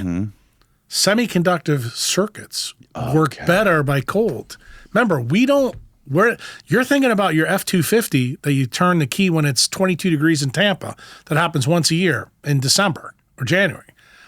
That's a different kind of current. That's a DC electric current. That builds resistance up in a line. That's different. Semiconductive currents work better in the cold. Here's where the key metric is. When we are in the cold, all mammals, we turn on the sympathetic nervous system. The sympathetic nervous system activates the leptin melanocortin pathway. What happens? We take our fat in the sub-Q space, bring it to the mitochondria, and we create huge amounts of light. That's Fritz Pop's work. So guess what? That allowed us, unlike the Neanderthals, to live at higher latitudes than they did. That's why we persisted and they died off. And how did we do that? The difference between humans and Neanderthals is we shrunk our brain. So on a relative basis, we have 125 grams less brain tissue. But what does that mean? Than Neanderthals. No, right. We actually are cognitively de-evolved compared to them in terms of volume. But you know what that did when we shrunk the neurons? We raised the amount of melanin and water at the same time. So guess what melanin and water do? It's the ultimate battery in humans. Why? Because what did I tell you? Anytime light hits melanin, it creates electrons, hydrogen, and oxygen. And we create more electrons from that interaction than chlorophyll does with sunlight. Chlorophyll, the first step of photosynthesis, only creates 2 electrons. Melanin, the minimum is 4, but it can create way more because it's a wideband semiconductor. You heard me say that multiple times to Huberman. When you have a wideband semiconductor, it means that there's more possibilities for light to be created. And that's the reason why melanin got expanded from the KT event to us. So if you remember, in the podcast that we talked to him, I try to be provocative with his stupid little cephalopods that he talked about that are in his lab. And I said, bro, it's amazing to me that you can use these cephalopods. You see their brain and all the light in there. What do they do with their melanin? They spit it out to protect themselves. I said, what happened in 650 million years from the Cambrian explosion when cephalopods evolved? We kept all our melanin in and we put it inside our body. We don't use it anymore. In fact, we do. Most of that melanin is in our B and T cells. We use that as our immune system to fight off pathogens. That's how it works. And when you cut the brain open, you don't see the light show like you see in cephalopods. We rectify all the currents, a la Robert Becker, because the currents are doped. So we have small little atoms in there that actually change the different frequencies. That's exactly what the guys in Silicon Valley do. You know, at AMD or Intel, they all have doped silicon semiconductors. We have doped carbon-based semiconductors. So that's how we create different light frequencies. And the dopant that's present in bone that Becker found is copper. We have 2 copper atoms that are between collagen and apatite, and that allows us to have the semiconductive current. And they're only electrostatically bound. What does that mean? When you put a human up into space or you're Elon Musk, you're going to knock those 2 electrons off and you're going to get space osteoporosis. So the osteoporosis that you get in space isn't the osteoporosis that your grandmother gets down here. It's a little bit different. Right. So that tells you, just like Becker said, this is why he told the government they were wrong about what they believed. He said, I know what's going on. And he goes, I know why those Russian astronauts died in 1971 in the Soyuz capsule, because they stayed up there too long and they all got horrible osteoporosis. Right.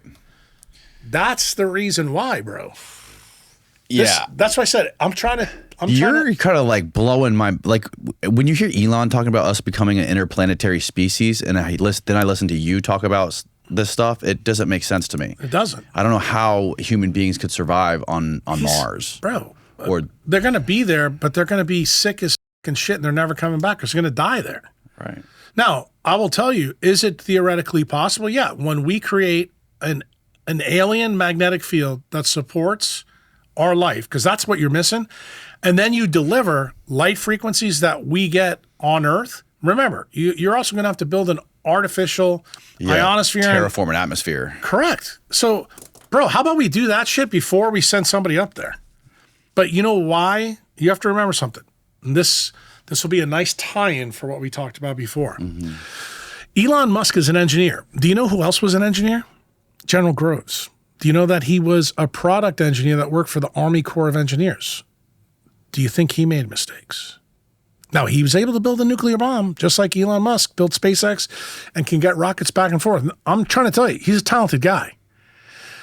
But has he got everything together? Did General Groves have it together? And what did I tell you? If you have something wrong, can you be a product engineer, make a bomb, steal science, and turn out to be worse than Hitler?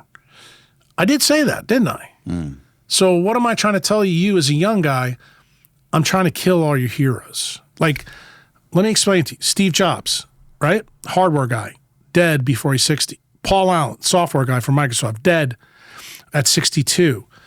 Hal Finney, unbelievable guy in Bitcoin, dead before 60 years. All billionaires. You think they're great? I think it's the biggest epic fail to have $9 billion and not be able to spend the time with your kids or your family. Right. But guess what? I think about that all the time. Well, guess what? I went to Prague, to Bitcoin Prague, to discuss those three guys. And you already heard how I got the story, how I value time. I got it from that kid with the french fries. Dude, it didn't fucking magically come into me. This is all entanglement from my career. What my job is, when I come to a podcast like this, I'm trying to get in there and take off my wooden shoes. They're called sabots. That's where the word sabotage comes from. And throw them into your clock gears.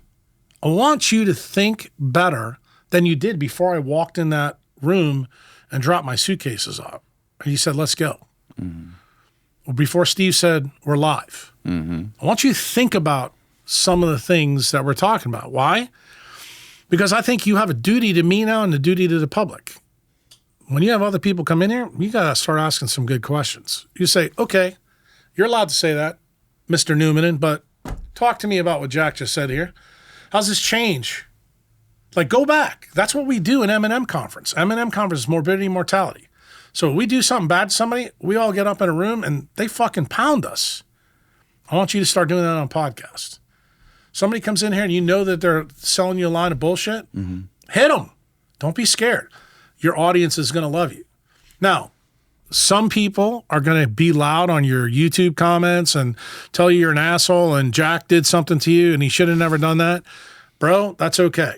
I'm that guy. I'd be the first one to tell you. I like to be agent provocateur, but I'm going to tell you, failures create our success. Wounds create our wisdom. We don't learn anything from success. Right. That's the message. Man in the arena. Correct. And when the government's giving you Circus Maximus, run away. What can you tell by somebody? You're good at diagnosing people. Mm-hmm. What can you tell by someone by just looking in their eyes?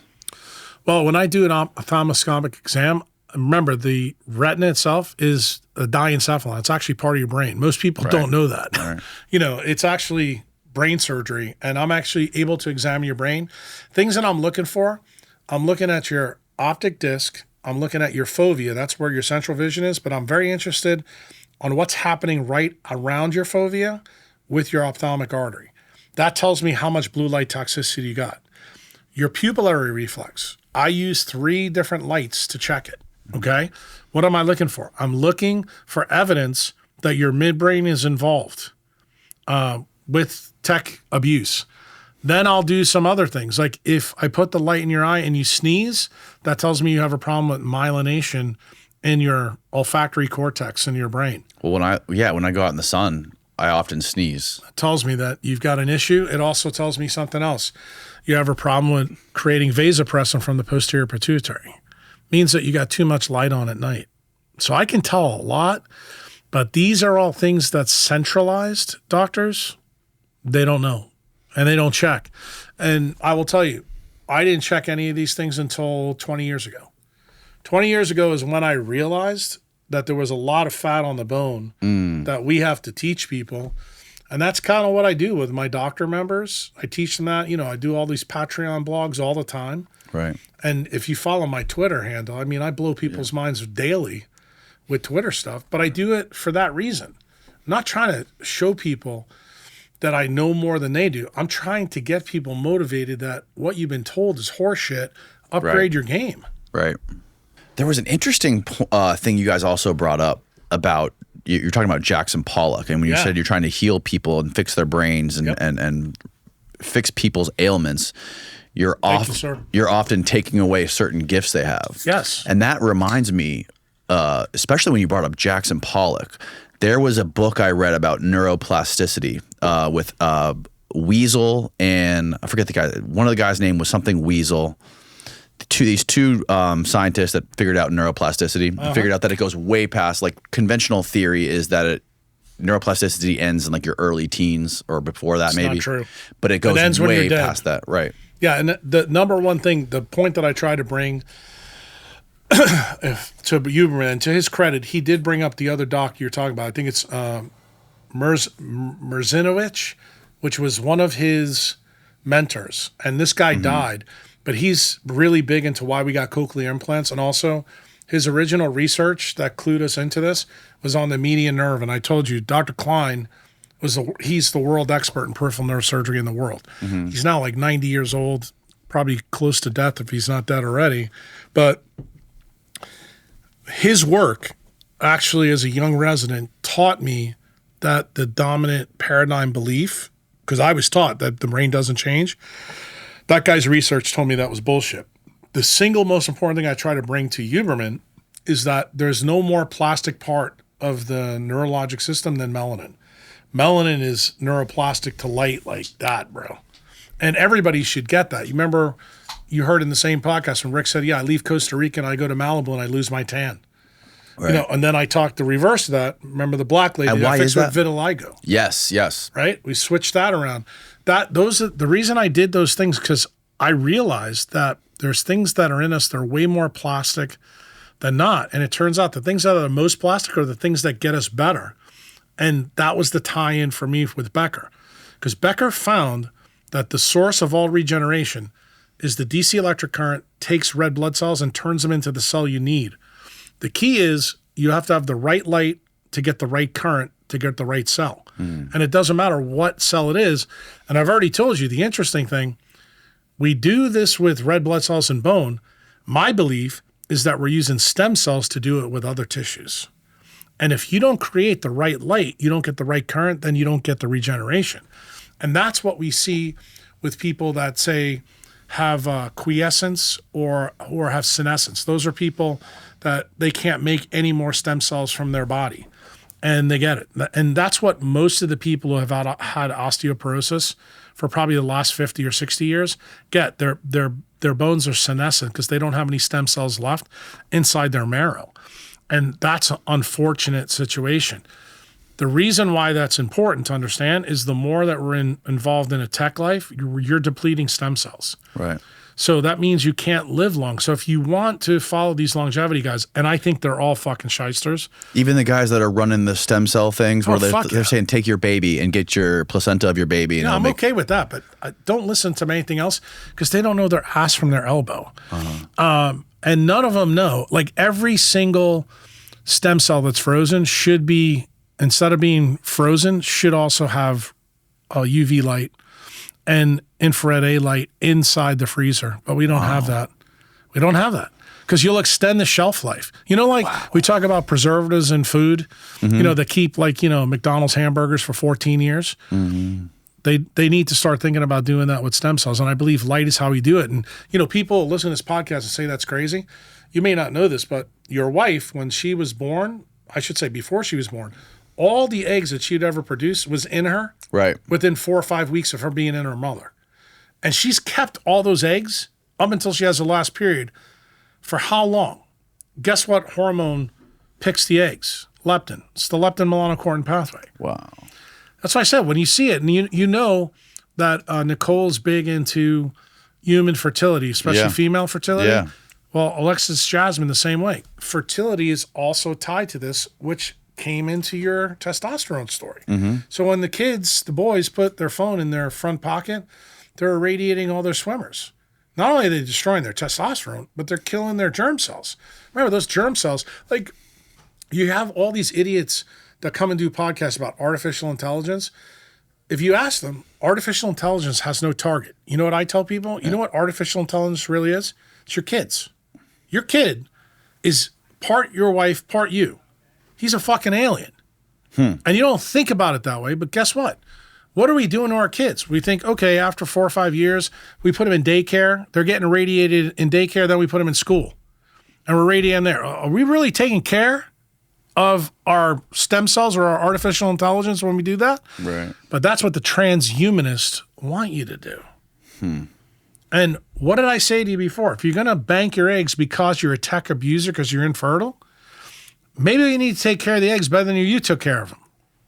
And we're not doing that. Right. So guess what? When we take an egg out and do IVF after it's been frozen, why does anybody think that's a good idea when you understand what I'm telling you right here? Yeah, that's interesting. That's interesting because I actually recently had a biological anthropologist on here a couple weeks ago, and he was explaining to me that there's a lot of debate about IVF, and they're saying like you're selecting against nature when Correct. you're doing that. You are. I totally agree with that. And this is the reason why I will even tell you, and this was the punch in the mouth that I had to deliver to Nicole. I said, you realize that you and Sergey, your previous life, what you did, you ruined your germ cells. That's why that baby has got what it's got. Now that she's out, you got to reverse all the things that you guys did. And dude, this was a straight punch in the mouth to her. Mm-hmm. I was not kind about it. But when she said to me about the $100 million, I said, I didn't want it. I said, but I'll tell you what I want you to do. I said, I want you to give $5 million to Anjan Kata to make the blue light computer that blocks all the blue light because your husband's trying to put him out of business and all his friends in Silicon Valley. She did that. And then I said, go talk to Francisco Gonzalez Lima in University of Texas. She gave him $20 million to study red light and autism. When she did that, she proved to me that she wasn't a douchebag. So what did I do? Then I wrote my seminal ideas about how autism really forms, and I put it in a blog for her, Quantum Engineering 45. I gave it to Nicole before I gave it to anybody else. Is this online? It's on my Patreon. In fact, when I sat down with Andrew Wakefield and Mary Bowden 2 days ago in Dallas, I gave both of them a copy. Wow. I said, if you want to see where I think it comes from, and I think what Andy was very interested because to his credit, he said, look, in 98, when they canceled me, he goes, what we thought the state of autism was back then, it was tied to the gut. Because remember, he's a gastroenterologist. Mm-hmm. He says, I realize the science has changed a lot. And he's out of the doctoring game now because they took his career from him. Mm-hmm. Now he makes movies. But to his credit, and you tell, he's a brilliant guy who's just got fucking chewed up because he didn't have Becker talk to him. We need people like him, because guess what? His insights, the way he thinks, it may have been atrophied because now he's making movies because the movies that he's making is actually telling the story. Like he just came out with a movie called Protocol 7. I would suggest every parent watches it. Mm-hmm. And we just need to teach people. Instead of vilifying people, even if you don't agree with us, it's, the mark of an educated mind to take something you don't fully believe or understand and examine it for yourself, then make a decision. Right. If you give crazy a shot, like a lot of my people do, and it works, all I ask you to do, what's your payment to me? Go tell somebody else. That's it. That's all I need you to do. Yeah, real quick, there's two things I want to get to before we wrap it up. We're coming up on like 4 hours. The book I was telling you I was reading about neuroplasticity, it was about those two guys who wrote that paper. I think it was in like the 60s maybe. I know who you're talking about. Yeah, you know who I'm talking about. Anyways, they mentioned famous artists of the past and like how their whatever was wrong with them or wrong with their brains affected how good they were at creating art. Mm-hmm. Pollock, obviously, alcoholic and low dopamine. They made a case for Picasso, which was fascinating. Yeah, well, he had a huge problem, sex addiction. And a lot of people don't know this, but we've talked about on the periphery. This is the stuff that hit the floor in Rick's podcast. Mm-hmm. The pedophilia, the sex addictions, the homosexuality, the rise of this is actually because your hypothalamus gets bigger.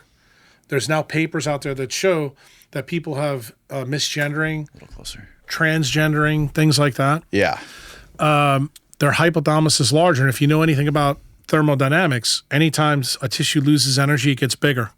So you always hear me talk about your ankle, the sun, your heart, when they all fail. Yeah, you blow up. Right. Same thing happens with your hypothalamus, and that's where all your sex steroid hormones are. So there's now proof that this thing is actually tied to changes in the leptin melanocortin pathway. So we are selecting out not to have children. So what are we effectively doing with this transhumanist idea? They know this. That's the reason they're big supporters. You talk to Nicole. Nicole said something to me during dinner the other night that really, I hope she says it in more podcasts. But she said Sergey didn't care what happened to Echo, like after she was born. And that is such a transhumanist idea that the target Echo's their kid? Yeah. Okay. It's a baby girl. Nicole's whole left-wing liberal personality changed because of this baby. Like, that was her punch in the mouth. Right. He still gives two fucks about this kid. But that's what the transhumanist that's involved in tech, that's really what the basis of the Marshmello experiment's all about. They just don't get it. And they never will. And they've been bred this way. And they're not going to change. And the only way they change is if they have something in their life, kind of like what happened with Nicole. And Nicole now is doing everything different. I mean, I wish I could have had that phone call. And you know, the funny thing is, Danny, you have an opportunity. Chantel listened to that phone call because I had it on speakerphone. I never put any things up to my ear. Ask Chantel just how brutal I was. I was fucking brutal. And I was like, here you're asking me for help for your kid and you're ruining the whole planet. That's kind of how I answered her question. I went nuts on her. And to her credit, she took it.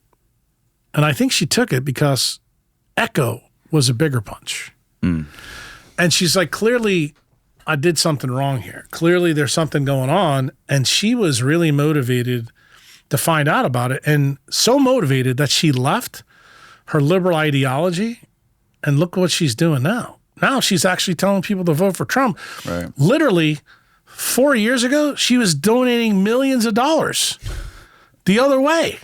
Like crazy. Wild. Yeah. And you know, everybody in the DNC thinks she's fucking crazy. But what I'm telling you, that's actually what happened to me 20 years ago when I had my come to Jesus moment. I'm like, look, when you realize everything you believe is a fucking lie, it's an existential crisis. Like, you have to sit down and figure this shit out. And, you know, for everybody, Danny, it's going to be different. You know, what brings us to the table? Who knows? There may be some things that we said in this podcast where people listen to and go, right. But that's what it's supposed to do. That's what life's about. Life is about the constant search of discovery and being curious and never thinking you have it all together. Like, I tell you, every day I learn something. And if I'm not learning something, then I think I'm dead. Right. That's how I look at it. Have you seen this? I don't know if it's new or not, but I just saw this yesterday on YouTube. There's this skin pigment they can put on your skin to make it invisible. Yeah. How is that a new thing? And how it's like a yellow thing that makes your skin see through. Yeah. Can you pull up a video of it, Steve? We use different things. Like when we have burn patients, you may not know this, we use tilapia skins to do that. And believe it or not, it actually helps burn patients. But you have to realize our skin is optimized for our biology, just like fishes are optimized for theirs. Remember, they're in a different environment. They're in liquid water. And we are, you know, silly talking monkeys that live on the surface of the planet. But there is an optical density of your skin. Remember what you're saying. When they use something like this. Yeah, look at that. Yeah. When they use something like this, what are they trying to do? They're actually trying to get you usually past an acute trauma until you come back. Like, you'll be shocked because I've been talking about bad shit about blue light all the time. Do you know what one time Uncle Jack loves blue light? Is when you have a burn victim. You put blue light on a burn victim, you know what it does? It stimulates the skin to grow faster, which is the reason why blue light causes skin cancer, because that's the truth. But believe it or not, when someone has a burn, using blue light, unopposed blue light, actually causes the burn to heal faster because you're stimulating repair.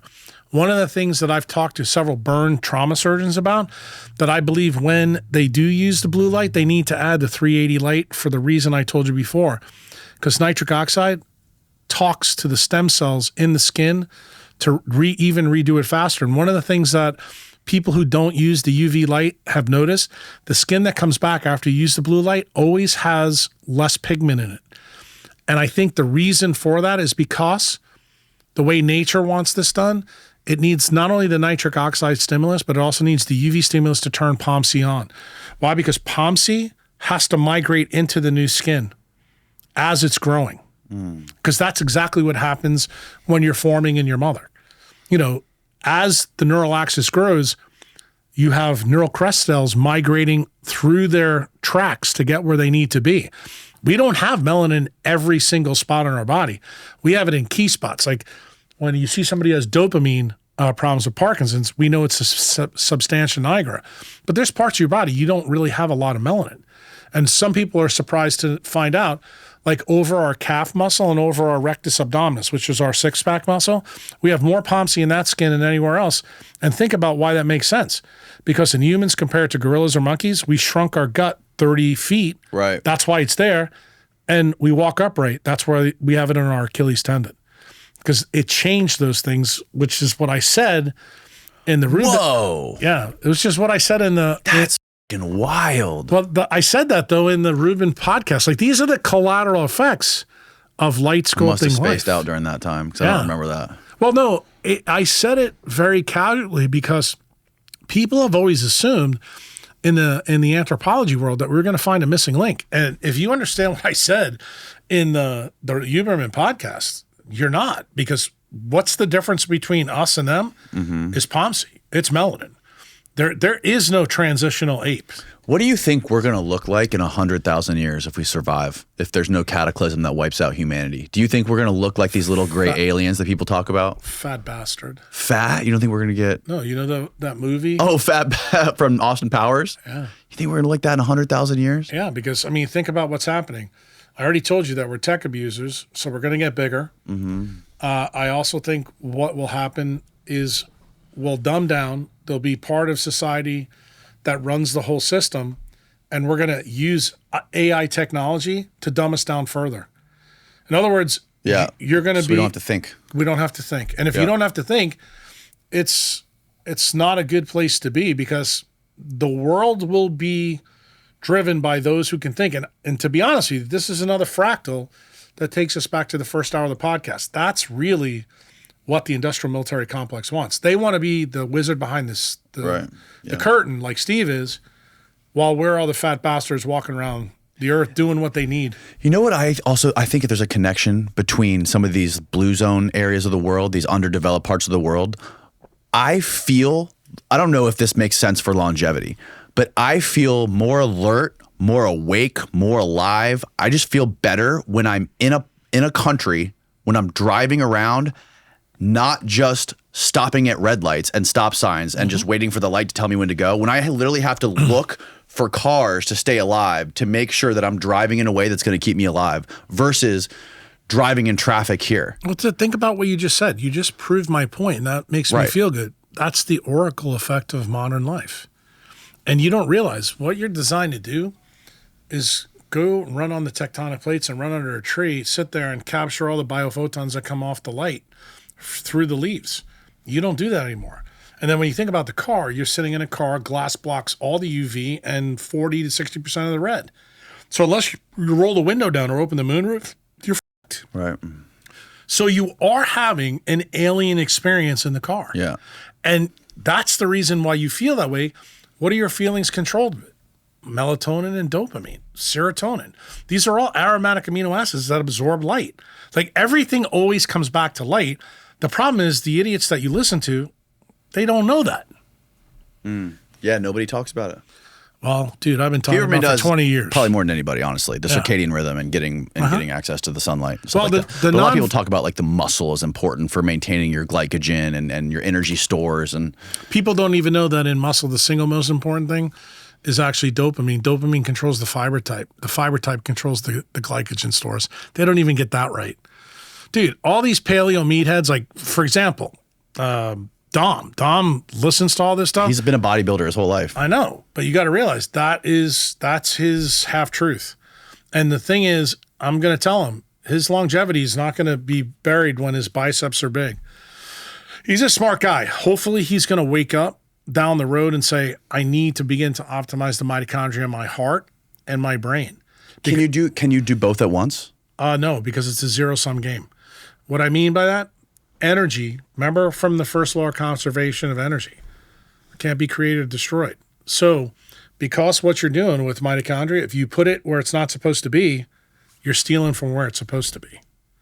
This is the reason why, I don't know if you remember one of my good friends, he's dead now, but he's a guy like Dom, Charles Poliquin. Mm-hmm. And I always warned him when he was doing the things he was doing. I'm like, Charles, I know this whole physique thing with you. And I said, I'm telling you, you're going to get taken out like your family members did, and it's going to happen before you're 60. And bro, he argued with me up and down, and he did a lot of things outside, but he just didn't do enough. Spent too much time inside, too much time with tech. He died at 58 years old of heart attack. And he looked like Michelangelo's, David. So the point that I'm trying to make to you, I've tried to make it to several of my critics online recently. I did it with Dr. Alexis Cowan, Jasmine.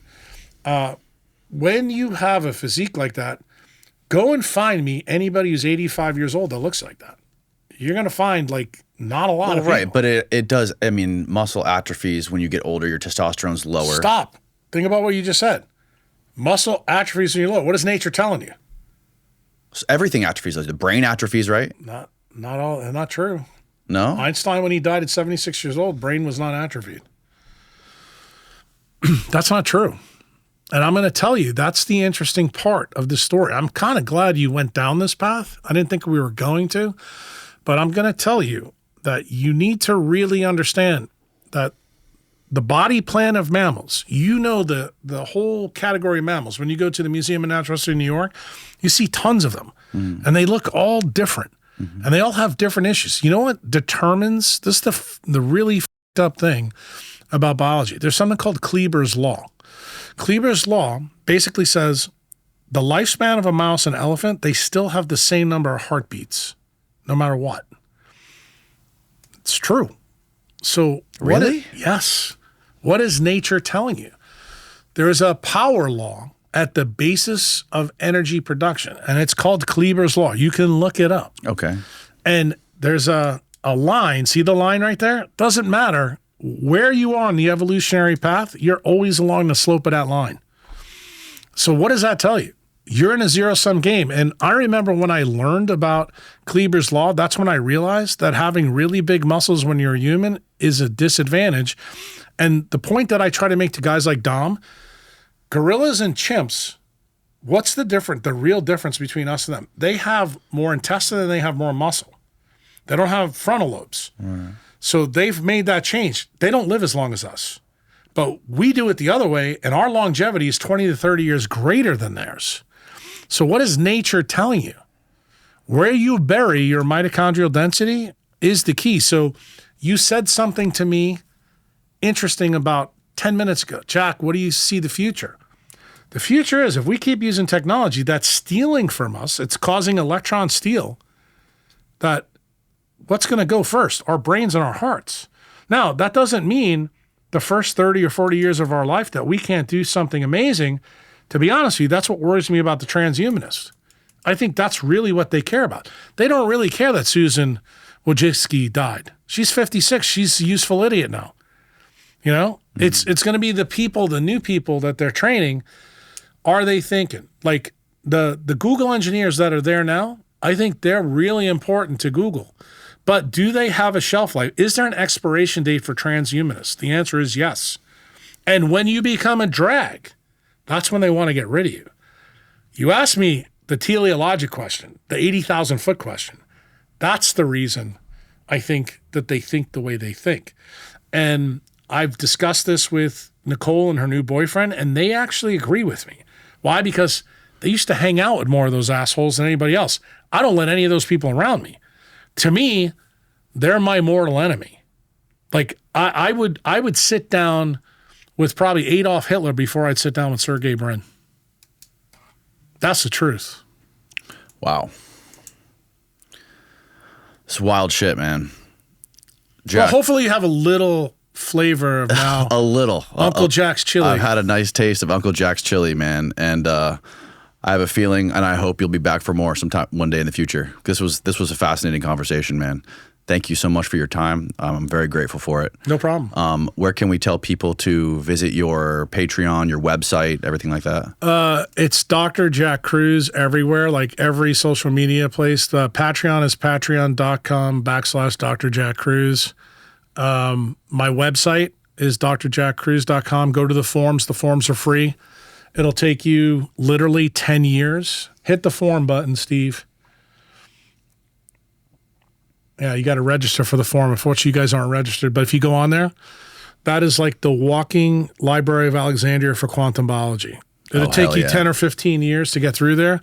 If you, I'm not kidding you. If you put my name and your disease in a box, dude, welcome to the jungle. Wow. That's fascinating. And believe it or not, that's why Rick and some of my friends, they want to do a movie about this because they feel like when someone dies, the library of their knowledge dies with them. And that's where I came up with the idea to put all this on the forum so that it's there. You can search it. The problem is a lot of people ask me, they want me to be the librarian, and I think you probably already figured out how well that goes. I'm not here to be your librarian. Patreon is designed for you to do DIY. That's where you start, I think, with Jack Kruse. The more time you want with me, like say if you got a disease, then you got to become a member, like gold or platinum. That's when I give you one-on-one time. Okay. You can hire me as someone to rent my brain for an hour. I'll allow people to do that, but I do not allow the general public to do it. You have to be a member either at the gold or platinum level.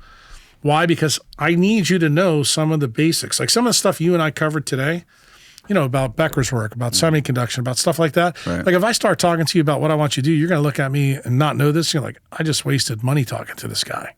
And you probably did. But what I want to do is I want to elevate your game so that you understand where I'm coming from.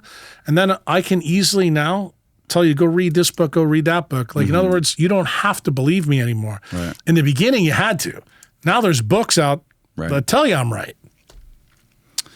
Definitely, man. Can I get you to, if I needed brain surgery, would you be able to do it? Or is that? Probably in El Salvador. In El Salvador? Oh, you'll do it in El Salvador. Well, Bukele's. How often do you do brain surgery, by the way? Last one I did was the last day that I practiced in the United States, which was August 6th, about 6 weeks ago. No way. That's when I officially decided to become a free agent and start talking about what we talked about in the first 2 hours of the podcast. And I started doing brain surgery without a scalpel. And I basically told President Bukele, and just like I told Bobby, Nicole, and Trump, I'm a free agent now. You want me? Come get me. That's beautiful, man. I love it. Well, thanks again. This was fascinating. No problem. We'll link all your stuff below for people to check it out. Good night, everybody. Take care. Sleep tight.